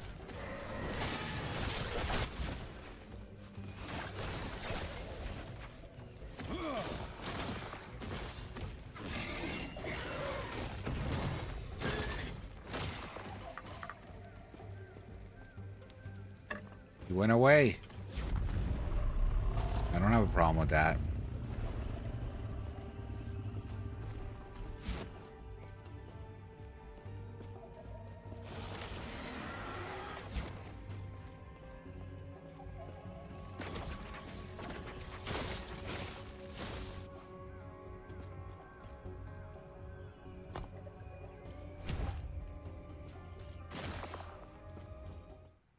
The cult.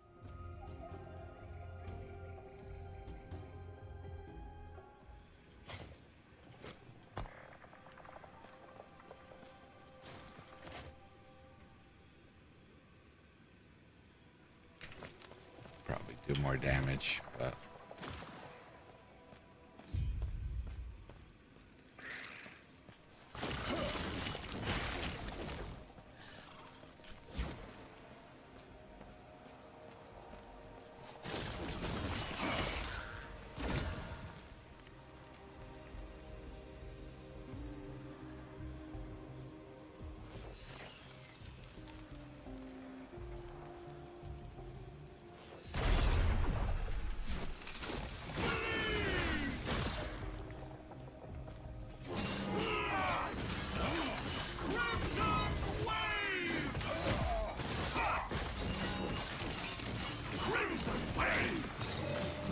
I can't move.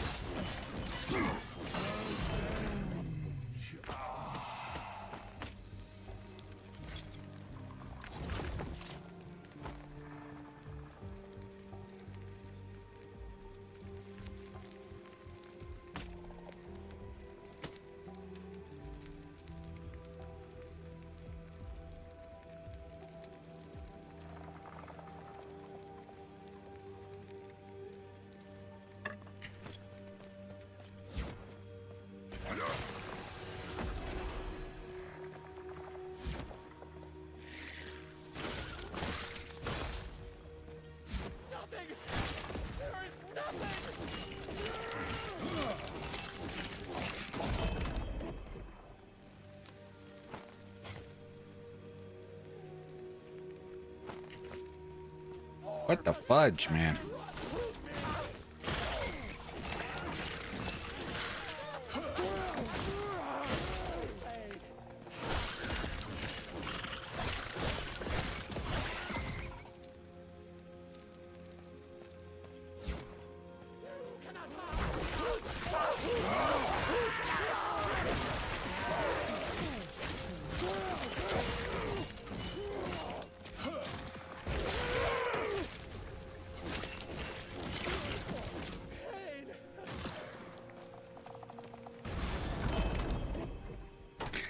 Fuck out of here. What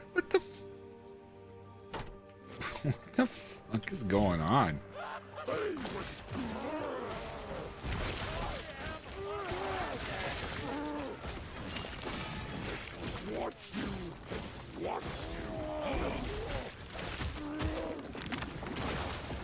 That's my favorite part.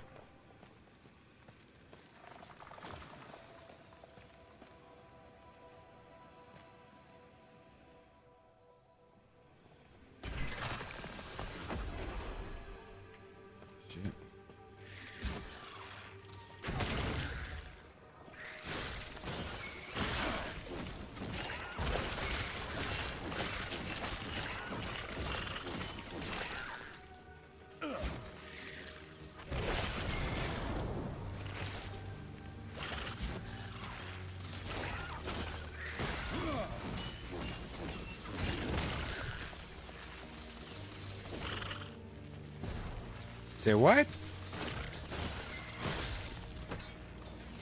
I think I'm picking up everything.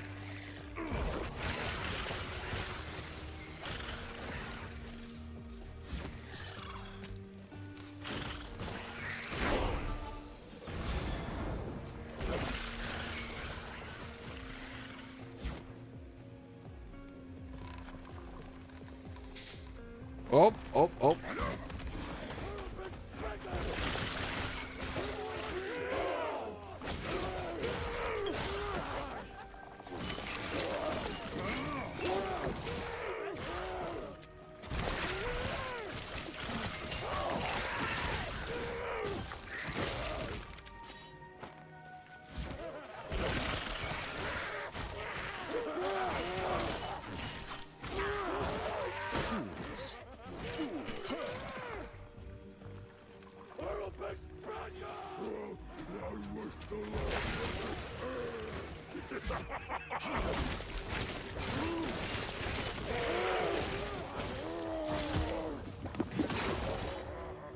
Good thing I picked up that knife.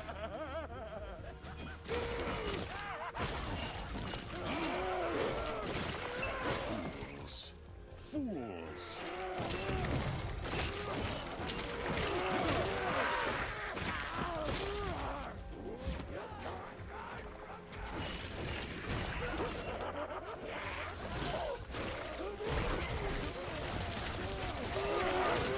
Oh shit.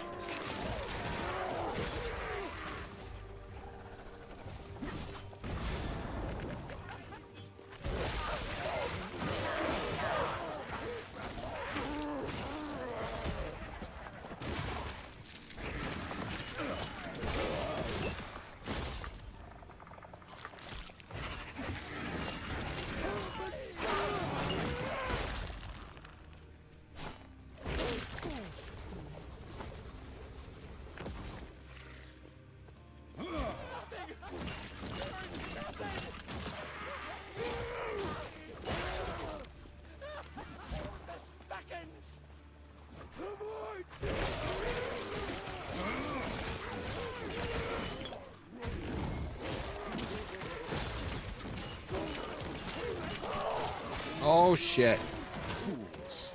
Fools.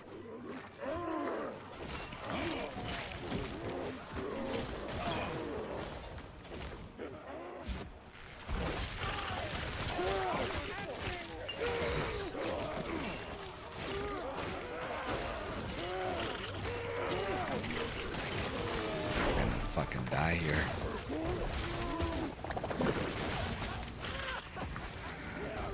Oh!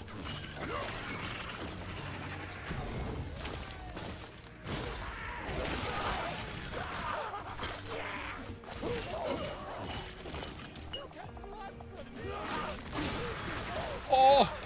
How did I survive? I'm gonna die.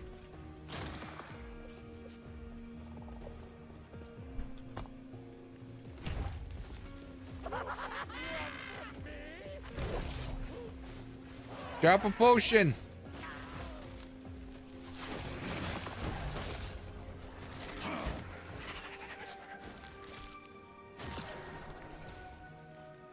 Oh, thank God.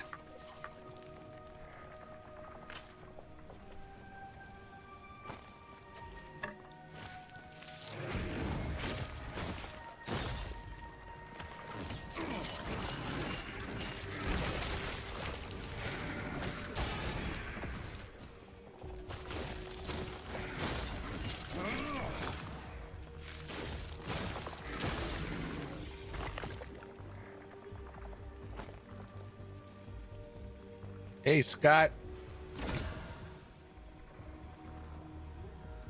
Oh, the calamity.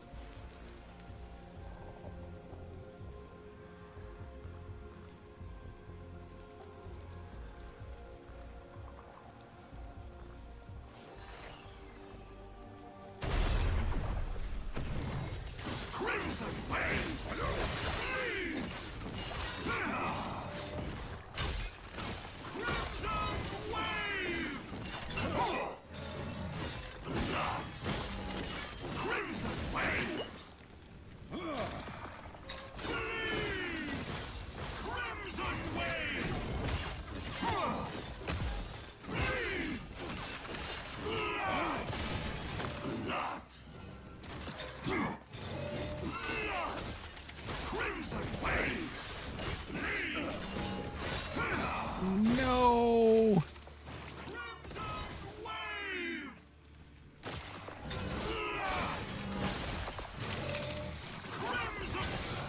Oh, oh. Pulled that out of my ass.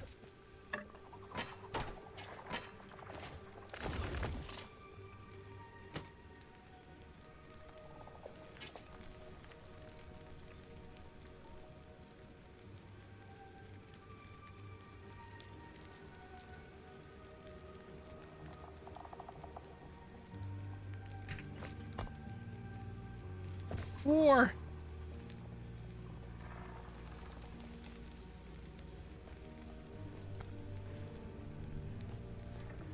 Oh, we're screwed now, chat.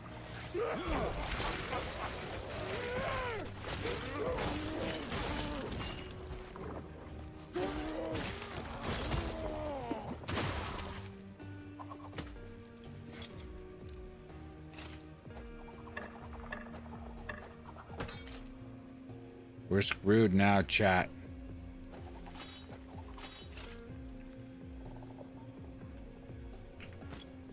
You cannot hide.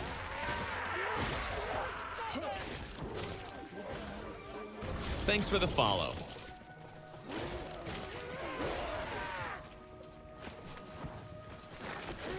Oh, fuck.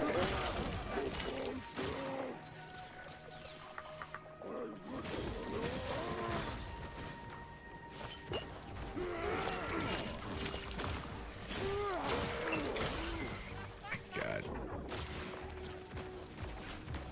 Wagami, thank you for the follow. Welcome.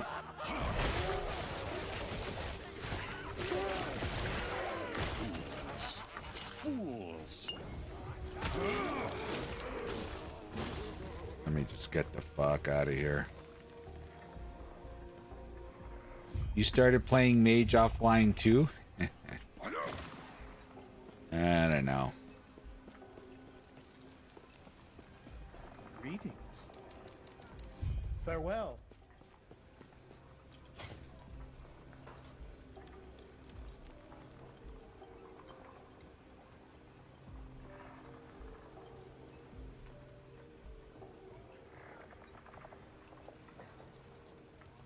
Shicky. I believe so, yes. I believe so.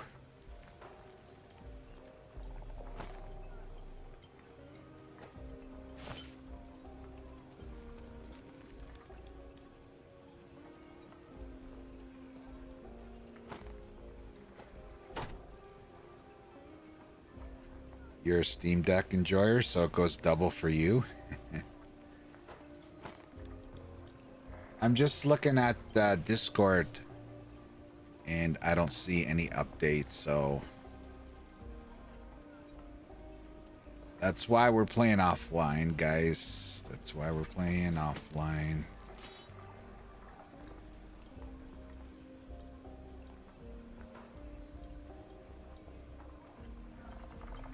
Fuck me, man. Where's the chest?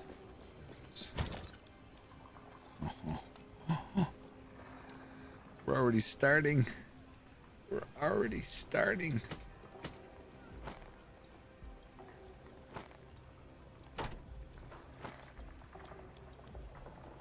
I'm gonna keep that. And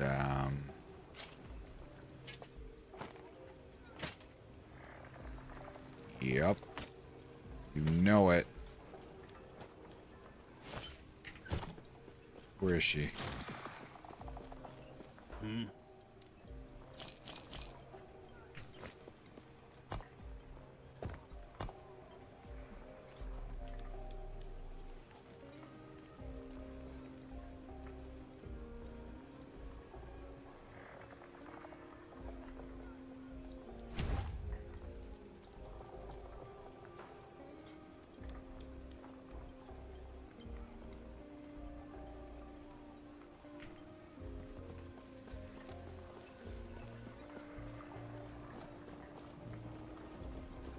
Who are you?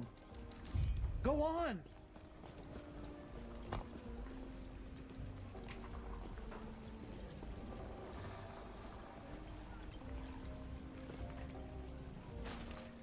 I'm not liking the current setup right now.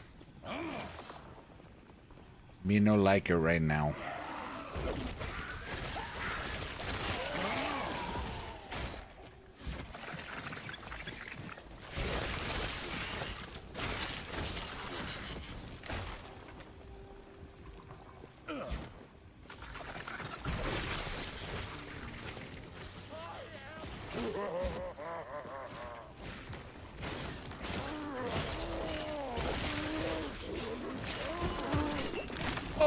snap! How did I miss it?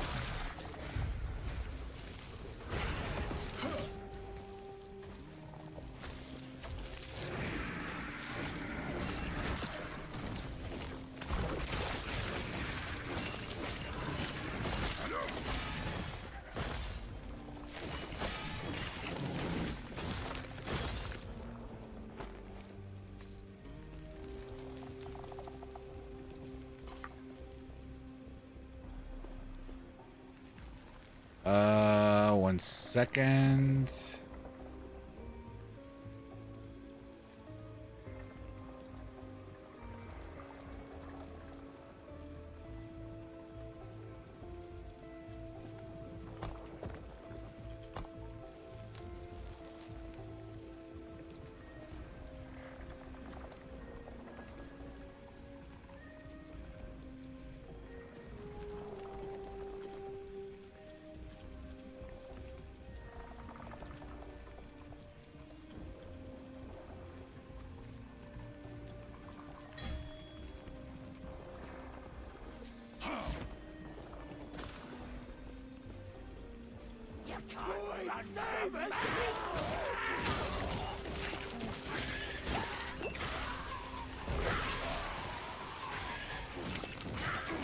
Yeah. You gotta get,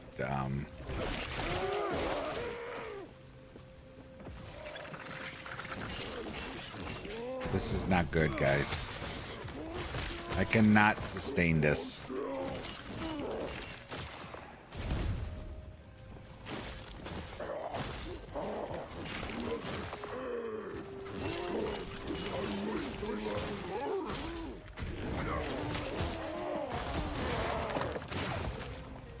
We cannot sustain this at all.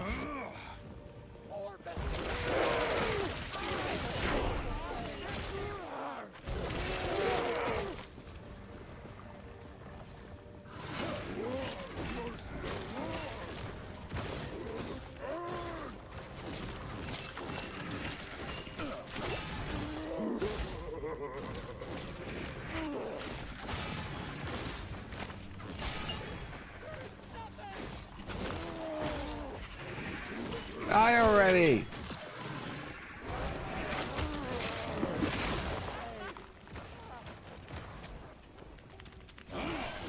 Like, look at the amount of damage we take.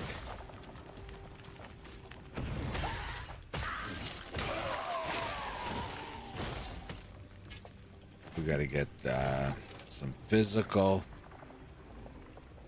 resistance.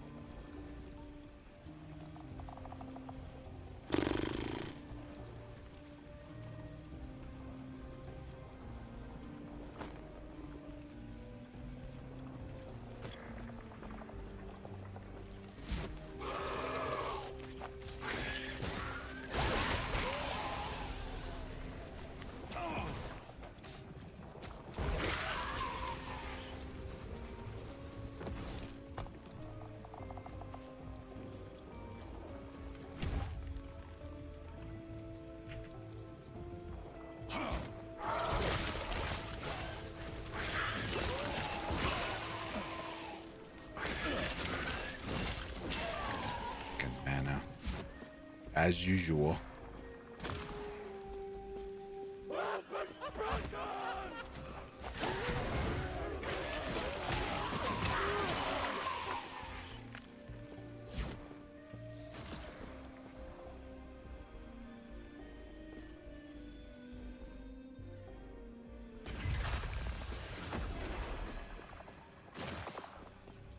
Yeah, I don't see anything from them, so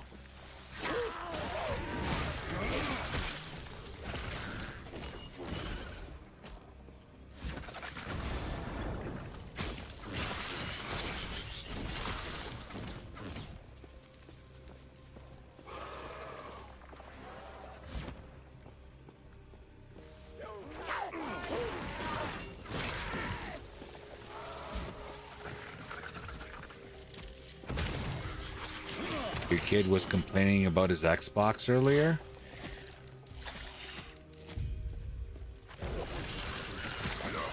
Only thing is, this game isn't on console. But maybe, I guess what you're trying to say, Chad, is probably... Oh my god, Amazon? Ah. Well, they did have $7.2 billion in sales on Amazon Day, or whatever the fuck it was called. So maybe that has to do with it. Jesus.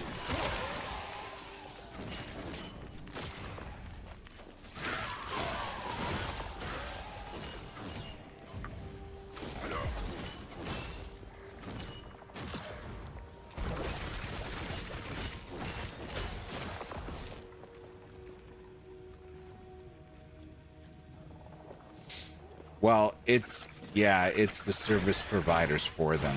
You're absolutely right, Chad.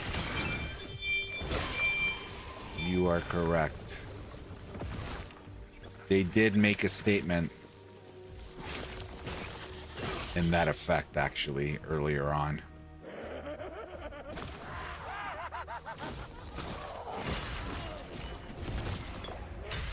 God damn it.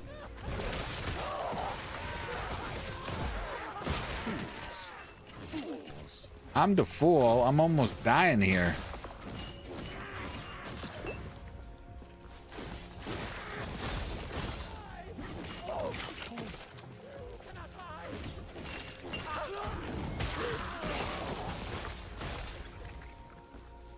Hey, Dante.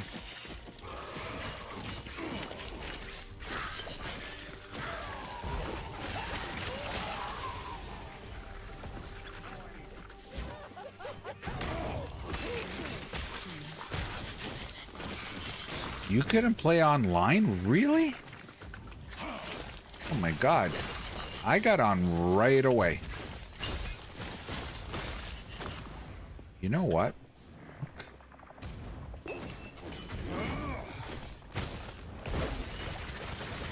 In game.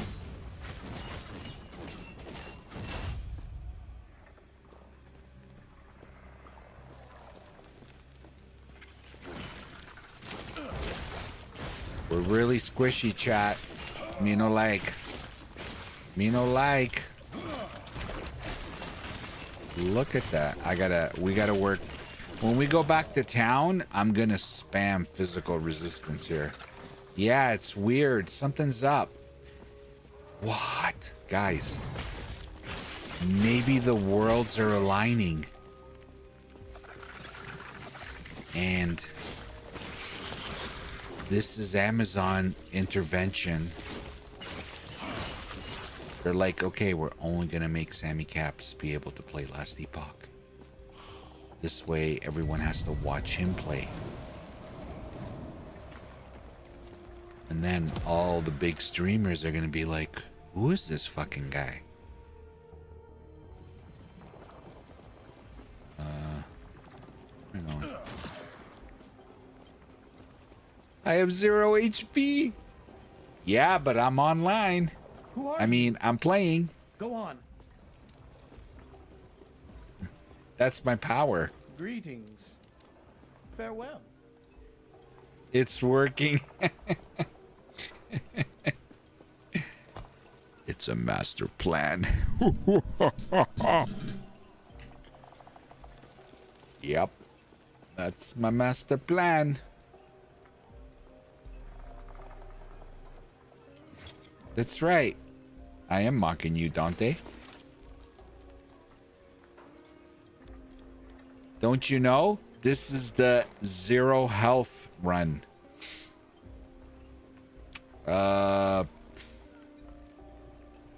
Jesus Murphy. We are going to... No. Can you void cold intelligence? Nope. Nope. Void health.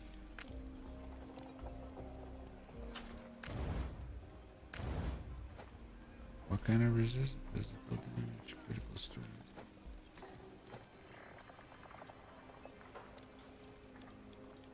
Please, please, please. Oh, baby.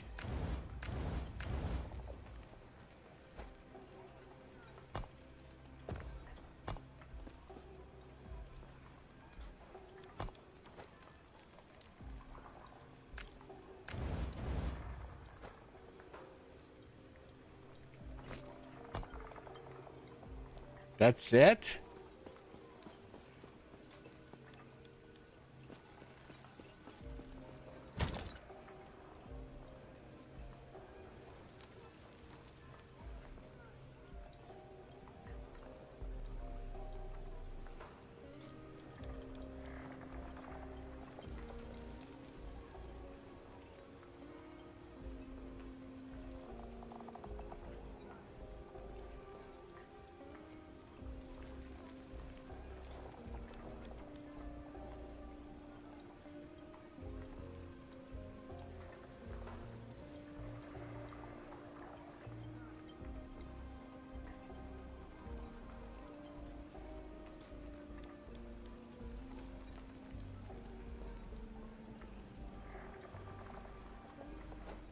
Ooh.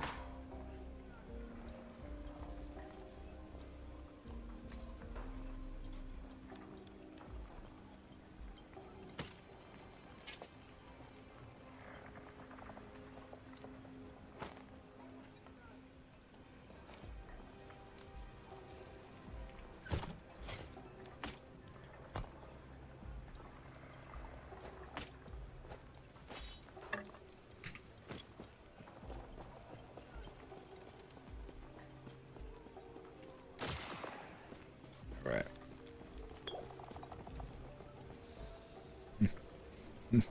0 HP. 0 HP run.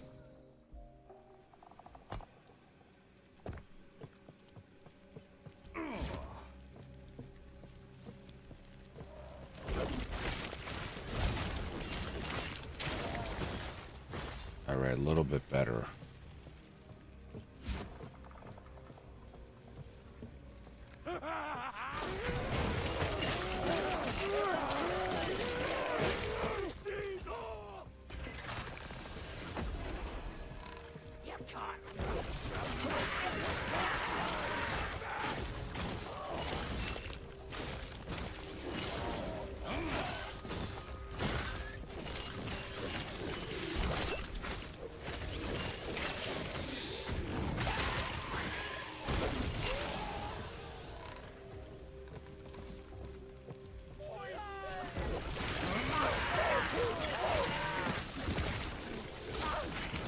Okay, at least we're not getting like every time someone breathes on us.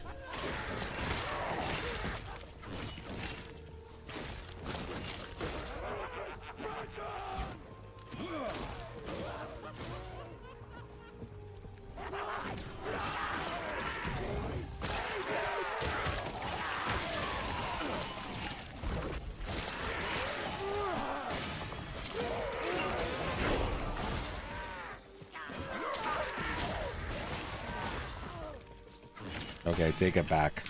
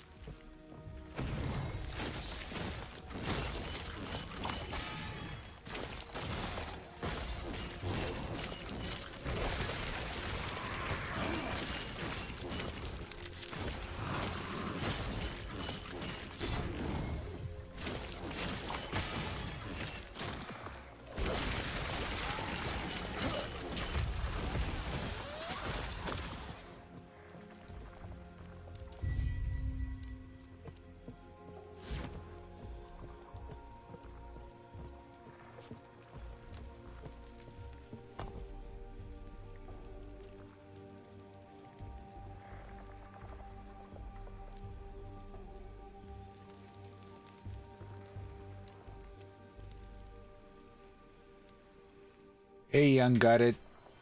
I do not believe so.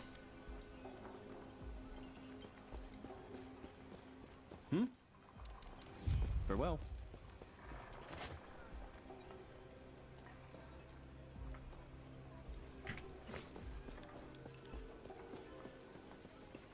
Where is she? Oh, she's not here.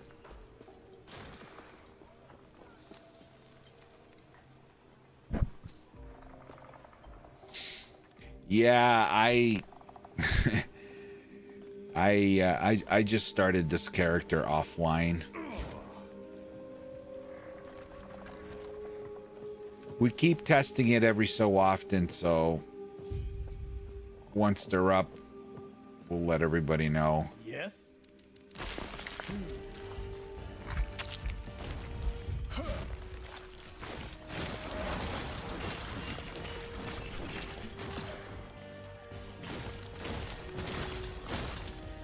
Ah, shit.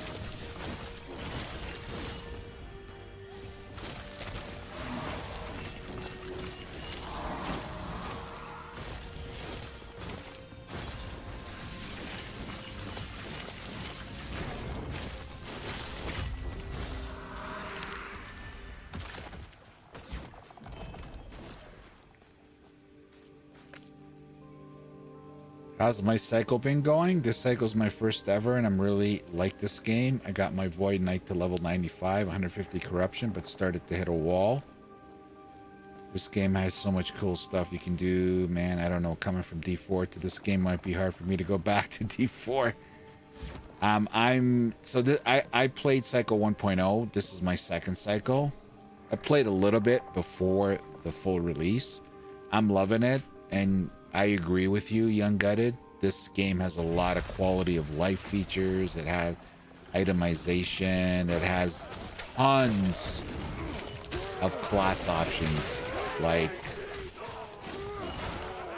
it's crazy good with all the different builds. Like, just endless. I have a 92 Torment Warlock. And I've killed 3 of the 10 Harbingers. And I don't know, we're 160 something corruption. I'm just fine. I'm grinding gear right now, and the timelines too. So it's going really good. But I gotta say, the grind to 100, Jesus, man. It is, it's for real.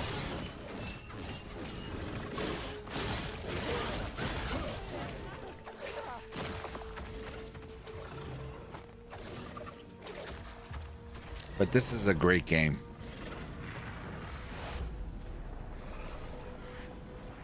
Did you try true offline mode? Bouncing Dante, you need to go into Steam. You need to go into Steam. And in Steam, you know how all your lists of the games are on the left? Right click. What do you got to do here? You got to right click on Last Epoch, go to Properties, and under Launch Options, you got to select Play Offline Mode. Play full offline mode. If you don't have that change on the launcher, you won't be able to, you will not be able to get in.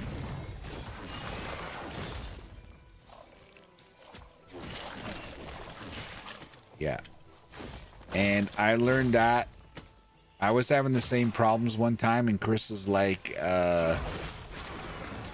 you got to go into Steam.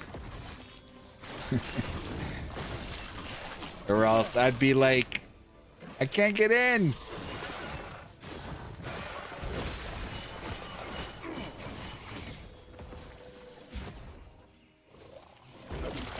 Yeah, so for those that are willing to play offline, make sure you go into the Steam launcher. You have to go and put it in there, full offline mode. You're a god, Chris. He is.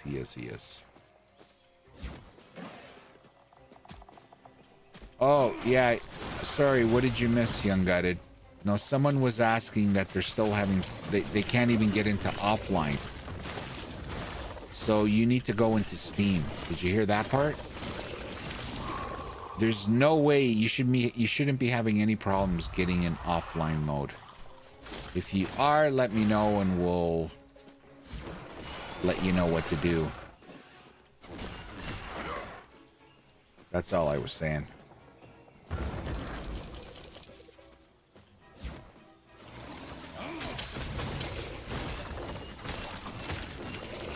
And there is a way on Twitch not to see ads.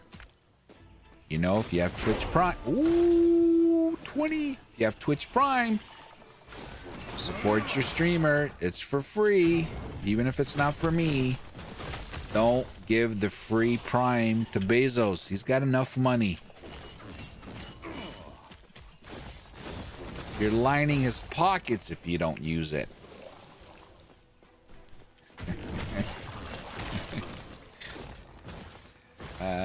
Is it this way?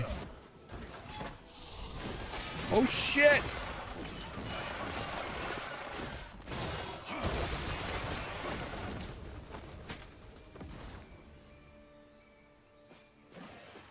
Well, you can select it like on this application, like the LE login.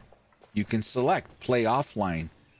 But on Steam, if you don't have it set up, you won't be able to. Thanks to Mr. Gucci Chris.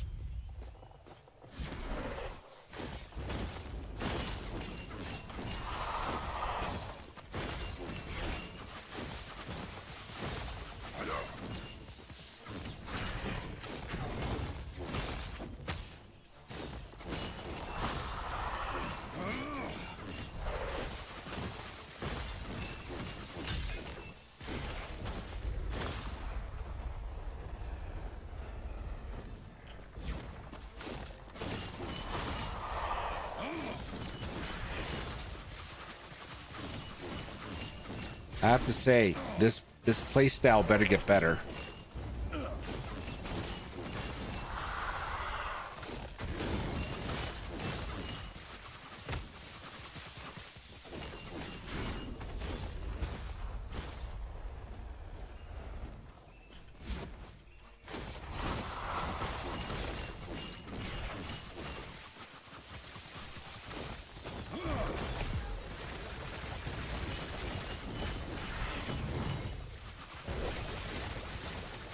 Fire and ice. Oh.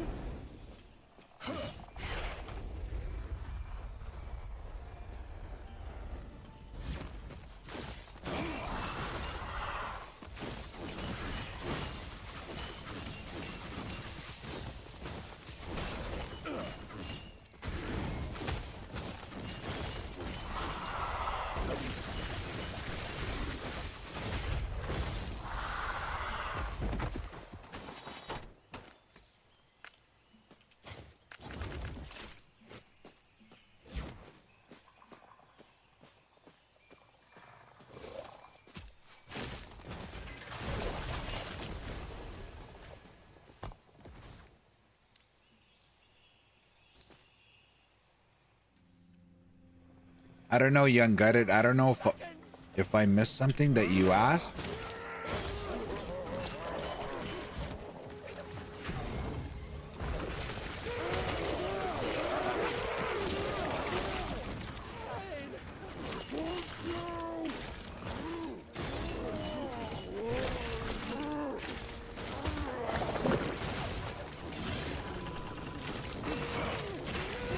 I going again?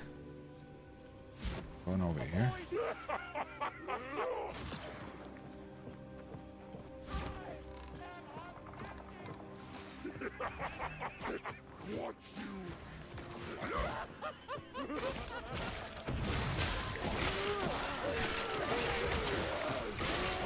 Jesus.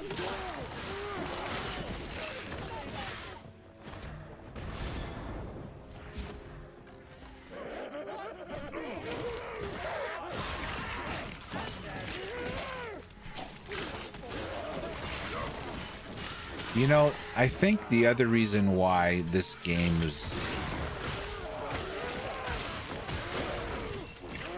like people like it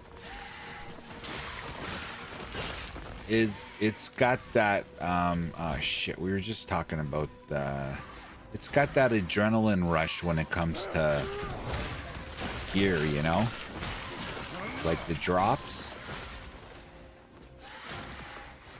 especially when you're starting a new especially when you're starting a new character. Like,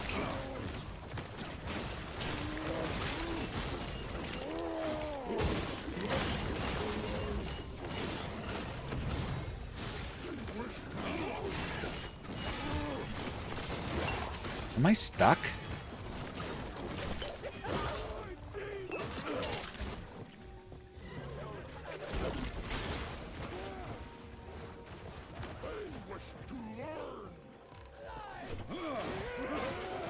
That's a bad idea.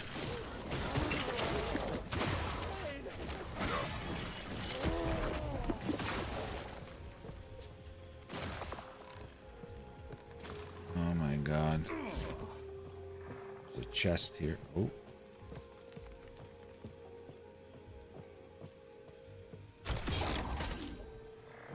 Nothing but net.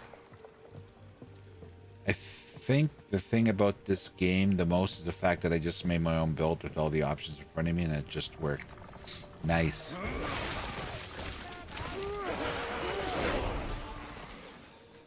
Nice.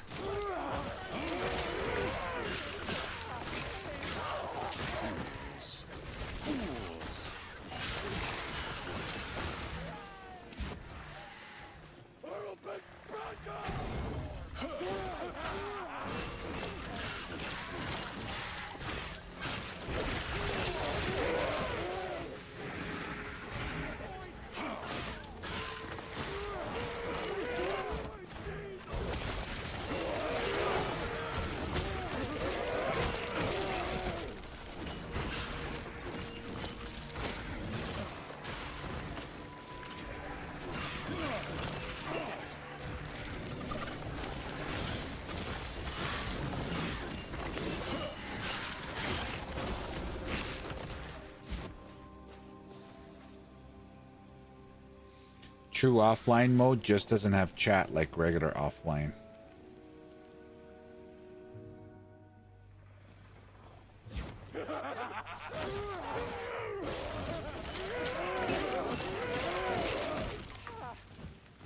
Again, Young Gutted, I just think, again, that's a byproduct of the fact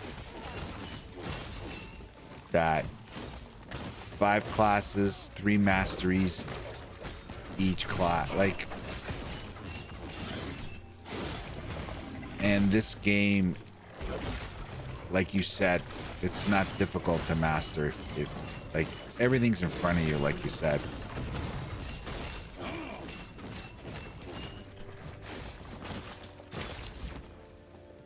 Oh fuck, I gotta go around.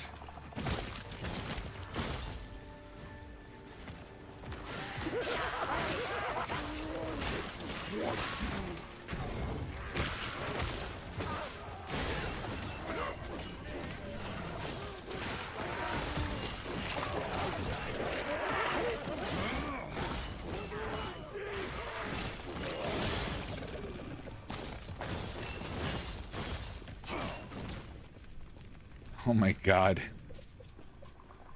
Feels weird. I gather you're coming from I gather you're coming from Diablo 4? Like you said that, right?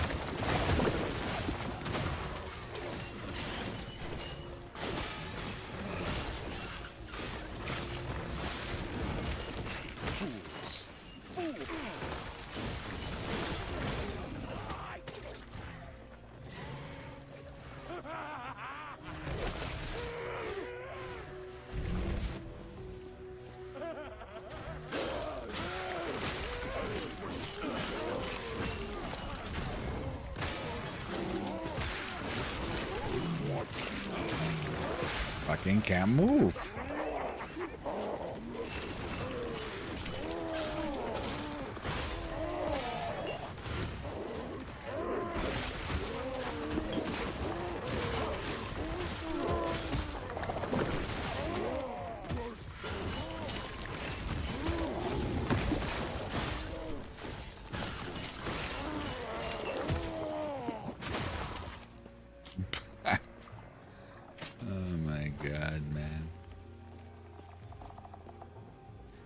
Kamalek, is this offline? Yes, the servers are down.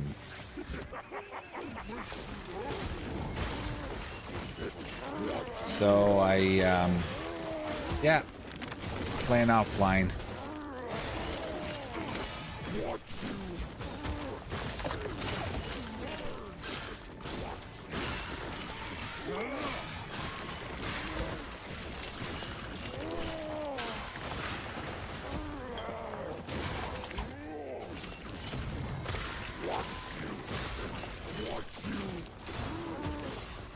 Did we get him? No, we didn't get him. Oh, no, we did get him. I wanted to do a 2-for-1. Yeah, but D4 was my first ARPG or loot game.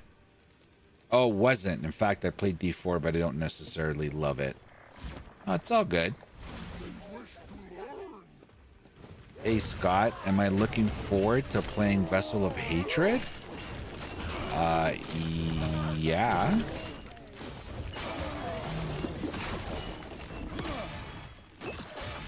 What the?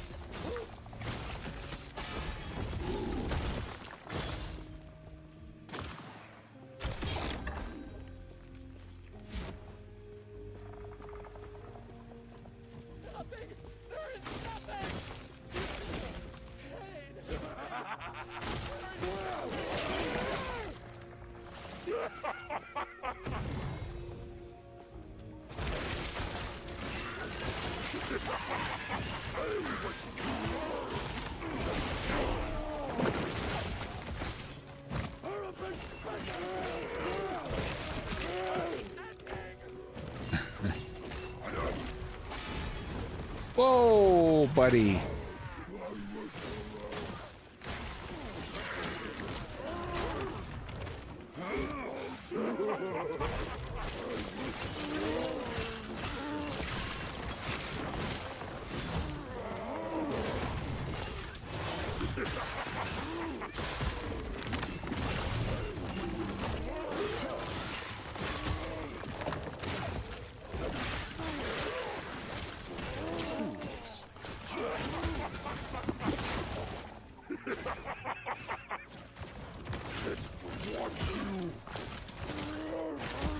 Trying to pick up that goddamn bracelet.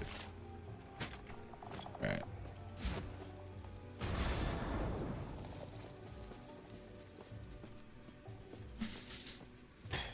Oh.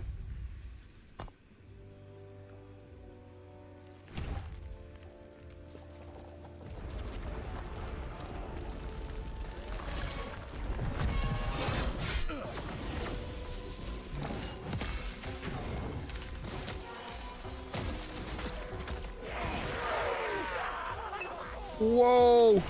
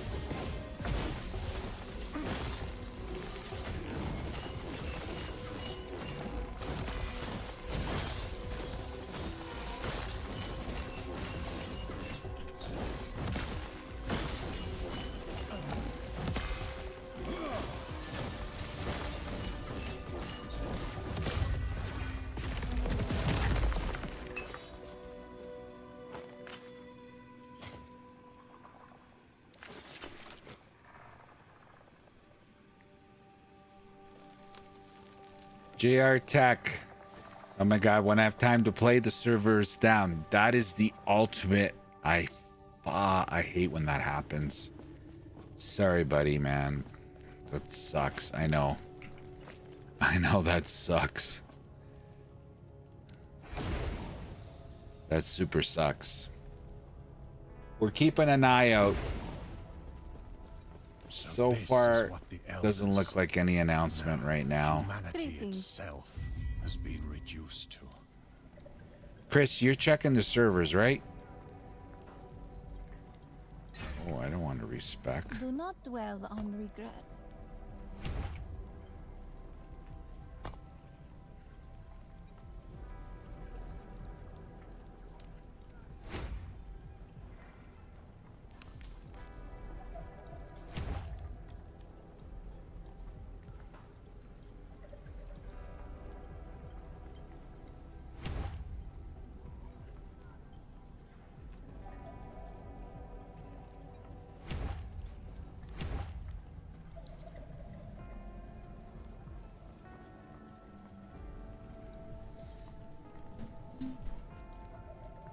Asapara. I'm just on the EHD Discord and I'm just looking and I don't see anything. You're looking too, JR? Okay.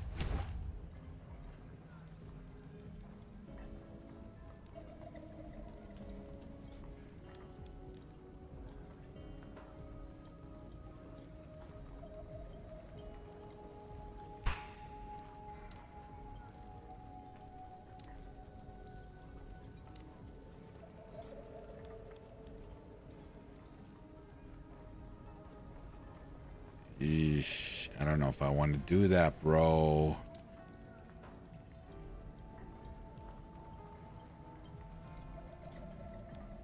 Fuck. All right, let's do it.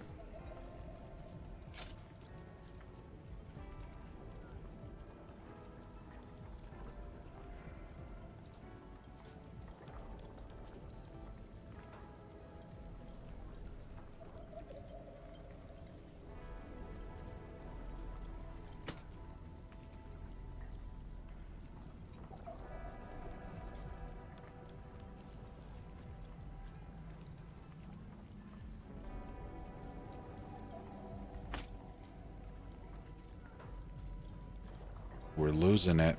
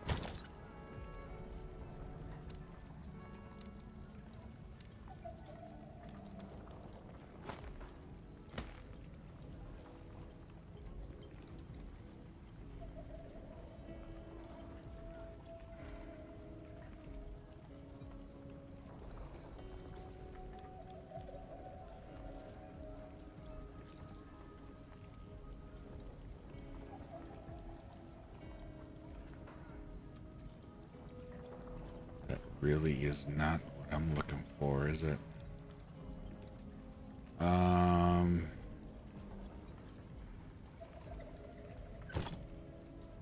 Yes.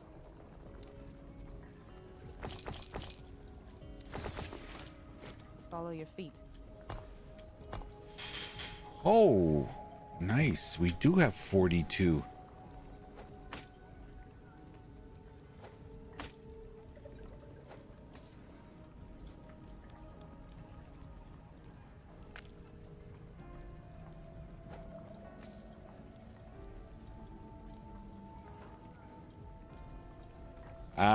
To be honest with you, Big Daddy, I haven't even looked. Right now, we're literally like an hour into this build. To be honest with you, I'm like just trying not to die right now.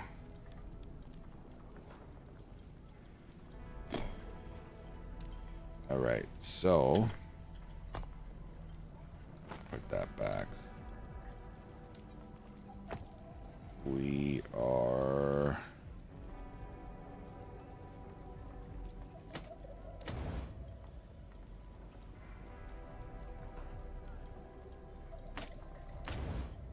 fuck.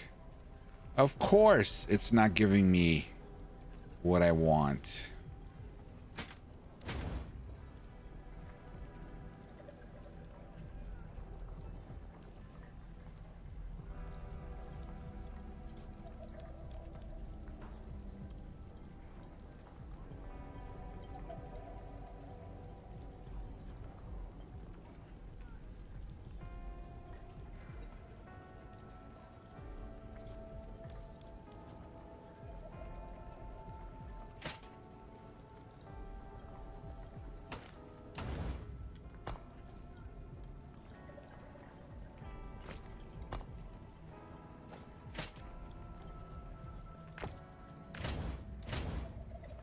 I don't know, bro.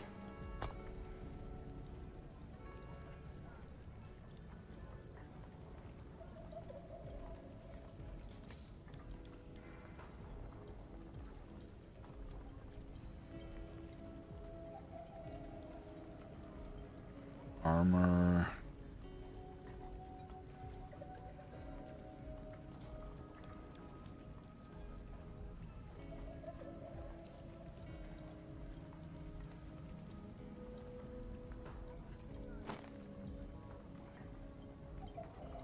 Hey, JR. No, softcore. Softcore.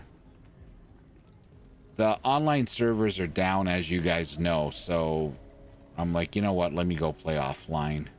Actually, you know what? You bring up a good point. I should have done this in hardcore, damn it.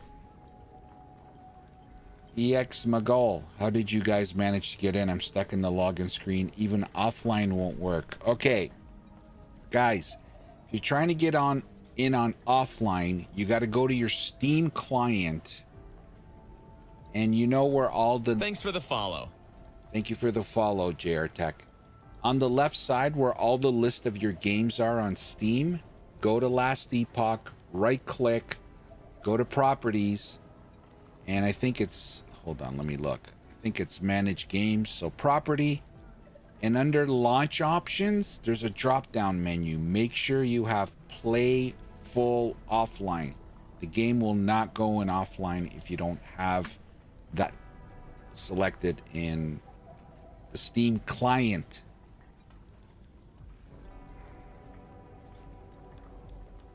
Okay. Do that and your game will launch in offline. And let the hoarding begin. Scott, what do I think of this build? It's slowly getting there. Like, explore the Temple of Atira and find the Lotus. Yeah, no worries, man. No worries. Let me know if it doesn't work, but it's got to work. That's the deal. That's the deal. It's gonna... What? Really? Am I here?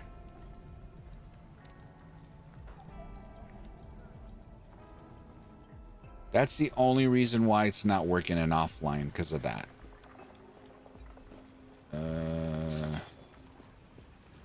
Where are we going?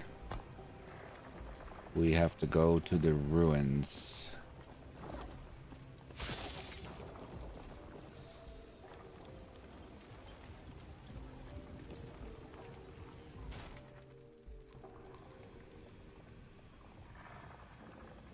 Steam is asking every time when I launch Ellie.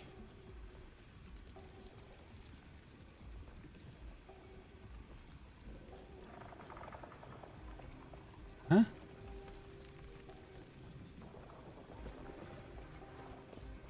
Ruins. You're going into your Steam, I wonder what my apprentice right-clicking the game and going to properties under General.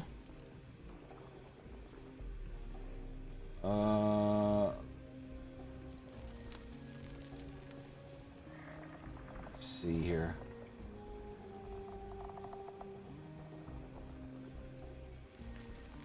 Oh. I don't know. Hold on. Let me see.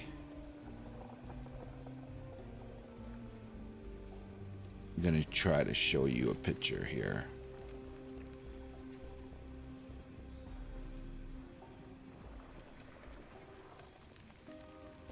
Sorry, guys.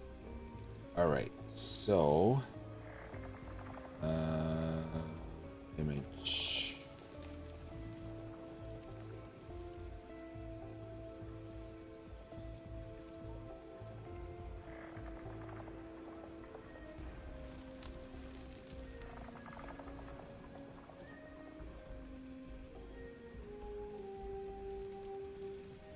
Okay. So, as you can see, this is your Steam. You go to Last Epoch, you right click here, and this pops up. And this pops up. Make sure General is on, and if you go see here, see this click, this drop down menu, make sure it says play full offline. It won't say that.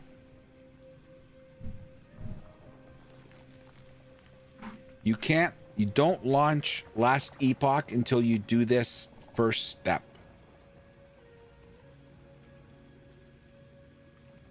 Got it?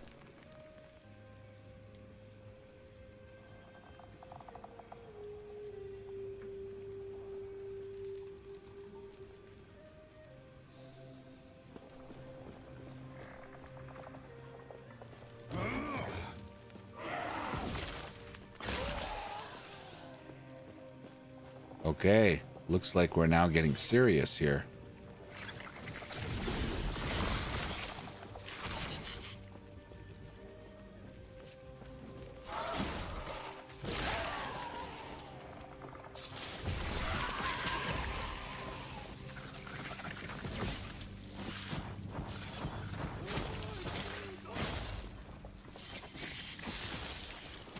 Okay, how do I get my mana back?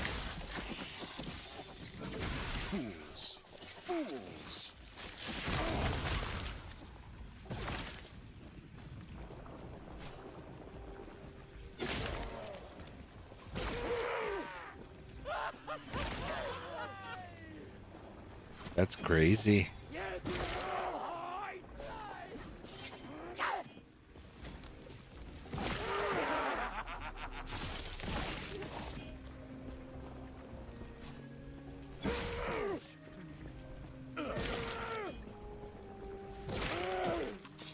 This thing is gonna be off the charts.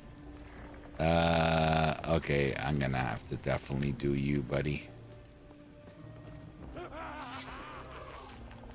Skill tree and mana regen, and I know I don't have anything. I was looking, believe me.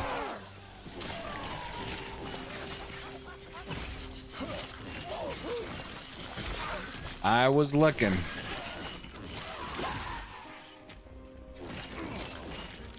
Oh, there's a cooldown. Okay, you don't have a cooldown. Yeah, this build Once we get all Gucci'd up, this build is going to be off the charts. Okay, I don't like that I took teleport out, but what are you going to do?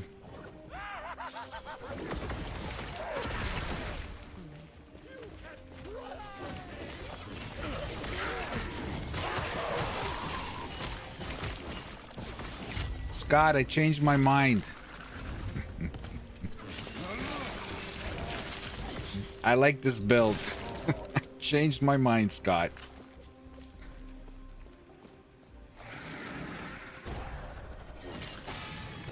Oh shit.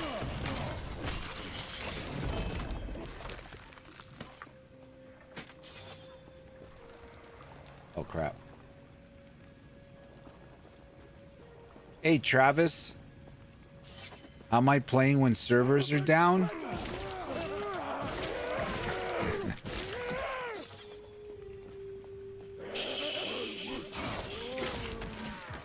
I'm under NDA. Sorry, I can't tell you.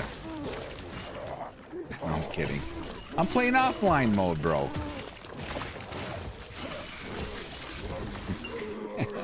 I'm under NDA.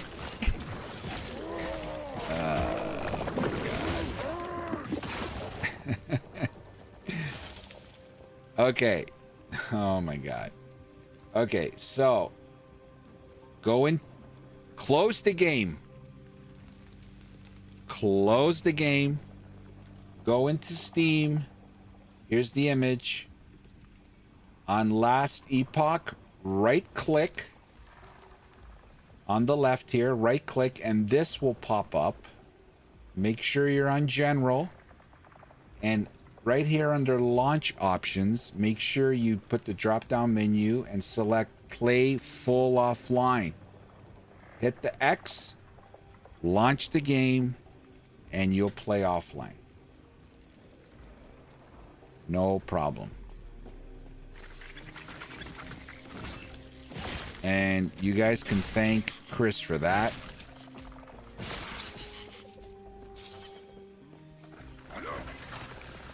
I don't know when you told me about that, Chris, but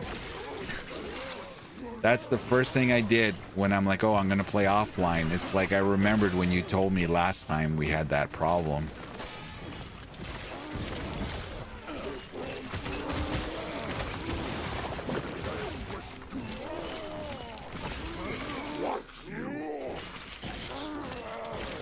Okay, guys, mana regen and mana.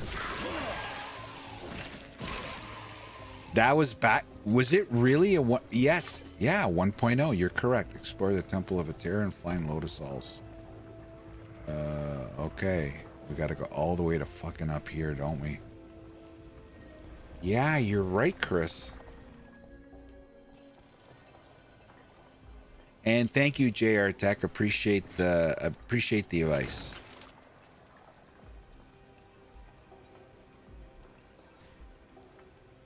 Well,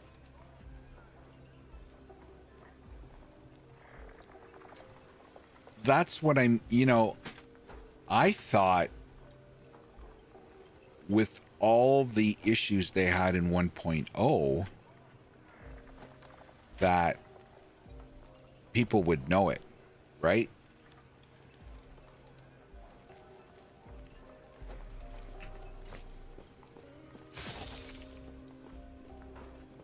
But yeah, I guess it looks like not everybody's aware. Okay, you know what?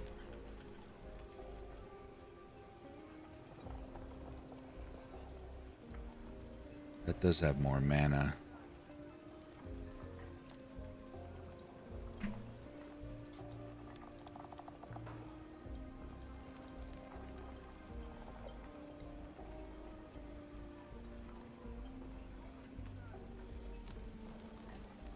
I lose mana, but I get more mana regen.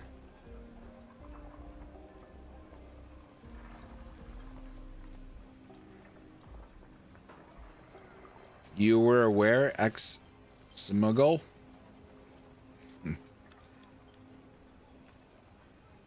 Hey, Dante. Peace, brother. Good night. Armor, mana.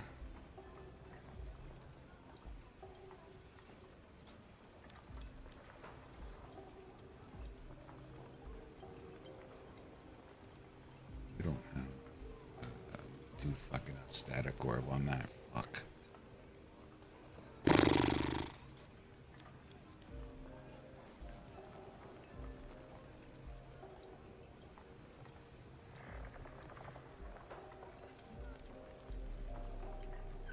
Fuck it.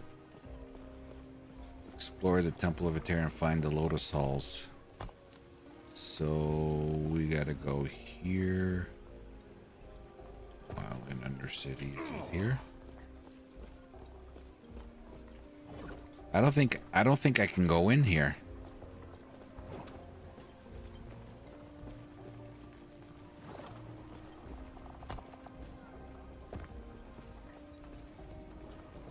Isn't it? Yeah, exactly. Oh, I can.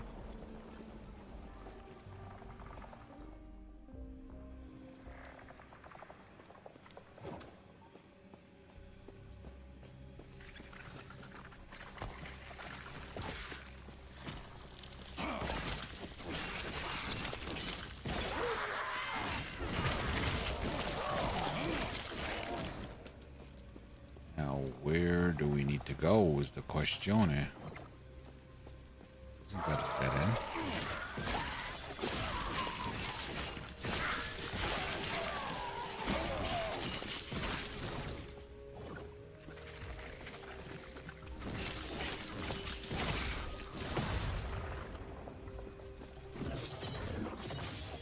What is that?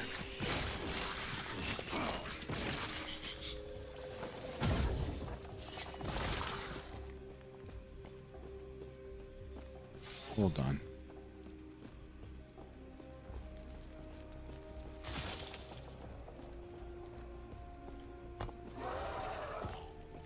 Where did I come in from?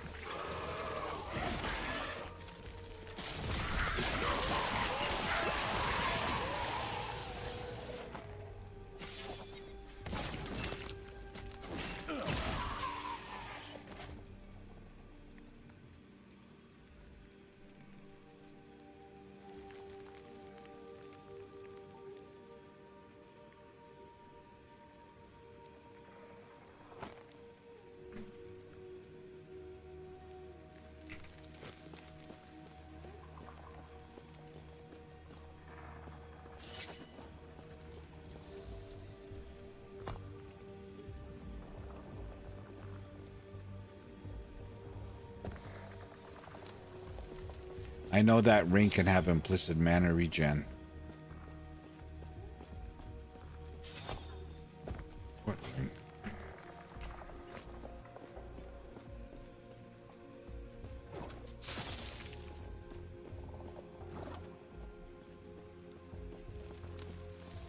Are you fucking kidding me?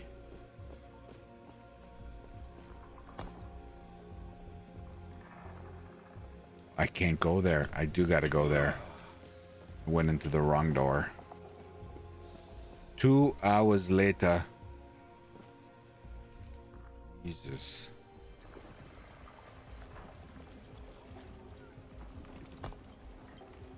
Gotta go to the ritual site.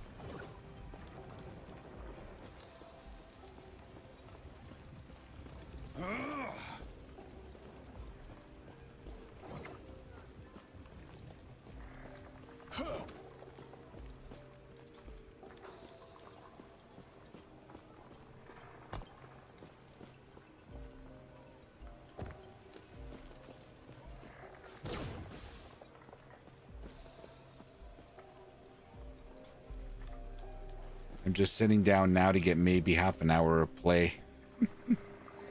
Yeah, I know the feelings.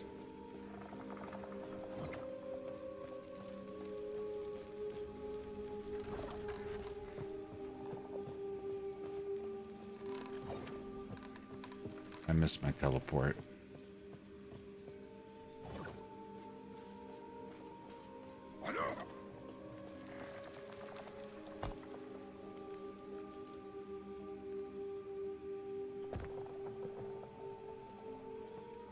Oh, it's blocked.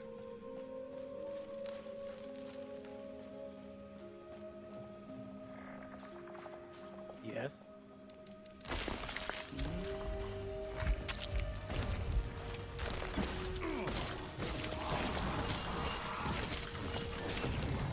I killed this person already.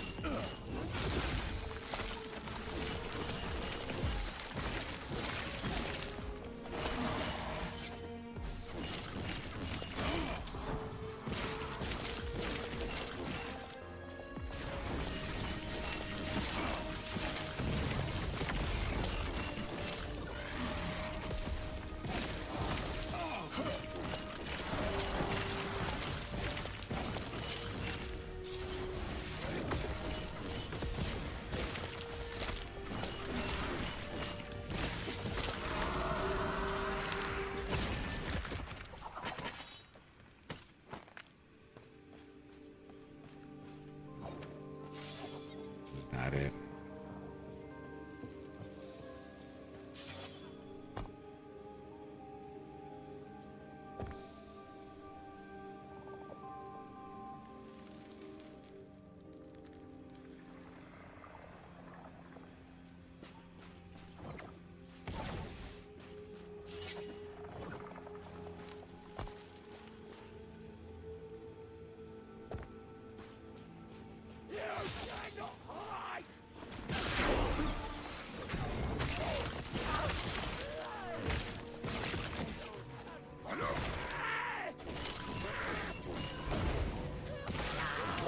What the fuck? Oh.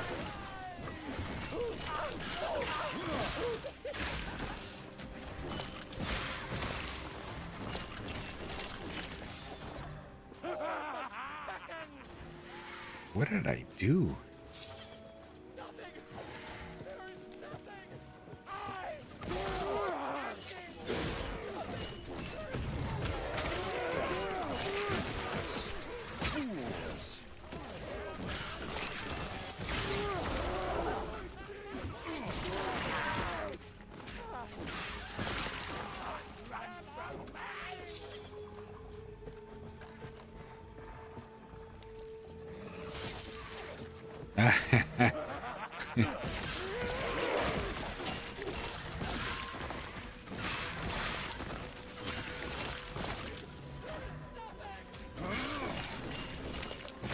I don't know, Chris. I see an update.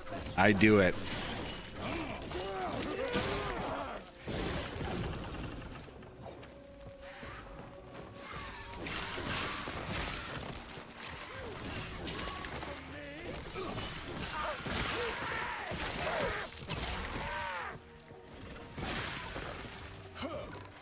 This is the way. This one has quite a few issues.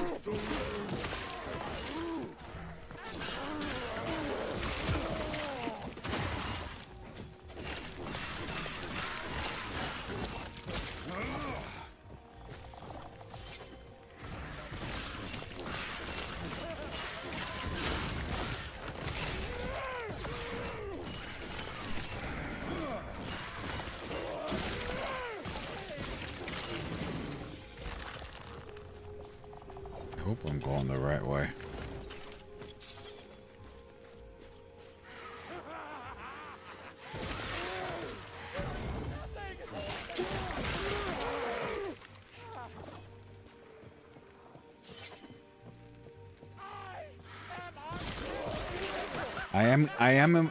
I'm getting way too involved with all these ads, not gonna lie.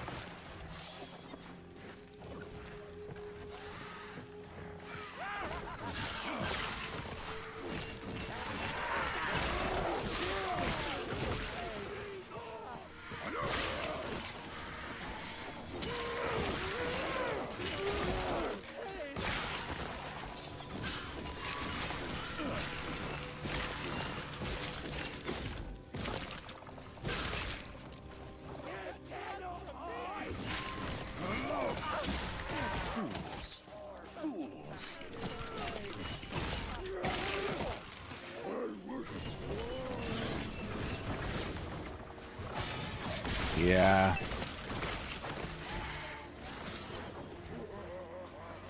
I'm an idiot. I'm an idiot. I cleaned out my download folder.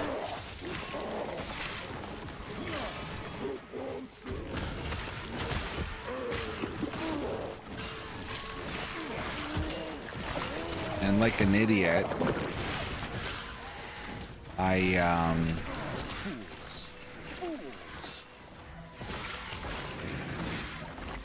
when I downloaded the asset from StarForge, I didn't put it in my assets folder. So when I purged my download folder, it took the photo away.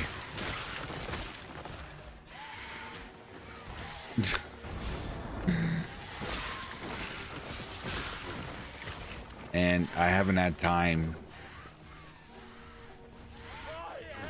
to go and log back into my profile with StarForge and download the asset and re-download the image.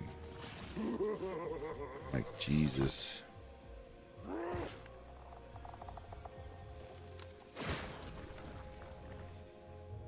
I definitely have to do that tomorrow, though, before the stream.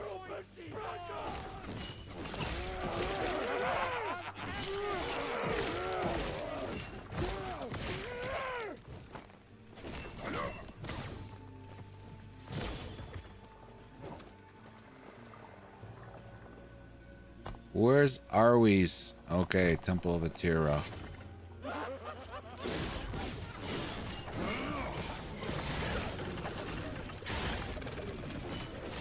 Wow. Me struggling with mana. That's a first.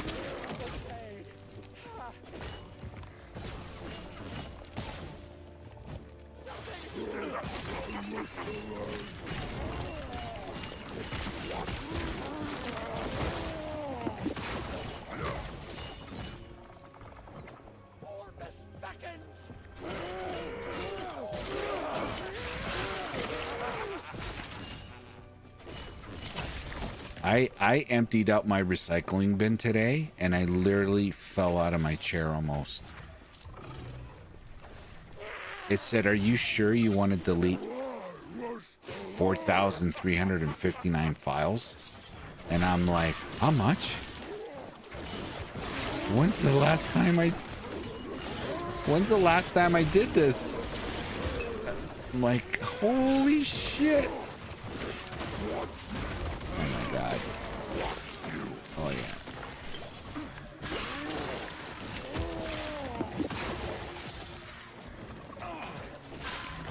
I fucking fell out of my chair. I'm like, oh my god. Yeah, we definitely got it. We got to do better here. This has the chance to be OP.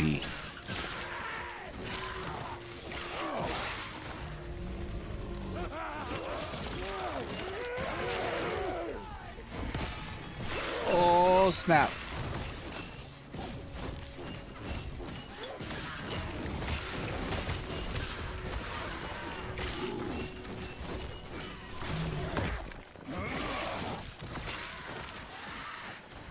Where do I gotta go? It's probably not this way. I can't see shit. Yours would be way more than that? That would drive me crazy. Thank God I didn't know how many I had in there.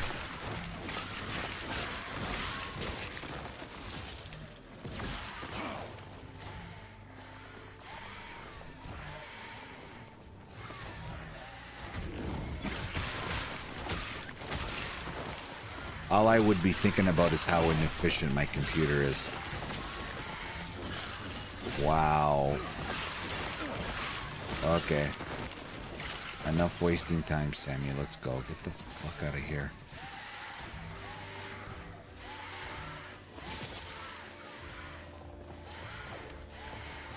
honestly, if I had dodge, I would have already... It might even be on the other side.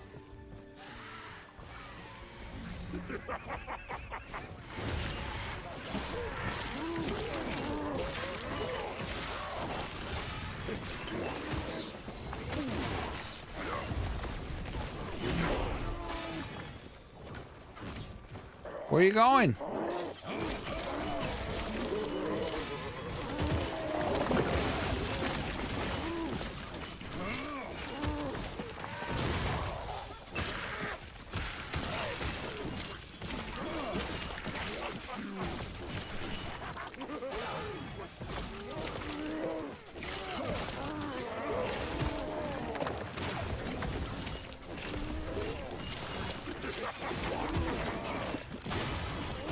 Holy shit, this thing fucking rocks.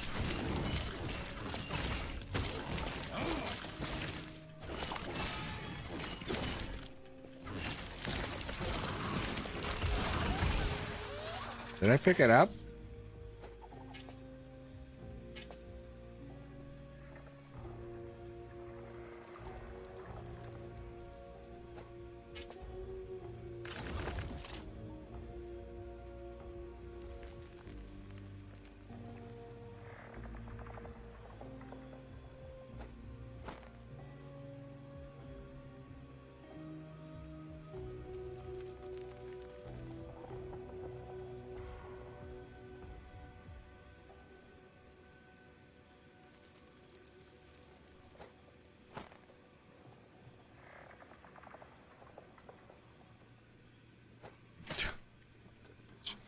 All right, guys. Wow, 24. Not bad. Van Cat. 24.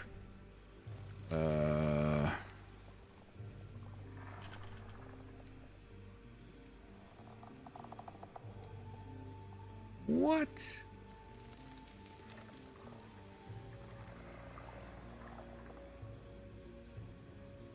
Elevated plays. Online is back up. Online is back up, everybody. Thank you, Elevated Plays. Everybody, get in the game. Online's back up, apparently, guys. Wow.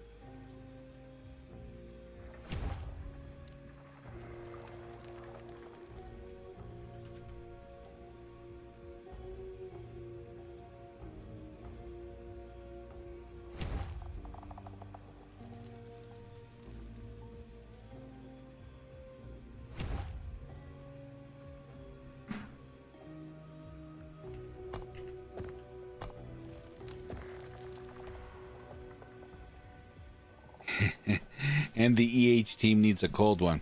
All right, everybody. We are Gucci'd up, and what are we? 24. Level 24.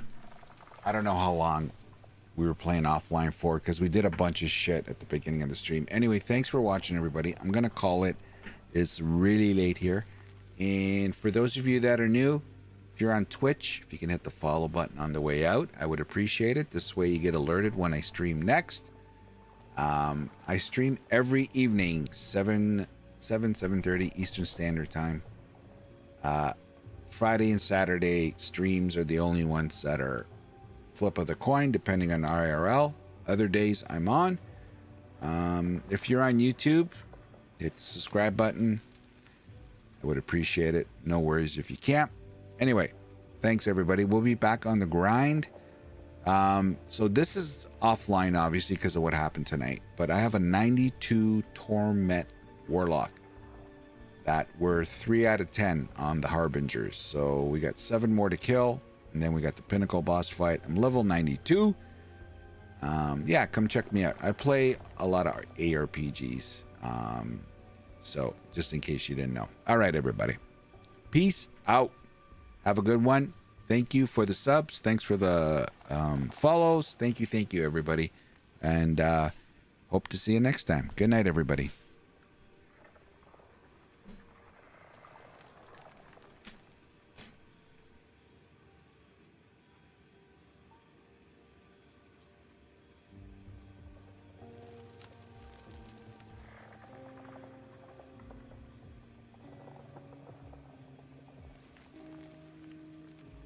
Holy crap, holy crap. Wait. Don't go anywhere. Don't go anywhere.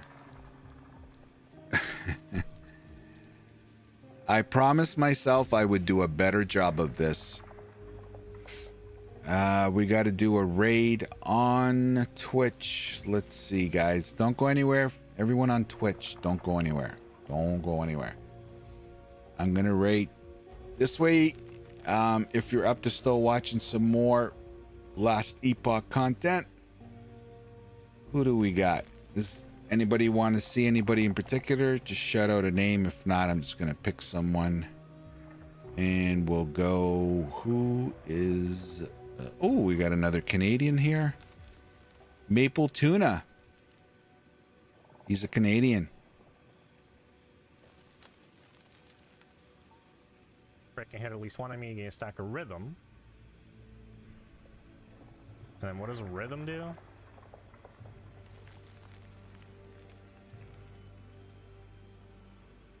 Fresh Shawls access sacks. All right, everybody. Have a good one. Alt does nothing. Let's just go do this mini boss, and then we'll go online. Southwest node? What are these out west?